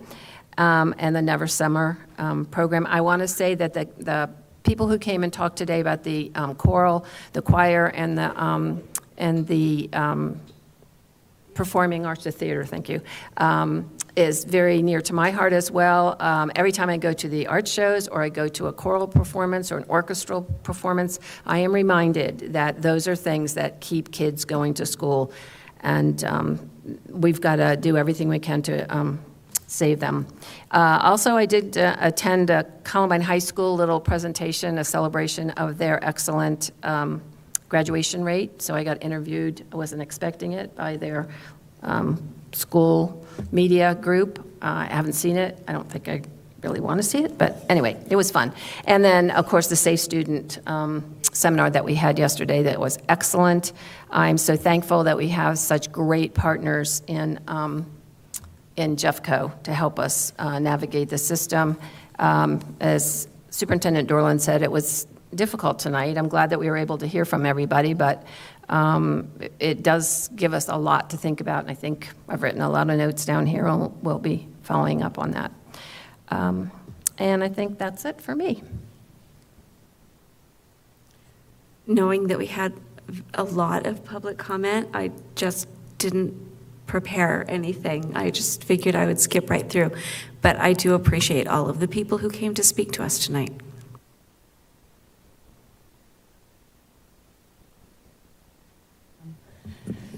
Okay. I just also wanted to say thank you. I'm so grateful that people come and talk to us and tell us how they're feeling about things. I think what I heard is we all agree that we want to keep our kids safe and protected, and I think that was a common theme across every single speaker.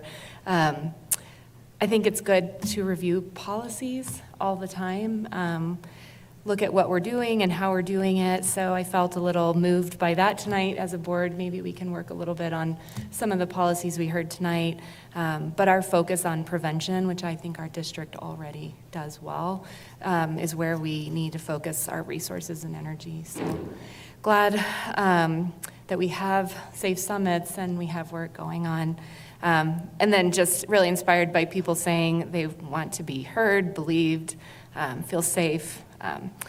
I appreciated, I believe it was Stephanie who said, we need kindness, empathy, compassion. And so I think we all agree these are all the things that make kids feel belonging in schools, and we know that that increases their thriving and success. So despite the differences, I do feel like there were pretty common themes about what we want for our kids. So glad to hear that. I don't really have a lot to report. I was thinking, I went to a few of the things President Parker went to, so she reminded me. Coming up are continuations. I know our schools are in CMAS right now. I have lots of kids celebrating the end of tests. Teachers, I got a note from my daughter's 5th grade teacher that they got a pom-pom party tomorrow, so they're having Pilates day.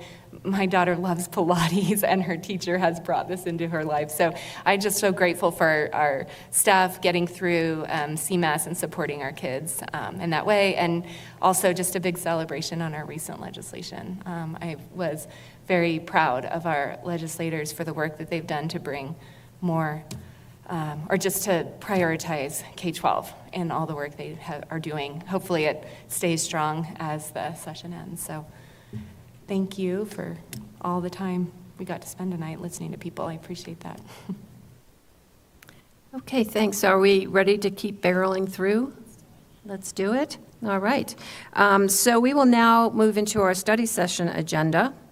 On April 2nd, 2025, the board held a study session that included the following topics: a legislative update, discussion on school age enrichment, and finally, sustainability efforts, which we also got to hear about tonight.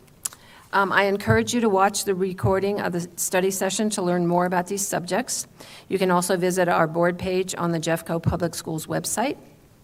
There you'll find a host of information and links to both board docs and our live stream platforms. So our topic of study now, we've already rearranged the agenda, so we have had something already at 4 o'clock, and now we are going to have the update on the district budget development, including trends in financial activity. I'd have identified changes and other factors impacting the FY26 budget. At the March 5th study session, district staff presented preliminary information on the FY26 budget development, including information on estimated revenue, current school budgeting, and FTE changes. Tonight, staff will provide an update on budget development, highlighting information on departmental and district-wide investments. Before I turn this over to Ms. Copeland, Superintendent Dorland, is there something you would like to say? Thank you, President Parker. I do want to frame this presentation by sharing that we will once again be bringing the board a deficit budget for consideration this year. And that means we are anticipating 2 years of one-time fund balance use for ongoing expenses, both the 25 fiscal year as well as next fiscal year. There will not be an estimate or a sort of bottom line budget that is presented this evening because we're going to need some guidance from board members between this presentation and the May proposed budget presentation, and I'll talk about that in just a second. But I just want to come out of the gate and say, I anticipate us bringing you another deficit budget to approve this year. And I want to channel the feedback to the board from the Financial Advisory Committee, which has asked the district to conduct a benchmarking of expenditures by category, at least large categories of investments, and benchmark those against other districts. Because they have indicated as an FAC, and I'm going to say that I agree with them, that we need to shift fairly quickly after the fiscal year 26 budget is approved into a conversation and process to determine how to reduce expenditures, otherwise known as budget cuts. We are beginning to see neighboring districts go through the difficult process of reducing expenditures, and we need to understand and be frank about the fact that we are headed in that direction as we prepare for the fiscal year 27 budget. I appreciate the partnership from, which I already mentioned in my comments, Aaron and Mary last Friday at the Capitol, where we spent time with our Jeffco legislators and Ed Bowditch to explain the urgency and importance for K-12 funding in the state of Colorado. We need all the help we can get, and at some point, Colorado will need to decide if, as a state, we want to continue to be at the bottom of the states in regard to investment in K-12. And that's just the reality that we all have to accept right now. And until somebody in the state, whether it's the broad electorate passing a statewide ballot measure or the legislators prioritizing funding for K-12 more than we have already, it is the reality that we are living in. And so finally, as you hear the presentation tonight, and you ask questions, I want board members to think about the following frame. We are going to ask you for your input over the next month prior to the draft budget presentation in May in preparation for June, and related to the following. We need board guidance on these items in order to prepare a draft budget as close as possible to the budget we will propose for adoption in June. So the three things we're going to need guidance on can be somewhat tonight or over the course of conversations that I have with you between now and the May presentation. One, we need to build in compensation increase assumptions. We have had one executive session on negotiations, And we will be having further conversations about that soon. But we're going to need to build in a compensation increase assumption. We need guidance from the board on that. We need guidance from you all. You're going to study tonight the cap reserve, which is the one-time funding for ongoing needs for capital investment. We need some guidance for you on the fiscal year 26 capital investment target spend and the general fund transfer for that spend for capital. As you know, annually, it's ranged, but approximately $30 million has been transitioned from the general fund into the cap reserve for investment in our facilities. We are now at the end of the $800 million bond from 2018. And so if we make any revisions to that cap transfer, that then means there's less money in the cap reserve to spend on one-time capital needs. We don't have to. We can make the full transfer amount. We can do something less than 30, or we can suspend it. We're going to study a little bit about what that might look like over the course of this budget cycle tonight with Ms. Rosario, who's done some great work to show us that. And so you'll hear more about that, but we're going to need some guidance from you on that. We also are going to show you some of the assumptions on the sale of properties and the revenue from those properties going in to this fund balance, for example. So there'll be a bit more of a detail for that for you tonight. Finally, we need some direction on contingency assumptions for some unknowns.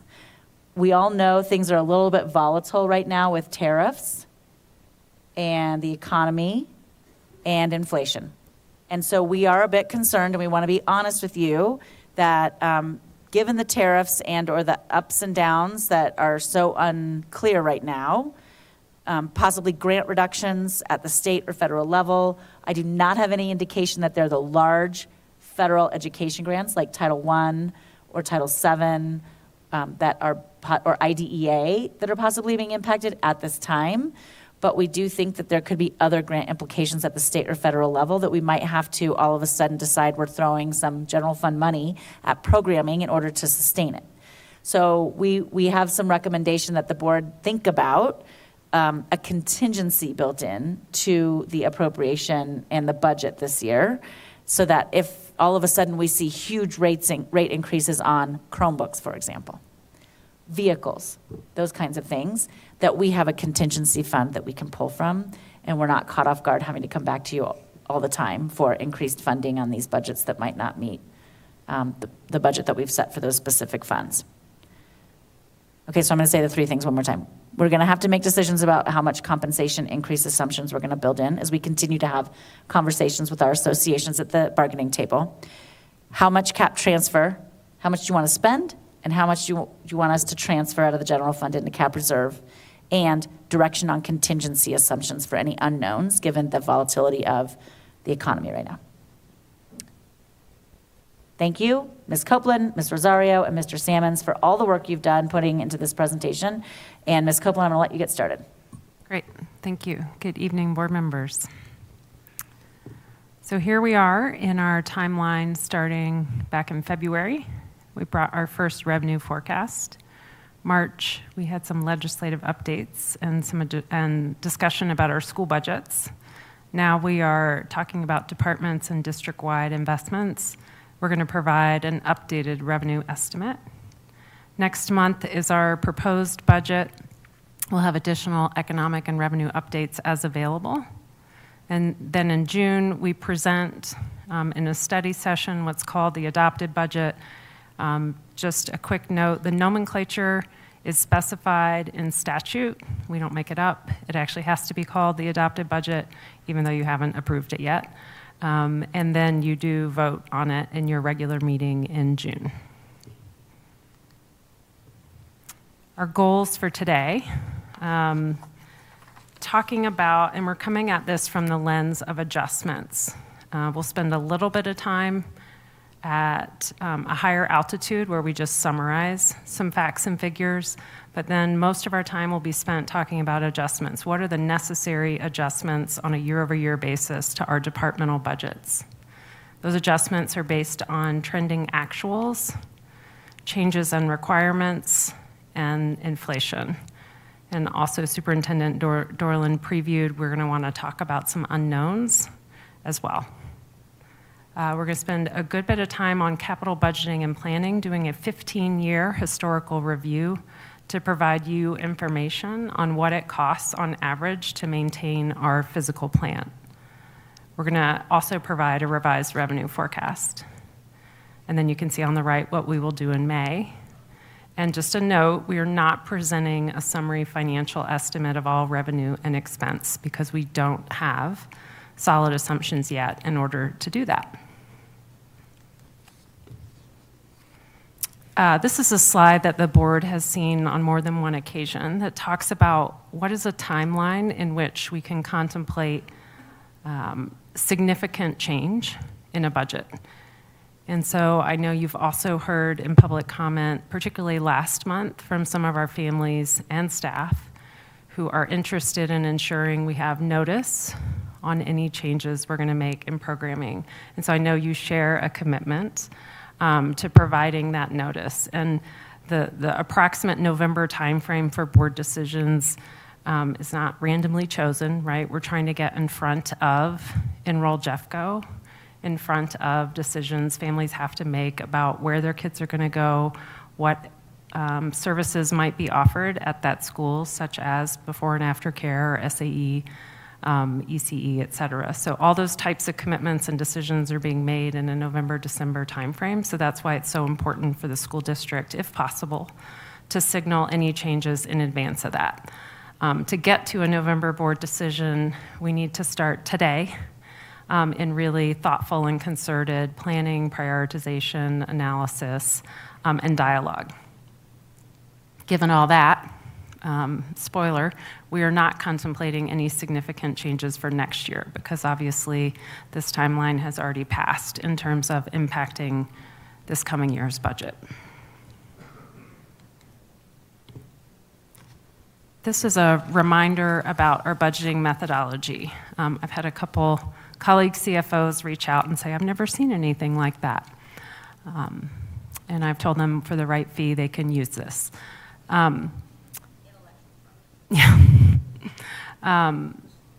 This tries to summarize the direction we've taken for the current year and future years, which is the budget is truly an estimate of what we will actually spend.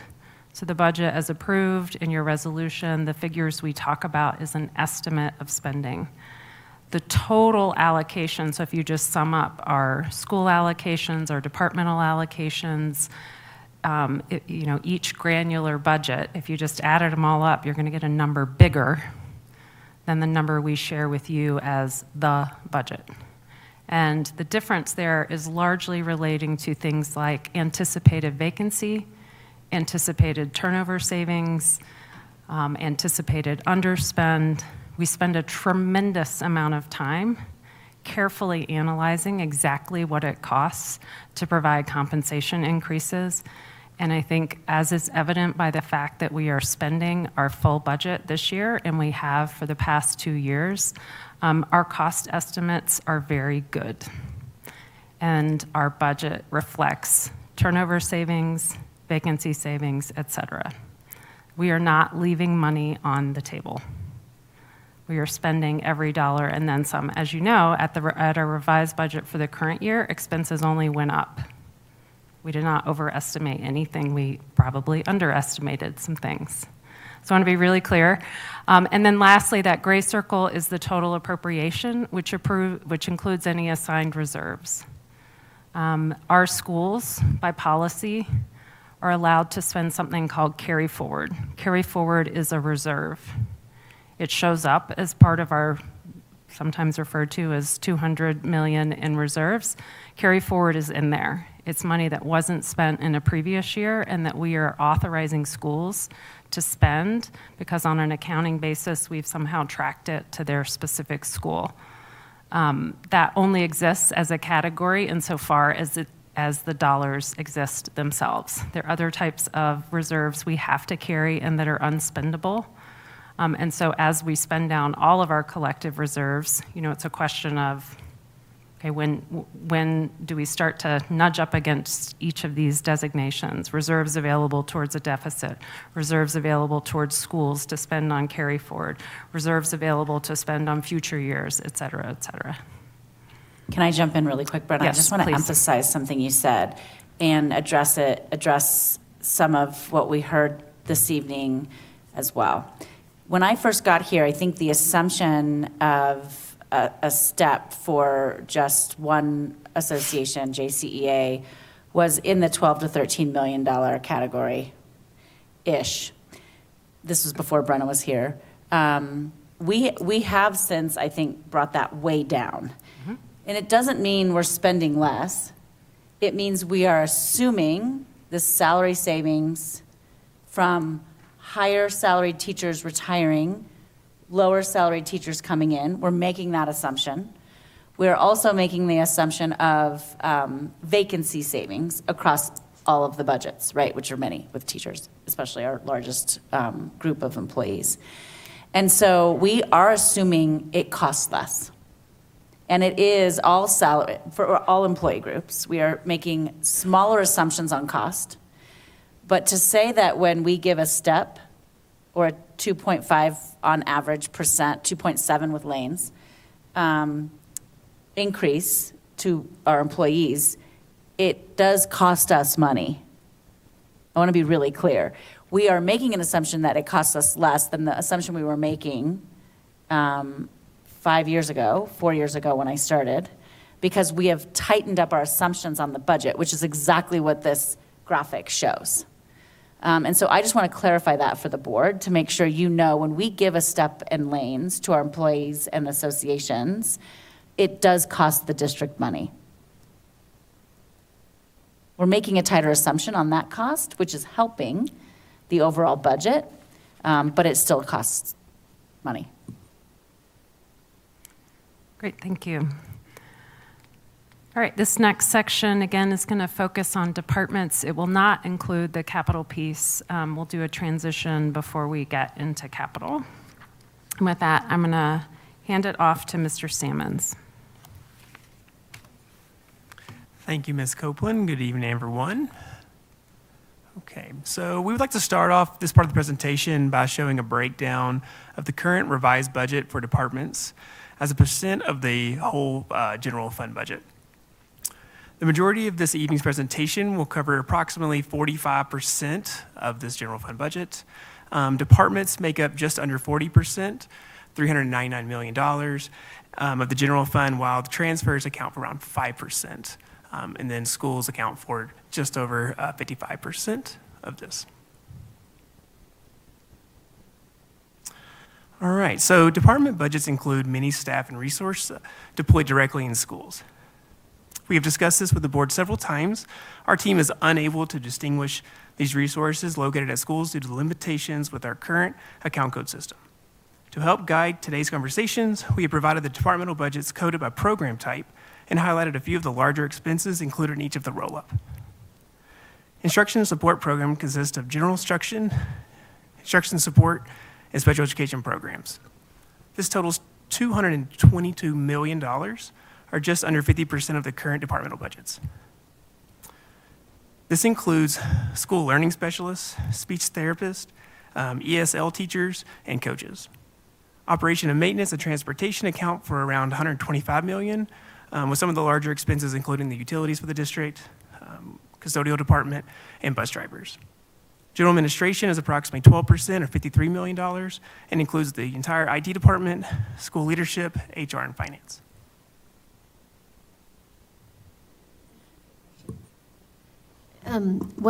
So if I look at instruction support on the left, I see 222 million, 49%, but when I look on the right, I see 84 and 19%. What's the difference? So the one on the left is adding in general instruction, instructional support, and special education instruction. So we're kind of making that all one bucket to kind of summarize it on the left, because that's all of the instructional supports together. Can I jump in really quick too? Can you go back to slide 7?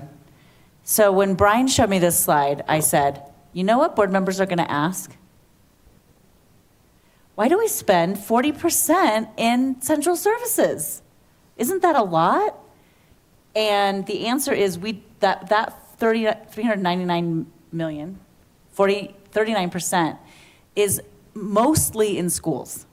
And so this graphic can be very deceiving. And I know oftentimes what board members hear and what we all hear is we're central office heavy, right?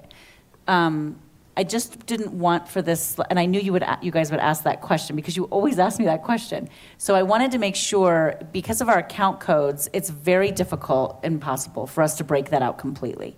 So I asked these guys if there's a way that we can show how much of that 39% is actually situated in schools and not just sitting around at the Ed Center or Quail or 581 Conference Place doing central office work. Much of it is in schools doing direct work with students. And so this next slide, and by the way, when we shift to the state chart of accounts and embrace and employ a new ERP, it's going to be easier for us, much easier for us to get the answer to how much of that for 39% is in schools. This is the best we can do right now. I wanted to make sure we did this because I anticipated that question from you all. And you can see, you know, a lot of that 49% of that 39% is, I guess, it's a safe statement to say that those people are in direct service to students and assigned to schools. So that's at least a start, right? We also know custodial, bus drivers, and utilities are funds that greatly support work in schools. So that's the reason that we broke it out this way, was to try to help you all understand, even though it's departmental budgets, it is still funding many allocations that are going directly into schools and working in schools on a daily basis with students. And I have a question on the slide too, the transfers of 51 million. Can you tell us where they're transferring into one of the other funds? What does that encompass? So 30 million of that is going to the Capital Reserve Fund. And then we also have food service fund, and then the risk, our risk management fund. That's the majority of the three. Now, since we've had the consolidation, the transfers are a lot less. Thank you. Okay, so in FY23, the district implemented the Stop, Start, Continue budgeting request framework, where departments categorize their budget request into three categories: the start, the stops, and the continues. Improving strategic resource allocation was the goal of this implementation. Departments explained budget decisions in line with the district's long-term vision. This provided clear reasoning for year-over-year budget changes. For FY26, the Budget Office paused the Stop, Start, Continue budgeting request process due to limited revenue growth and only identified the year-over-year adjustments necessary to respond to the trending actuals and changes in operations.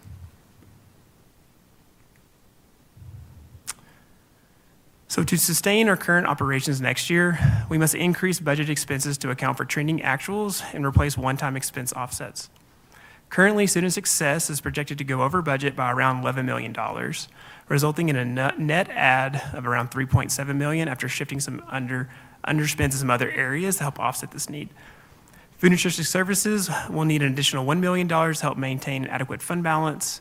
Additionally, we will need to move back expenses and budget of $3.25 million into the general fund that was moved to ESSER in FY25 to close out the grant. I have a question on this one too, and this is something that I don't need an answer for right now, but I was wondering, we have Fletcher Miller that has what I consider the most impacted students that we have. And so for student success, I know there's different tiers now. If we do enact the new school funding act, it's a little bit better in how we get paid for the at-risk and the special ed. But I'm just wondering, do we ever get what it costs for Fletcher Miller? Is there a category that high that we get funded for? The answer is no. We apply for the high cost reimbursement every year to CD. We do not get that money. That money is often allocated out to rural school districts to serve their most vulnerable and most complex students with special needs.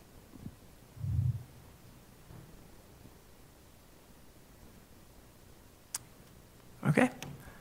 So in FY24-25, student success expenditures above budget are in support of the important students and needs primarily represent costs outside the control of student success. An average of 300 additional students were identified in each of the past 4 years. Compensation increases have reduced vacancies, and rising costs of the external vendors and service providers have contributed to the overspend. To help address these overspend, the division will receive an additional $3.7 million in budget, deployed short-term grant funding, and shift some identified underspend to help offset some of these costs. I just want to highlight the work that's been done to get to this 3.7 when we're currently looking at an $11 million overage. So Matt and his team have done an incredible amount of work to take these action steps, to figure out these action steps to take to get that 11 million down to the 3.7 million. I also want to make it very clear that we have not changed our staffing allocations in order to do that. Matt, I'm looking at you to make sure that you're keeping me honest here. We have not changed our staffing allocations model which is based on student need, lots of different factors. Student need is included, complicated nature of IEPs, number of initials, all kinds of things go into this formula that Matt's team uses for allocations. We have not changed our allocation model, nor watered it down in any way to increase caseloads for special education teachers in order to get this 11 million down to 3.7. So that's number one. The other thing I want to say is that the allocation model oftentimes spits out a 0.2 or a 1.2 FTE. We always round up to a 1.5 and go into half increments because schools cannot be expected to find a 0.2 teacher that will come in and partner with a 1.0.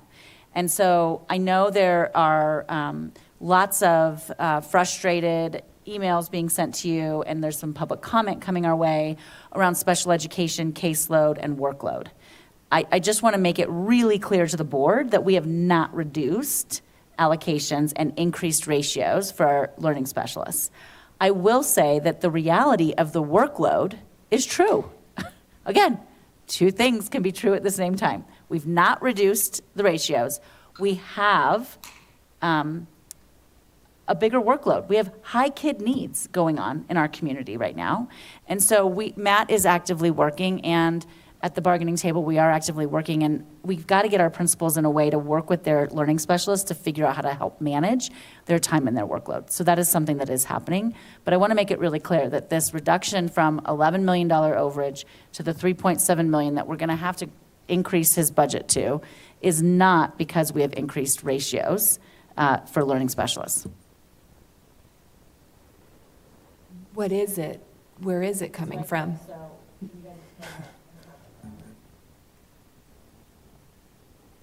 You say what is? How did we get from an $11 million overage to now just figuring out that we can do it within 3.7 for now? Because it's not forever either, without without personnel changes to learning specialist ratios. Thank you. Bullets 2, 3, and 4 are the core reasons. So first, we're using some short-term grant funding. There is a set-aside provision around IDEA, right, for disproportionality, I call it that, that we are now going to, we've talked to CDE, and we're now able to use that set-aside towards programming that we are currently doing that we think meets the purpose and intent of the set-aside. So again, taking an activity that maybe wasn't going to be covered by the grant, but was going to happen, is now going to be covered by the grant. Secondly, we have built up an excess balance of Medicaid funding, and we need to spend it down. Happy to discuss that more if there are questions. Thirdly, we have parts of the budget. Remember, we keep talking about budget as an estimate. We made some other estimates in other areas. So for example, utilities, general contracting contingency, et cetera, that we didn't spend or we don't seem on track to spend. And so we're moving those budgeted amounts over to cover this budget, which is to say we're reducing another budget and increasing this budget. So we are covering the full 11 through a variety of means, and doing so by only doing a net add to the district of 3.7. So continuing the full 11, and the net add to the district-wide budget is only 3.7 through using the grant funds, shifting budgets from other areas, et cetera. Does that help? So we're still spending the 11 million, paying Correct. for it in a different way. Are those two things, the grant funding and then the excess Medicaid dollars, one-time funding? Will we have to do this again next year or find enough Not- to cover the difference? Not quite one. I'm going to call one two-time funding and one three-time funding. What was the second one? Sorry. The second one was Medicaid. Medicaid will stretch over about 3 years. The IDEA set aside will be about a 2-year gig-ish. But your conceptual question is, will we need to search for funds again in the future? The short answer is yes. Will it be as soon as 26, 27? Probably we can limp through the next 2 years. But that's presuming that costs don't continue to climb. I think costs have been escalating extremely rapidly. I have spoken to other CFOs in other districts who are similarly just honestly flabbergasted by the costs of our out-of-district placements. So we speak to the costs of Fletcher Miller, which are high on a per-student basis. Our out-of-district placements are high on a per-student basis. And so no, it's a head-scratcher just looking at the amount of cost increase for some of these services. And they are direct student services. This is not fluff or administrative. It's 100% student service. It is. And Matt, can you talk about the out-of-district placement Yeah, I was increases actually- over time? To put that into perspective, since 2017, the cost on average per student served out of district has gone up 195%. So in 2017, it cost around $21,000 to serve a student. Today, it costs almost $58,000 per student. And that's if they don't need additional services like occupational therapy, physical therapy, speech therapy, things that facility schools don't often have on site that districts end up paying in addition to, like an excess cost, or they send their own people to provide those services. We actually have reduced the number of students over time who've been placed out of district. We've gone from 200 to, I think it was, or 235 to 162 students today.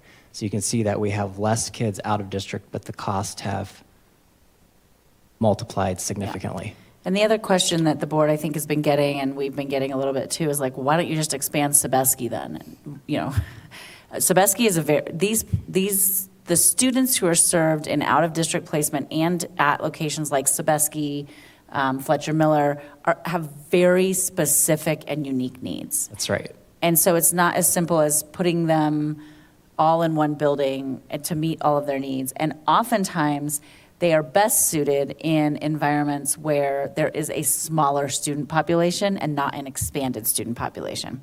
Would you add to that, Matt? Yeah, I mean, that's exactly right. So each one of these facilities have kind of a specialty and a student.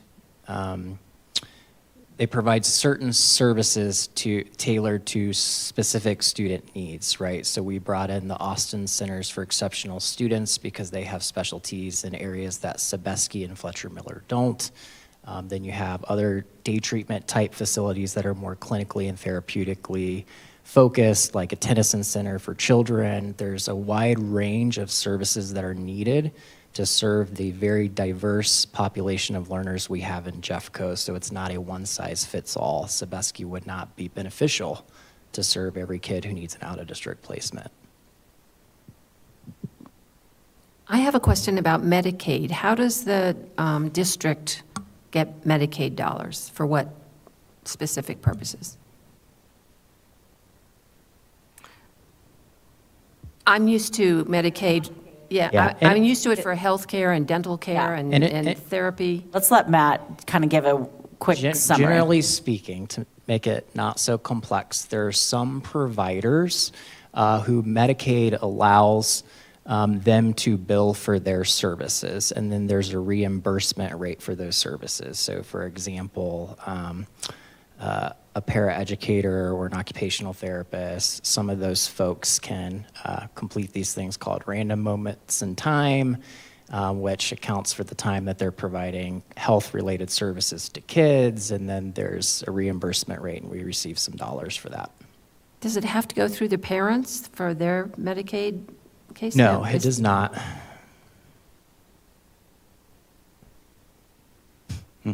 I want to keep us moving. I'm happy to chat more. But yes, Medicaid has been funding public education services for 20 years, at least the 20 years I've been involved. Brian? Awesome. Thanks, everybody. Okay, so we're going to go in a little bit deeper dive of food nutrition services. The district is working to establish the optimum level of meal service to determine whether we can operate within the state and federal reimbursements that are available, or whether we will need to sustain support from the general fund. For FY26, food service will need an additional $1 million above the $3 million that was approved in FY25 revised budget, and a transfer from the general fund to maintain the fund balance in FY26. I did want to just mention, because I heard some great public comment this evening from some of our students who did mention some of the food waste that is listed on this slide. I do think that Jeff and Beth Wallace, Jeff Gatlin and Beth Wallace are both very committed to making changes in how we do our food service. To address concerns around food waste. It just so happens that it might cost less to buy less food, which makes a CFO a little bit happy. But I think the students raise a really important point, and so I think we are trying to be responsive to that feedback.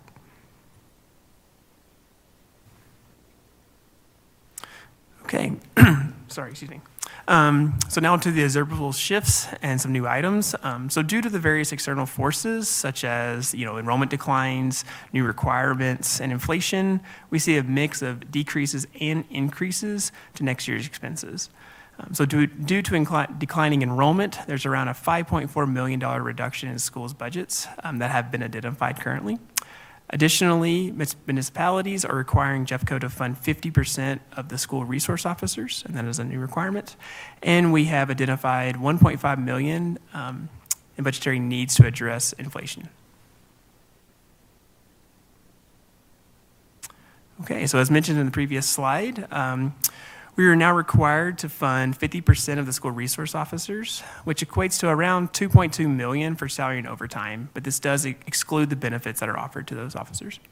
Additionally, the district is evaluating a potential budget adjustment to align budget with current actual trends that we're seeing within the department.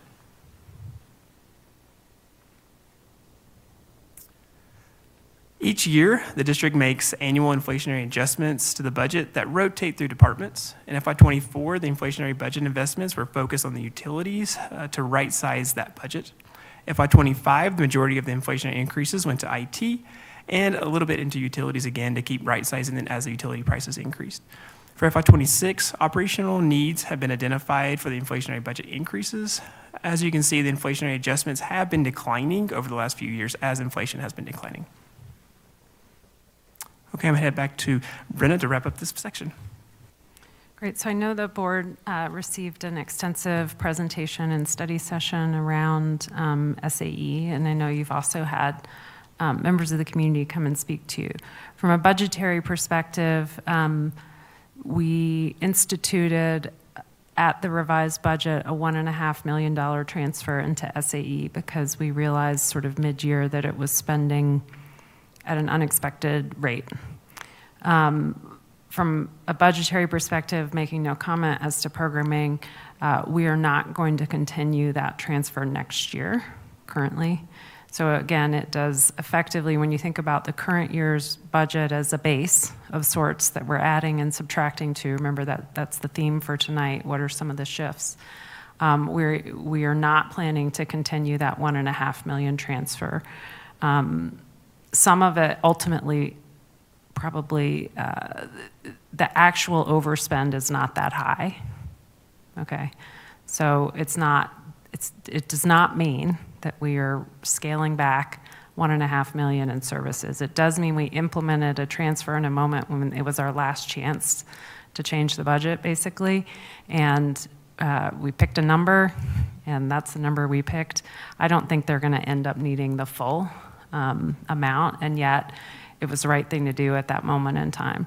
But there are some shifts contemplated. You've already heard a great deal about those. I don't think our team can shed any additional light on that, but we wanted to make sure from a budgetary lens to note the quote-unquote savings to the general fund, if you will. Can I ask about the tuition increase. What tuition is charged at our SAE schools? So it's basically by the hour, by the day. And it's not a huge increase that's contemplated, but it's one of several different adjustments. I guess I'm asking really, do the parents have to pay a tuition for those schools? They do? Not for the school, it's for the before, after care service. Oh, it's just before and after, okay. Yes, it's not for the school. Oh, I'm sorry, I got it's late. I was thinking of the alternative education. I got my letters mixed up, yeah. Yeah, no. I do remember them saying it was a $1 tuition increase per hour for next year. Correct, it's The not. parents pay. Not huge. But I don't want to, I'm not exactly sure, but I'll go with that. Yeah, thank you. So lastly, in the umbrella of water shifts, we have a slide of unknown shifts. Again, we've mentioned this a few times. Compensation really is a primary driver of year-over-year changes in the budget, and so we need to come up with some assumptions. I will also say transparently and honestly, each year, Brian and I both very carefully read state statute to make sure we are conducting a budget process that matches state statute. Brian very cleverly found a provision that honestly neither of us had seen before that said if we change the budget from the proposed to the adopted, if we increase expense from proposed to adopted, we have to increase revenue. I'll be honest, I don't know if that's new or old, but it is there. And so what that means is in your proposed budget, we need to have enough proposed expense that we don't anticipate increasing expense from the May to the June, unless we're going to also increase revenue. It seems very strange to me. That is the look I had when I read it, and nonetheless, that's what I read.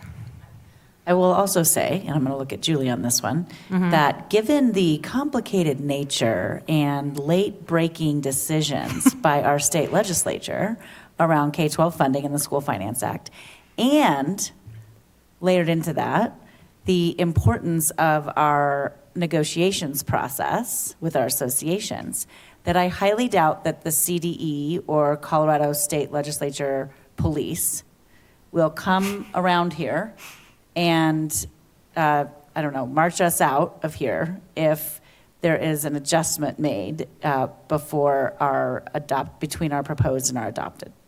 Would you agree with me from a legal perspective? I would absolutely agree with you that the last time we saw that really down in crisis mode was in 2020. Some of you may have remembered that with an imminent statutory deadline for adoption of a budget and huge uncertainty from the General Assembly. Yeah. I do think we want to do it right when we can, but if there are extenuating circumstances, I think the state always puts us in this place of having to adopt a budget where we're not 150% certain on the revenue side, so. In terms of grants, we've been closely following some of what has come through JBC. As a note, the CDE budget for grants is not part of the School Finance Act.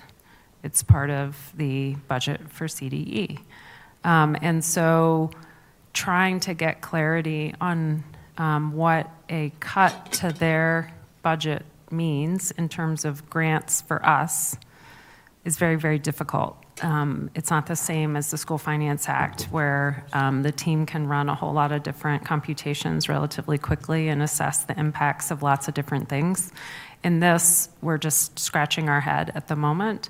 So we anticipate that between 2 and 4 million in grant revenue to Jeffco might be at risk, but that's very much like this, because they have not said which specific grants might be impacted. And it's still just a target. So it's very opaque for us at the moment. So again, trying to think about if we're funding something through a grant, do we continue to do it? If we are, we're bringing that in to the general fund as an expense, and it's becoming effectively an add that's uncovered by revenue. Capital renewal, we're going to talk about that in the next section, so I won't spend a ton of time on that. And then other external factors. You guys have read the same news we have. I want to say this one is the hardest. When we published the slide, it seemed reasonable to ballpark 25 to 50%. As you well know, yesterday or the day before, 104% was introduced on imports from China. I want to be clear that every single one of these is effectively an import from China. If the cost of every single computer goes up 104%, it is going to be very, very difficult for this district to sustain our investment in technology. Now, we were able to pre-purchase quite a few of our student laptops, but that does not apply for staff laptops, and we do have quite a few staff members with technology that they use every day and they need. Our vendor recently reached out to us and suggested that they were going to already start charging us 104% more. And you can imagine, I thought that was a bunch of bullshit. And so I pointed out that our vendor does not pay the tariff. The government pays the tariff. And so until such time as they can evidence a product that actually costs more, they can either not assess that or we can take our business elsewhere. Now I say that, and Ms. Ibeck is not here. I know she is not fond of the idea that all of a sudden we would start buying different laptops and trying to support them. So I shouldn't be so cavalier, but I want to be clear, we are both fighting to protect the district's resources, and there are tremendous unknowns.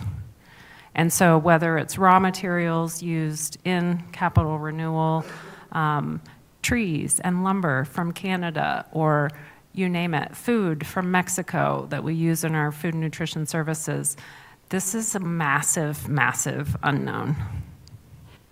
Can I ask you, when you said the vendor doesn't pay the tariff, but the government does, the federal government? I mean, who's our vendor? China pays the tariff is on the country. Well, that's what Donald Trump says. Right. But no, it's true. Well, I've heard from manufacturers who say they are the ones writing the check for the tariff. Well, the country decides what they do, and who knows what's happening. But I'm just saying our vendor cannot point to a thing that they are having to pay, that they are passing through to us, like many producers. Let's think about the eggs for a minute. People sometimes adjust costs because the market assumes they're going to adjust costs. There's not something that DHE could point to at the moment that shows that they are already having to pay that much more because of the way the trickle-down effect takes. I believe that. Yeah. And even we don't know from day to day what the tariff amount's going to be, so. Correct. Okay. Okay. On that cheery note, let's go to capital budgeting. I want to just frame quickly, we often talk about the capital transfer as if that's a capital budget. It is not. And I really think that the way we're presenting the information in this section, we are trying to give you context for 15 years worth of spending on capital renewal and investment and what that has averaged from all sources. Because I think we need to think about the resources of the district writ large. What's the total amount we have from any source? Doesn't matter if it's a bond or a cap transfer or a sale proceed or an existing fund balance. Doesn't matter. How much are we typically spending just to maintain our capital defined properly? And so that's what Ms. Rosario is going to present an analysis around. Please know this is not intended to be a proposed budget. And I'm going to chime in towards the end to make sure we reiterate this is not intended to be a proposed budget. It's just illustrative of what prior year data shows us about how much it costs to maintain our district facilities and therefore what we might imagine on average we should plan for in the future, and what that might or might not look like given today's dollars. So with that, Ms. Rosario. Thank you. All right, so yes, as Ms. Copeland said, this budget development, we're really taking an approach to focus on a dollar amount to support capital renewal and investment, and it's all going to be based on historical trends that I'll preview for you. Thinking about capital, we have sources of funds that we have historically been given for our capital investments. Our primary source is our debt issuance, so that is our debt that's approved by the voters on a bond ballot measure. We also have our annual transfers from other funds, which primarily has been the general fund. Third source is certificate of participation. So this is a financing arrangement where we have existing capital that we offer up as collateral for that debt, and then we pay the lease payments over a period of time. We also have alternate sources, which is sales of any of our properties, of our surplus properties. We have fees and liens that we receive from our developers. And then we have investment income such as interest rates based on market conditions. Clicker. This diagram is looking at the prior year's capital sources from 2012 up through 2024. Our primary source, well, over 13 years, it's been $1.3 billion or $100 million annually if you average it across that time frame. The primary source was bond funds, so you can see those large orange bars. Those are the years that we had bond issuances, and then the others that are below the dotted line, those are primarily the transfers from the general fund. We do have a COP issuance in 2016 that's represented by the gray. But historically, over this time frame, it has averaged $100 million annually as a source for capital renewal and investment. Thinking about how we use the capital funds across the district, we have a couple categories here. We have facilities improvements. Those are projects to enhance or modify our existing facilities. So this really does extend the life of our current assets and make sure that those facilities are being used as efficiently as possible for the purpose that they have. We also have facility construction. So this is going to be any new schools that we build or in addition that we add on to any of our existing facilities. We have vehicles across the district that we typically refer to as our white fleet vehicles. So these are not our school buses, but these are other vehicles that are being used by facilities, transportation, IT, and other operating departments across our district. Those have been purchased within the Cap Reserve Fund historically. Technology are funds that are going to be utilized for major IT-related expenses. This could include new conference room equipment, phones, wireless access points across the district that are a major investment in IT for the district. And then we also have principal and interest payments that are made to reduce the original amount of borrowed. And then within this slide, specifically within Cap Reserve Fund, the principal and interest that we pay is related to our COPs. Principal and interest related to bonds is paid from those specific bond funds. So we'll adjust this slide to make sure that that's clear, that within the Capital Reserve Fund, the principal and interest payments are related to the COPs that we have issued previously. Here's our uses of capital funds as a bar graph. So over the 13 years, we've invested $1.2 billion or $92 million. So really we can see that they're very, in total over the same time frame, these total sources and uses are a similar amount. The primary use of the capital funds has been facility improvements, and a reminder on the previous slide, that's really investment in our current facilities and making sure that we extend the life of the asset and use the asset for the benefit of our students. The average spend for facility improvements has been $59 million per year over this time frame. The secondary use is facility construction, and that's really where we talk about adding on to an existing building or building a new school. The interesting part to focus on in this graphic is looking at the first 6 or 7 years, 2012 to 2018. You can see that what we spent is below the average over that time frame of $92 million. And so, we talk about that as deferring capital renewal and capital investment. And then you have to get to this period, which is what we've been in the 2018 CIP program, where then we're spending more than the average over into there to make up for the capital that we deferred over those first 6 or 7 years. And that's what we've been living in the last few years.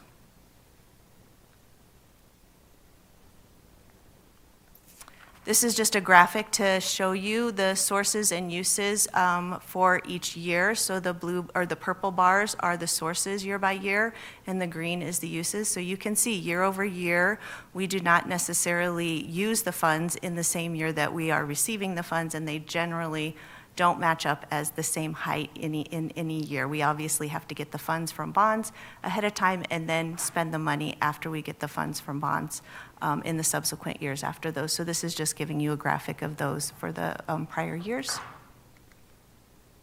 And then thinking about all of this, if we think about that we had money that we spent in 2012, and then there's been inflation over that period of time, we need to think about what's that value of what we spent in 2012 in 2024 dollars.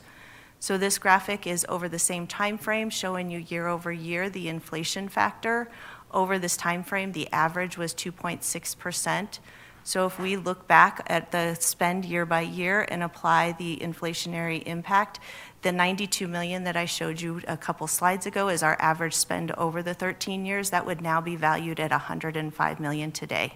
So that looks at saying that really, if we wanted to continue to spend at the same average rate per year going forward, that would be $105 million annually. Now I get to hand it back to Brenna. Yes. Go right ahead, please. I am struggling with the average, and I'm kind of wondering where we're going with it because of the range in the numbers being so, like, having these outliers that are skewing the average really high.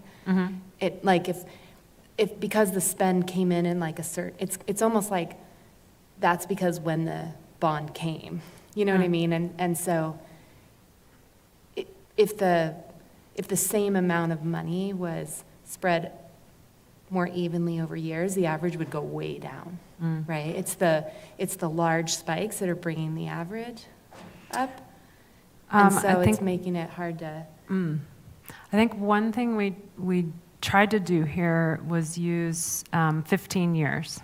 So had we just gone back the past 5 or 6 years, you're right, the average would have been much higher because it would have been in the years where we were doing catch-up. But because we went 15 years, we actually were trying to adjust for the fact that the bond spent so much recently.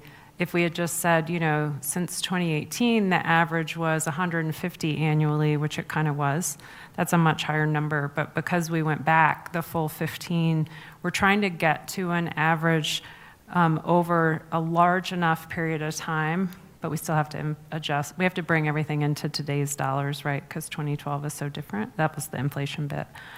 But we could keep going. We could do another 15 years and then also inflation adjust that. I do actually think we'd land in a similar spot, and there's a couple reasons why. The first is there's a rough metric that you can sort of find if you Google it or talk to folks who work in the industry of like how much of the replacement cost of a set of facilities or facilities and fields should you expect to spend on capital renewal each year, and it's approximately 2%, 2 to 2.5%. And if you look at the replacement cost of all of our buildings in the district today, it is actually very close to 100 million, this 2% metric. And so, and we know that replacement cost because we debate it every single year with our insurers, et cetera. So we're triangulating to a figure that both is factually true over a 15-year period and represents an approximate metric that the industry uses as what it takes. And so that gives me some level of confidence, but if you do want us to continue our retrospective, we can keep going further. There's going to be some peaks and valleys that we see that pattern repeat a little bit. There was a 2004 and 2006 bond issuance, and so you got a little bit of a peak then and then a little, you know, but it kind of seems to happen in 4 to 6 year increments, this sort of ebb and flow. Does that help? That helps a lot. I'm glad that you've thought that through. When you said it's the model or the tool, whatever the formula is, 2% of what? 2% of the replacement cost of the total physical plant and capital. So capital for us includes both furniture, fixtures, equipment, buildings, fields, et cetera. Anything with a durable life beyond a year. Okay, and then one other question on is there any way that we look at capital investments? I mean, I would never say like a school wouldn't appreciate all of the improvements, but some might be nice to have and some are absolute have to have. Do we look at our spending through that lens? Like we had a bond, so we were able to improve, the aesthetics of a school versus we had to do hail damage, and replace facilities and things like that. Do we look at so as we're thinking about what's the cost of what Superintendent Dorland asked us to do, think about the future costs of the transfer, should we, because this includes some nice to have that we were lucky to be able to provide to our schools because we got a bond. But going forward, we might not want to consider those kinds of things in our budget because we are very under-resourced right now. So maybe it's a way we could, maybe I'm asking, maybe if it made sense to you all to look at it that way in the future for us to help us understand where we should be prioritizing or thinking about what those numbers are. I mean, I would just actually begin with the left side of this slide, which talks about the primary use and secondary use of the average, right? And so it talks about facility improvements. I mean, we want students to come into buildings that are healthy, right? I mean, even if it's not like the most aesthetically pleasing place to be, we want facility improvements that maintain air quality and roofing and no leaks and, and so that was on average per year, 59 million. I mean, I think that's a place to start, but I think Danielle's question is a good one. And I think this is gonna also be part of what Jeff's team begins to support and work on as we work with Perkins Eastman on the new strategic capital plan, getting us, district leadership and our board, to a place where we understand, great, we just spent $800 million in our schools over the last 5 to 6 years, so they must be in pretty darn good condition, right? I mean, the answer to that question is yes, and with any facility, there's always things that are going to come up. I mean, we just had the spoiler situation go on at Alameda High School that we're addressing because we have the funds to do it. And so there are the knowns, there are the unknowns, and there are the assumptions we can make. And I think that the strategic capital plan will help us with some of those prioritizations that you're talking about. In the meantime, I do think it's important to note that on average over the last 15 years, we've spent $60 million a year in just facility improvements, not necessarily the most expensive things like new construction, Fletcher Miller or Prospect Valley kind of stuff.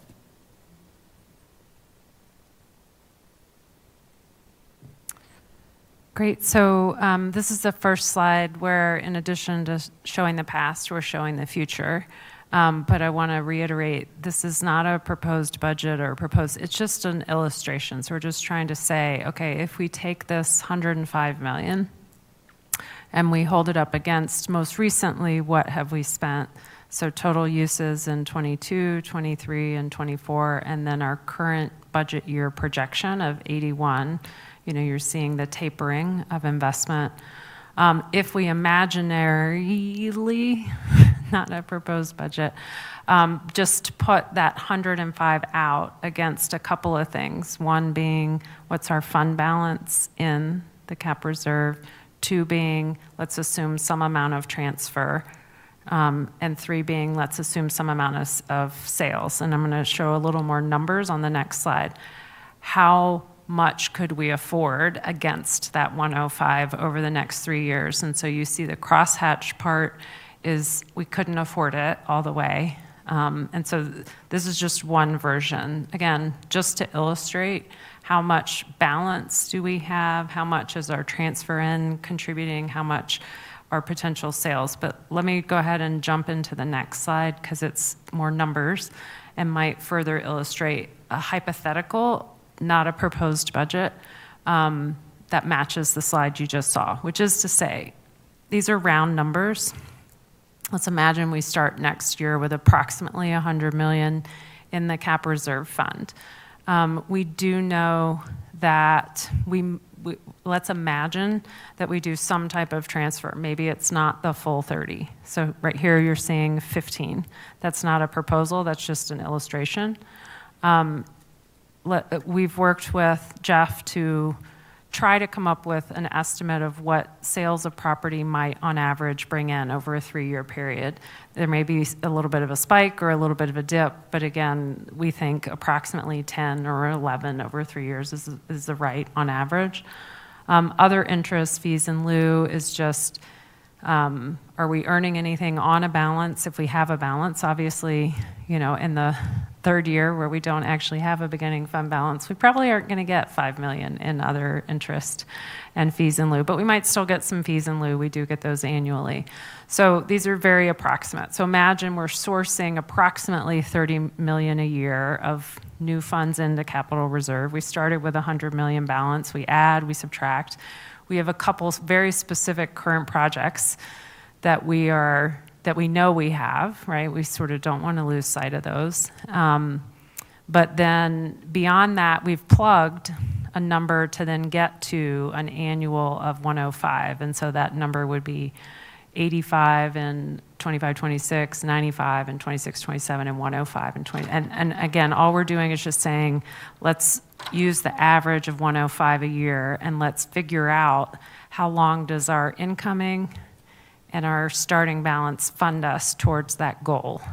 It doesn't go very far. It goes approximately 1 year.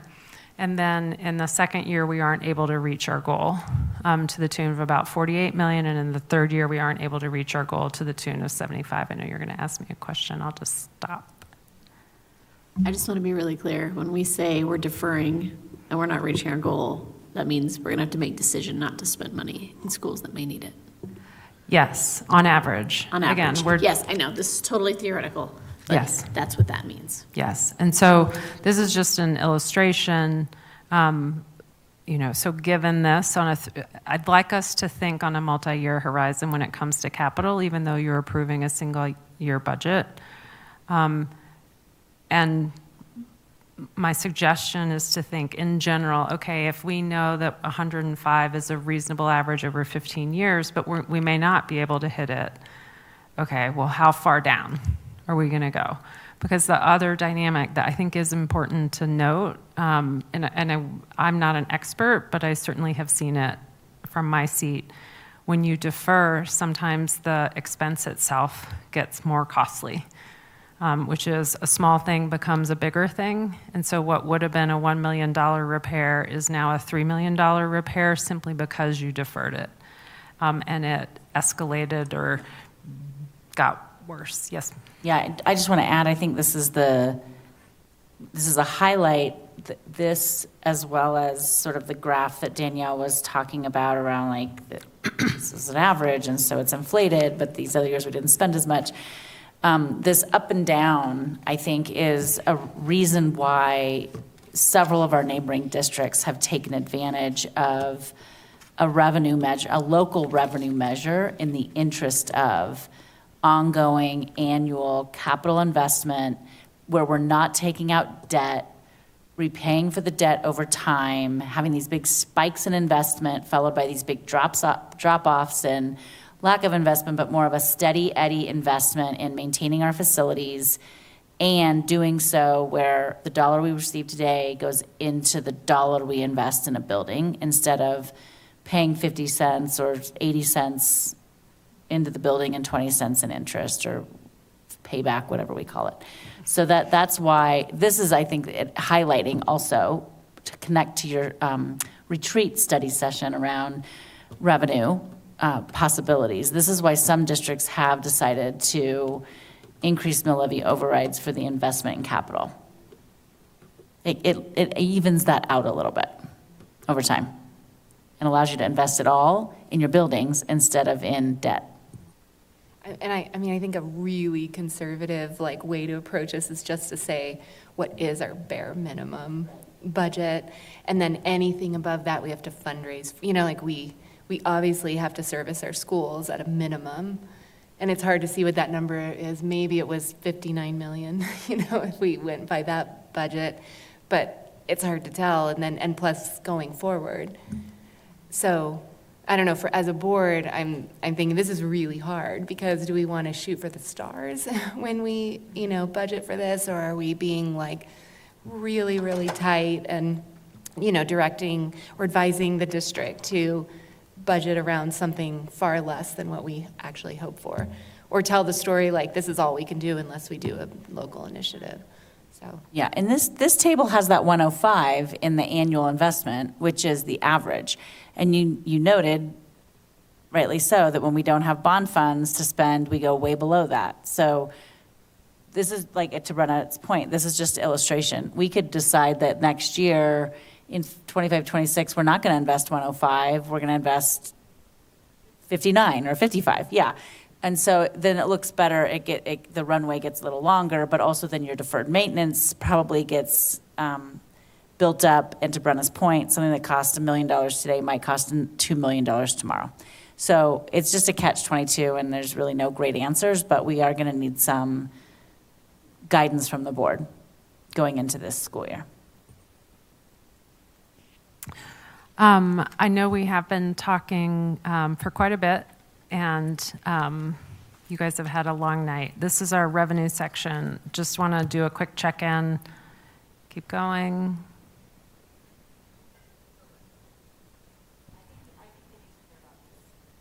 I think it's important, but I also respect. Okay, we're going.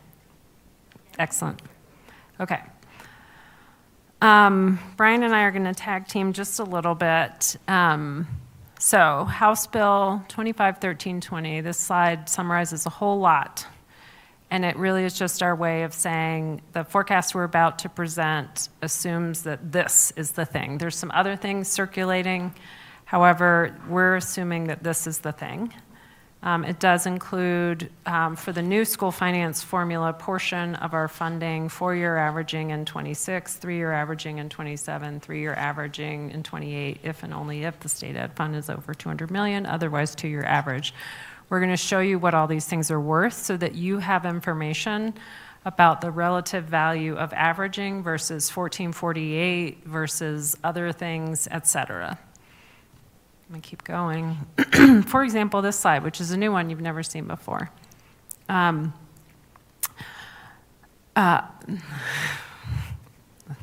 account dynamics and the value of the new school finance formula.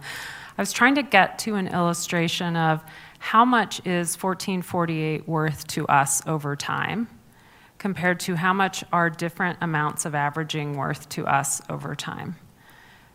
Next year, a 15% implementation of 1448 is worth approximately, these are all rounded, $5 million. 4-year averaging is worth approximately $16 million, 3-year averaging $9 million, 2-year averaging $4 million. There's no one who's saying there's going to be 3 or 2-year averaging. This is just illustrative. Okay. By the time we get to full implementation of 1448, which is now in 31-32, it's worth $34 million.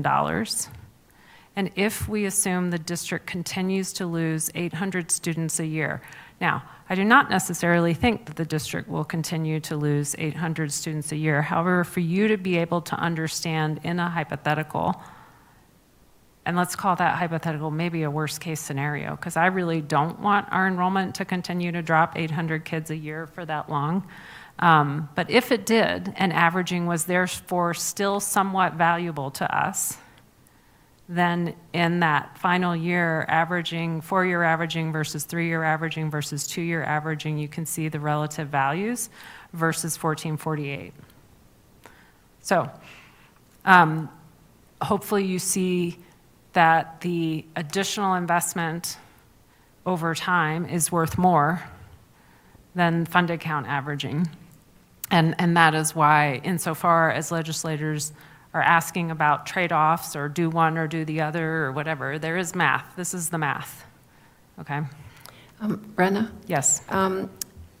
If this is additional funding, then we're implying that we're not losing any money. This is additional to what we got in 24, 25? Is that what I'm Yes. looking at? Okay, so our fear of possibly, being in the whole 21 million is not shown here. We don't think that's going to happen. Correct. So sorry. We'll get to the full thing. I appreciate that. That's correct. This is additional to what we would otherwise get just through regular funding, which is to say, if no averaging existed, we would get like a base amount. And because averaging exists, we get an additional this. Or because 1448 is rolling out, we get an additional this. And these are the amounts. So to your point, does any of this mean that we have a revenue increase next year? The answer is no. We do not. None of this is additional to a prior forecast. It's additional in comparison to what we would otherwise get if it didn't exist. Now, they did talk about holding harmless some districts, so if we would not I'm going to benefit. not hold you back any further. We're going to jump right into Okay. the numbers. Just one more frame. We gave you scenarios 1, 2, and 3 in February. Rather than try and modify those are now there. They're never going to change. We now have 4 and 5. These are actually both scenarios contemplated in the existing proposal. One single proposal, 2 scenarios coming out of that proposal. And in the scenarios, all we're trying to do is demonstrate different potential outcomes based on a number of different things. Scenario 4 is going to talk about both of these share the same funded count and assumed enrollment. They both assume a declining at-risk percentage. We've already talked, that hasn't changed from our February. And they both assume 15% of 1448 in next year, but then they start to diverge a little bit. And both of them follow the proposal, the School Finance Act proposal, so it's a little bit confusing. Scenario 4 is formula funding per the bill language. Scenario 5 is if we get the hold harmless, how much is that worth? And then Brian is going to take over. Okay, so you've seen the slide from the previous 3 scenarios that we've shown. There was a difference in the funding counts in all 3 scenarios, and 2 of the scenarios. Here, as we were showing, and previously, that both of the scenarios are at 4-year averaging, so they're going to be the exact same funding count and actual count. What we're really here showing is that the hold harmless provision that's in the proposed bill is a function of the total program dollar. So it doesn't change our funded pupil counts. It actually changes the total dollar amount that we would receive if the provision for the hold harmless is triggered. Okay, so in scenario 4, the total revenue decreases $1 million or 0.1% from the 24-25 revised budget. In scenario 5, the total revenue decreases by $2 million or 0.2% from the 24-25 revised budget. We know there's not much of a difference between the 2 scenarios, but what we're doing is trying to illustrate the hold harmless scenario in case the district experiences an unforeseen large drop in enrollment, which may trigger something like this. But we're not really seeing that in our projections, but we're showing what would happen if the hold harmless actually provision was triggered. Okay, so this table outlines the Mr. detailed. Simmons? Yeah. We need some clarification. I'm hearing these guys like, yeah. So a hold harmless results in a decrease. Awesome. No. So 727 is our total program. Yes. 255 is everything else, mill levy overrides, categoricals, interest income, et cetera, et cetera. There is no world in which 255 is 255 next year. And we have another slide that explains that. That's the same as what we told you in February. Thank you. The 727 and the 727. The are same. 727 Thank you. is the only thing that hold harmless ever applies to total program. Total program's only 75% of our revenue. The rest Sorry, is other it's late. stuff. Got No it. worries. Thank you. No, that's a great question. It really is. And so we try to show a little bit of the detail behind it. And I mean, yes, there's a lot going on, a lot of movement in these pieces that we have. And so I'm not going to spend a lot of time on the tables, but what we do is we're trying to be as transparent as possible and updating any assumptions that have changed from our scenario 1 4-year averaging. That risk count decreasing, like we said. SPED count did increase. We talked about this previously, that we were going to increase when we got the final Brian, numbers. I'm sorry. Can you go back to 32? I think what Michelle just said is accurate. So what, in the green, in the scenario 5, 4-year averaging with hold harmless, the total program is 727. In scenario 4, with just the 4-year averaging, with the as proposed, it's 728. That's correct. So hold harmless is not beneficial to the tune of $1 million. I mean, it's 6 or 1/2 dozen of the other, but it is $1 million. Correct. Why is that? I think that's what Michelle is asking. I mean, we all understand the all other revenue is not tied to total program and what is happening down at the State House. Yep. So what is the hold, why is the hold harmless not benefiting us more, or why is it actually harming us by $1 million? It's not Doesn't sound like hold harmless to me. Well, Sounds like it's holding harm me. harmless from the 24-25 No, it's okay. budget, Um, right? There's 2 ways to answer this question. There's a lot of complicated moving pieces in the formula. CDE released their runs last Wednesday. It's only when they do that that we ever know what full set of assumptions anyone was ever using. Okay? When they released them, and we pulled through every bit of detail, and we saw how they were, so the way this whole thing works, first, you run the old formula. The old formula is no 1448. You run it on a funded count. That funded count up until last Wednesday, we thought was a 4-year average. It's not. It's a 5-year average. Okay? 5-year average, old formula. Then you run 4-year average, new formula.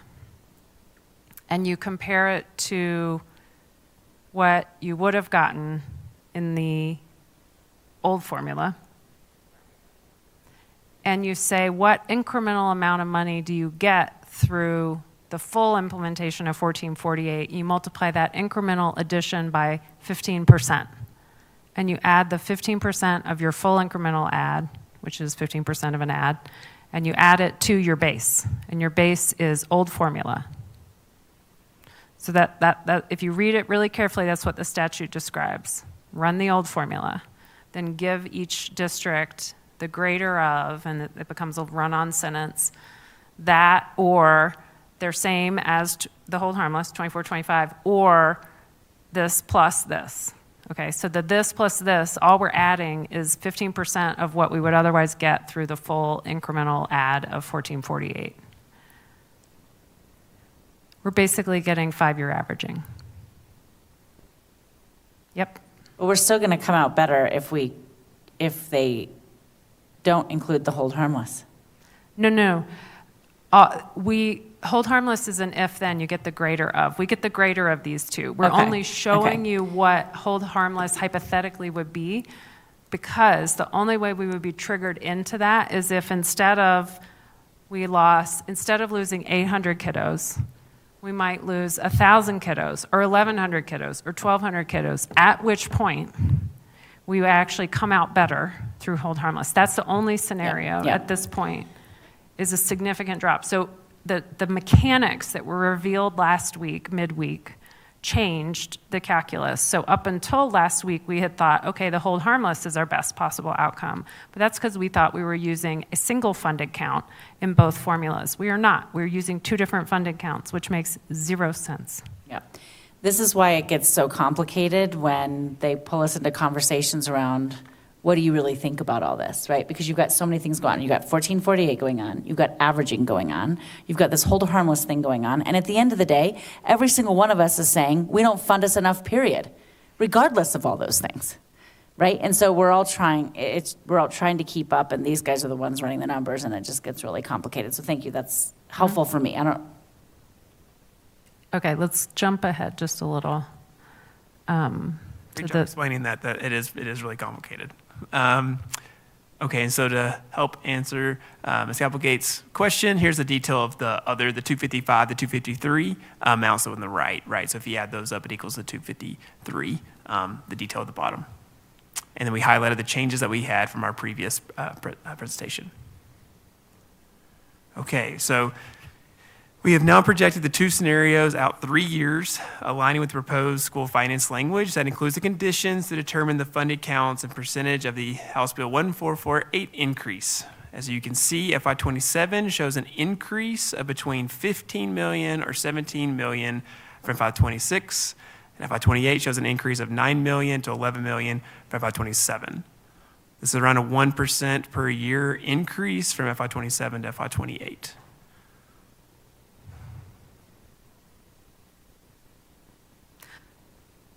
We just introduced calculus when you guys were still in algebra. So, and it's late. The summary point I want you to take here is compared to the revenue forecast from February, next year looks better than it did before, which is not to say we're going to have more revenue. It just means it's flatter and less dropping, less bad. FY27, actually, if you go back to our previous multi-year from last year, which was actually pretty spot on, honestly, for FY26, despite all the noise, FY27 does demonstrably look better than it did over a year ago. So our out year has improved. Wonderful. And still, over a 3-year period, even though next year's flat, over a 3-year period, we're averaging a 1% increase in revenue per year. That is substantially less than the increases we have appreciated over the past 3 to 5 years. That is a lot less new money than we have appreciated over the last 3 to 5 years. I'm going to just say that over and over again. Yeah, and I think this slide and the next slide also articulate the purple versus the green. Purple's increasing, right?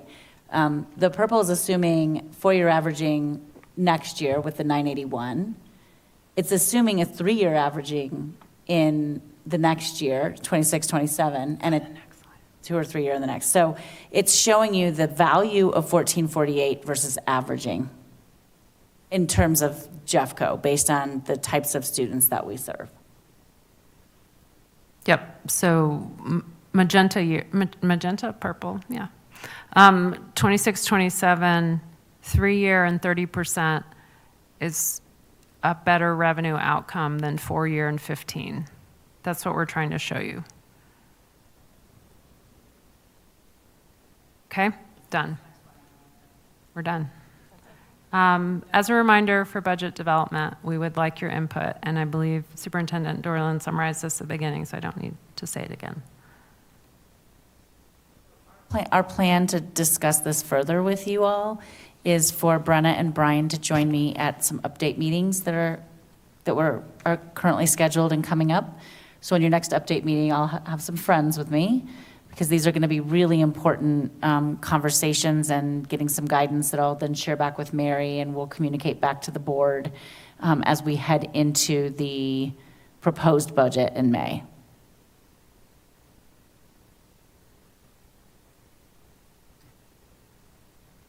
Okay.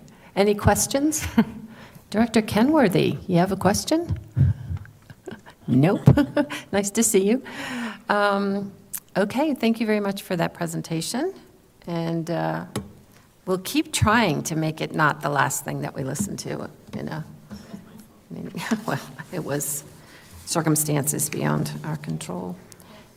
Okay, that means we are not going into action item 901. We deferred that. And so I think we're on to the consent agenda. Items 10.01 through 10.21 are presented in board docs as a proposed consent agenda. As a reminder to our listening public, the board received a preview of these items at our April 2nd study session. Do I have a motion regarding the approval of the consent agenda as presented in board docs? I move to approve items 10.01 through 10.21 on the consent agenda as published in board docs. Is there a second? Second. Any comments? It has been moved and seconded to approve the consent agenda. Roll call, please, Ms. Harper. Ms. Applegate. Yes. Ms. Kenworthy. Ms. Parker. Yes. Ms. Reed. Yes. Dr. Varda. Yes. And the consent agenda is approved. So that brings us to the end of today's agenda. We will stand adjourned. Our next meeting is a board study session scheduled at 3:30 p.m. on May 7th at the Ed Center. Good night and good luck.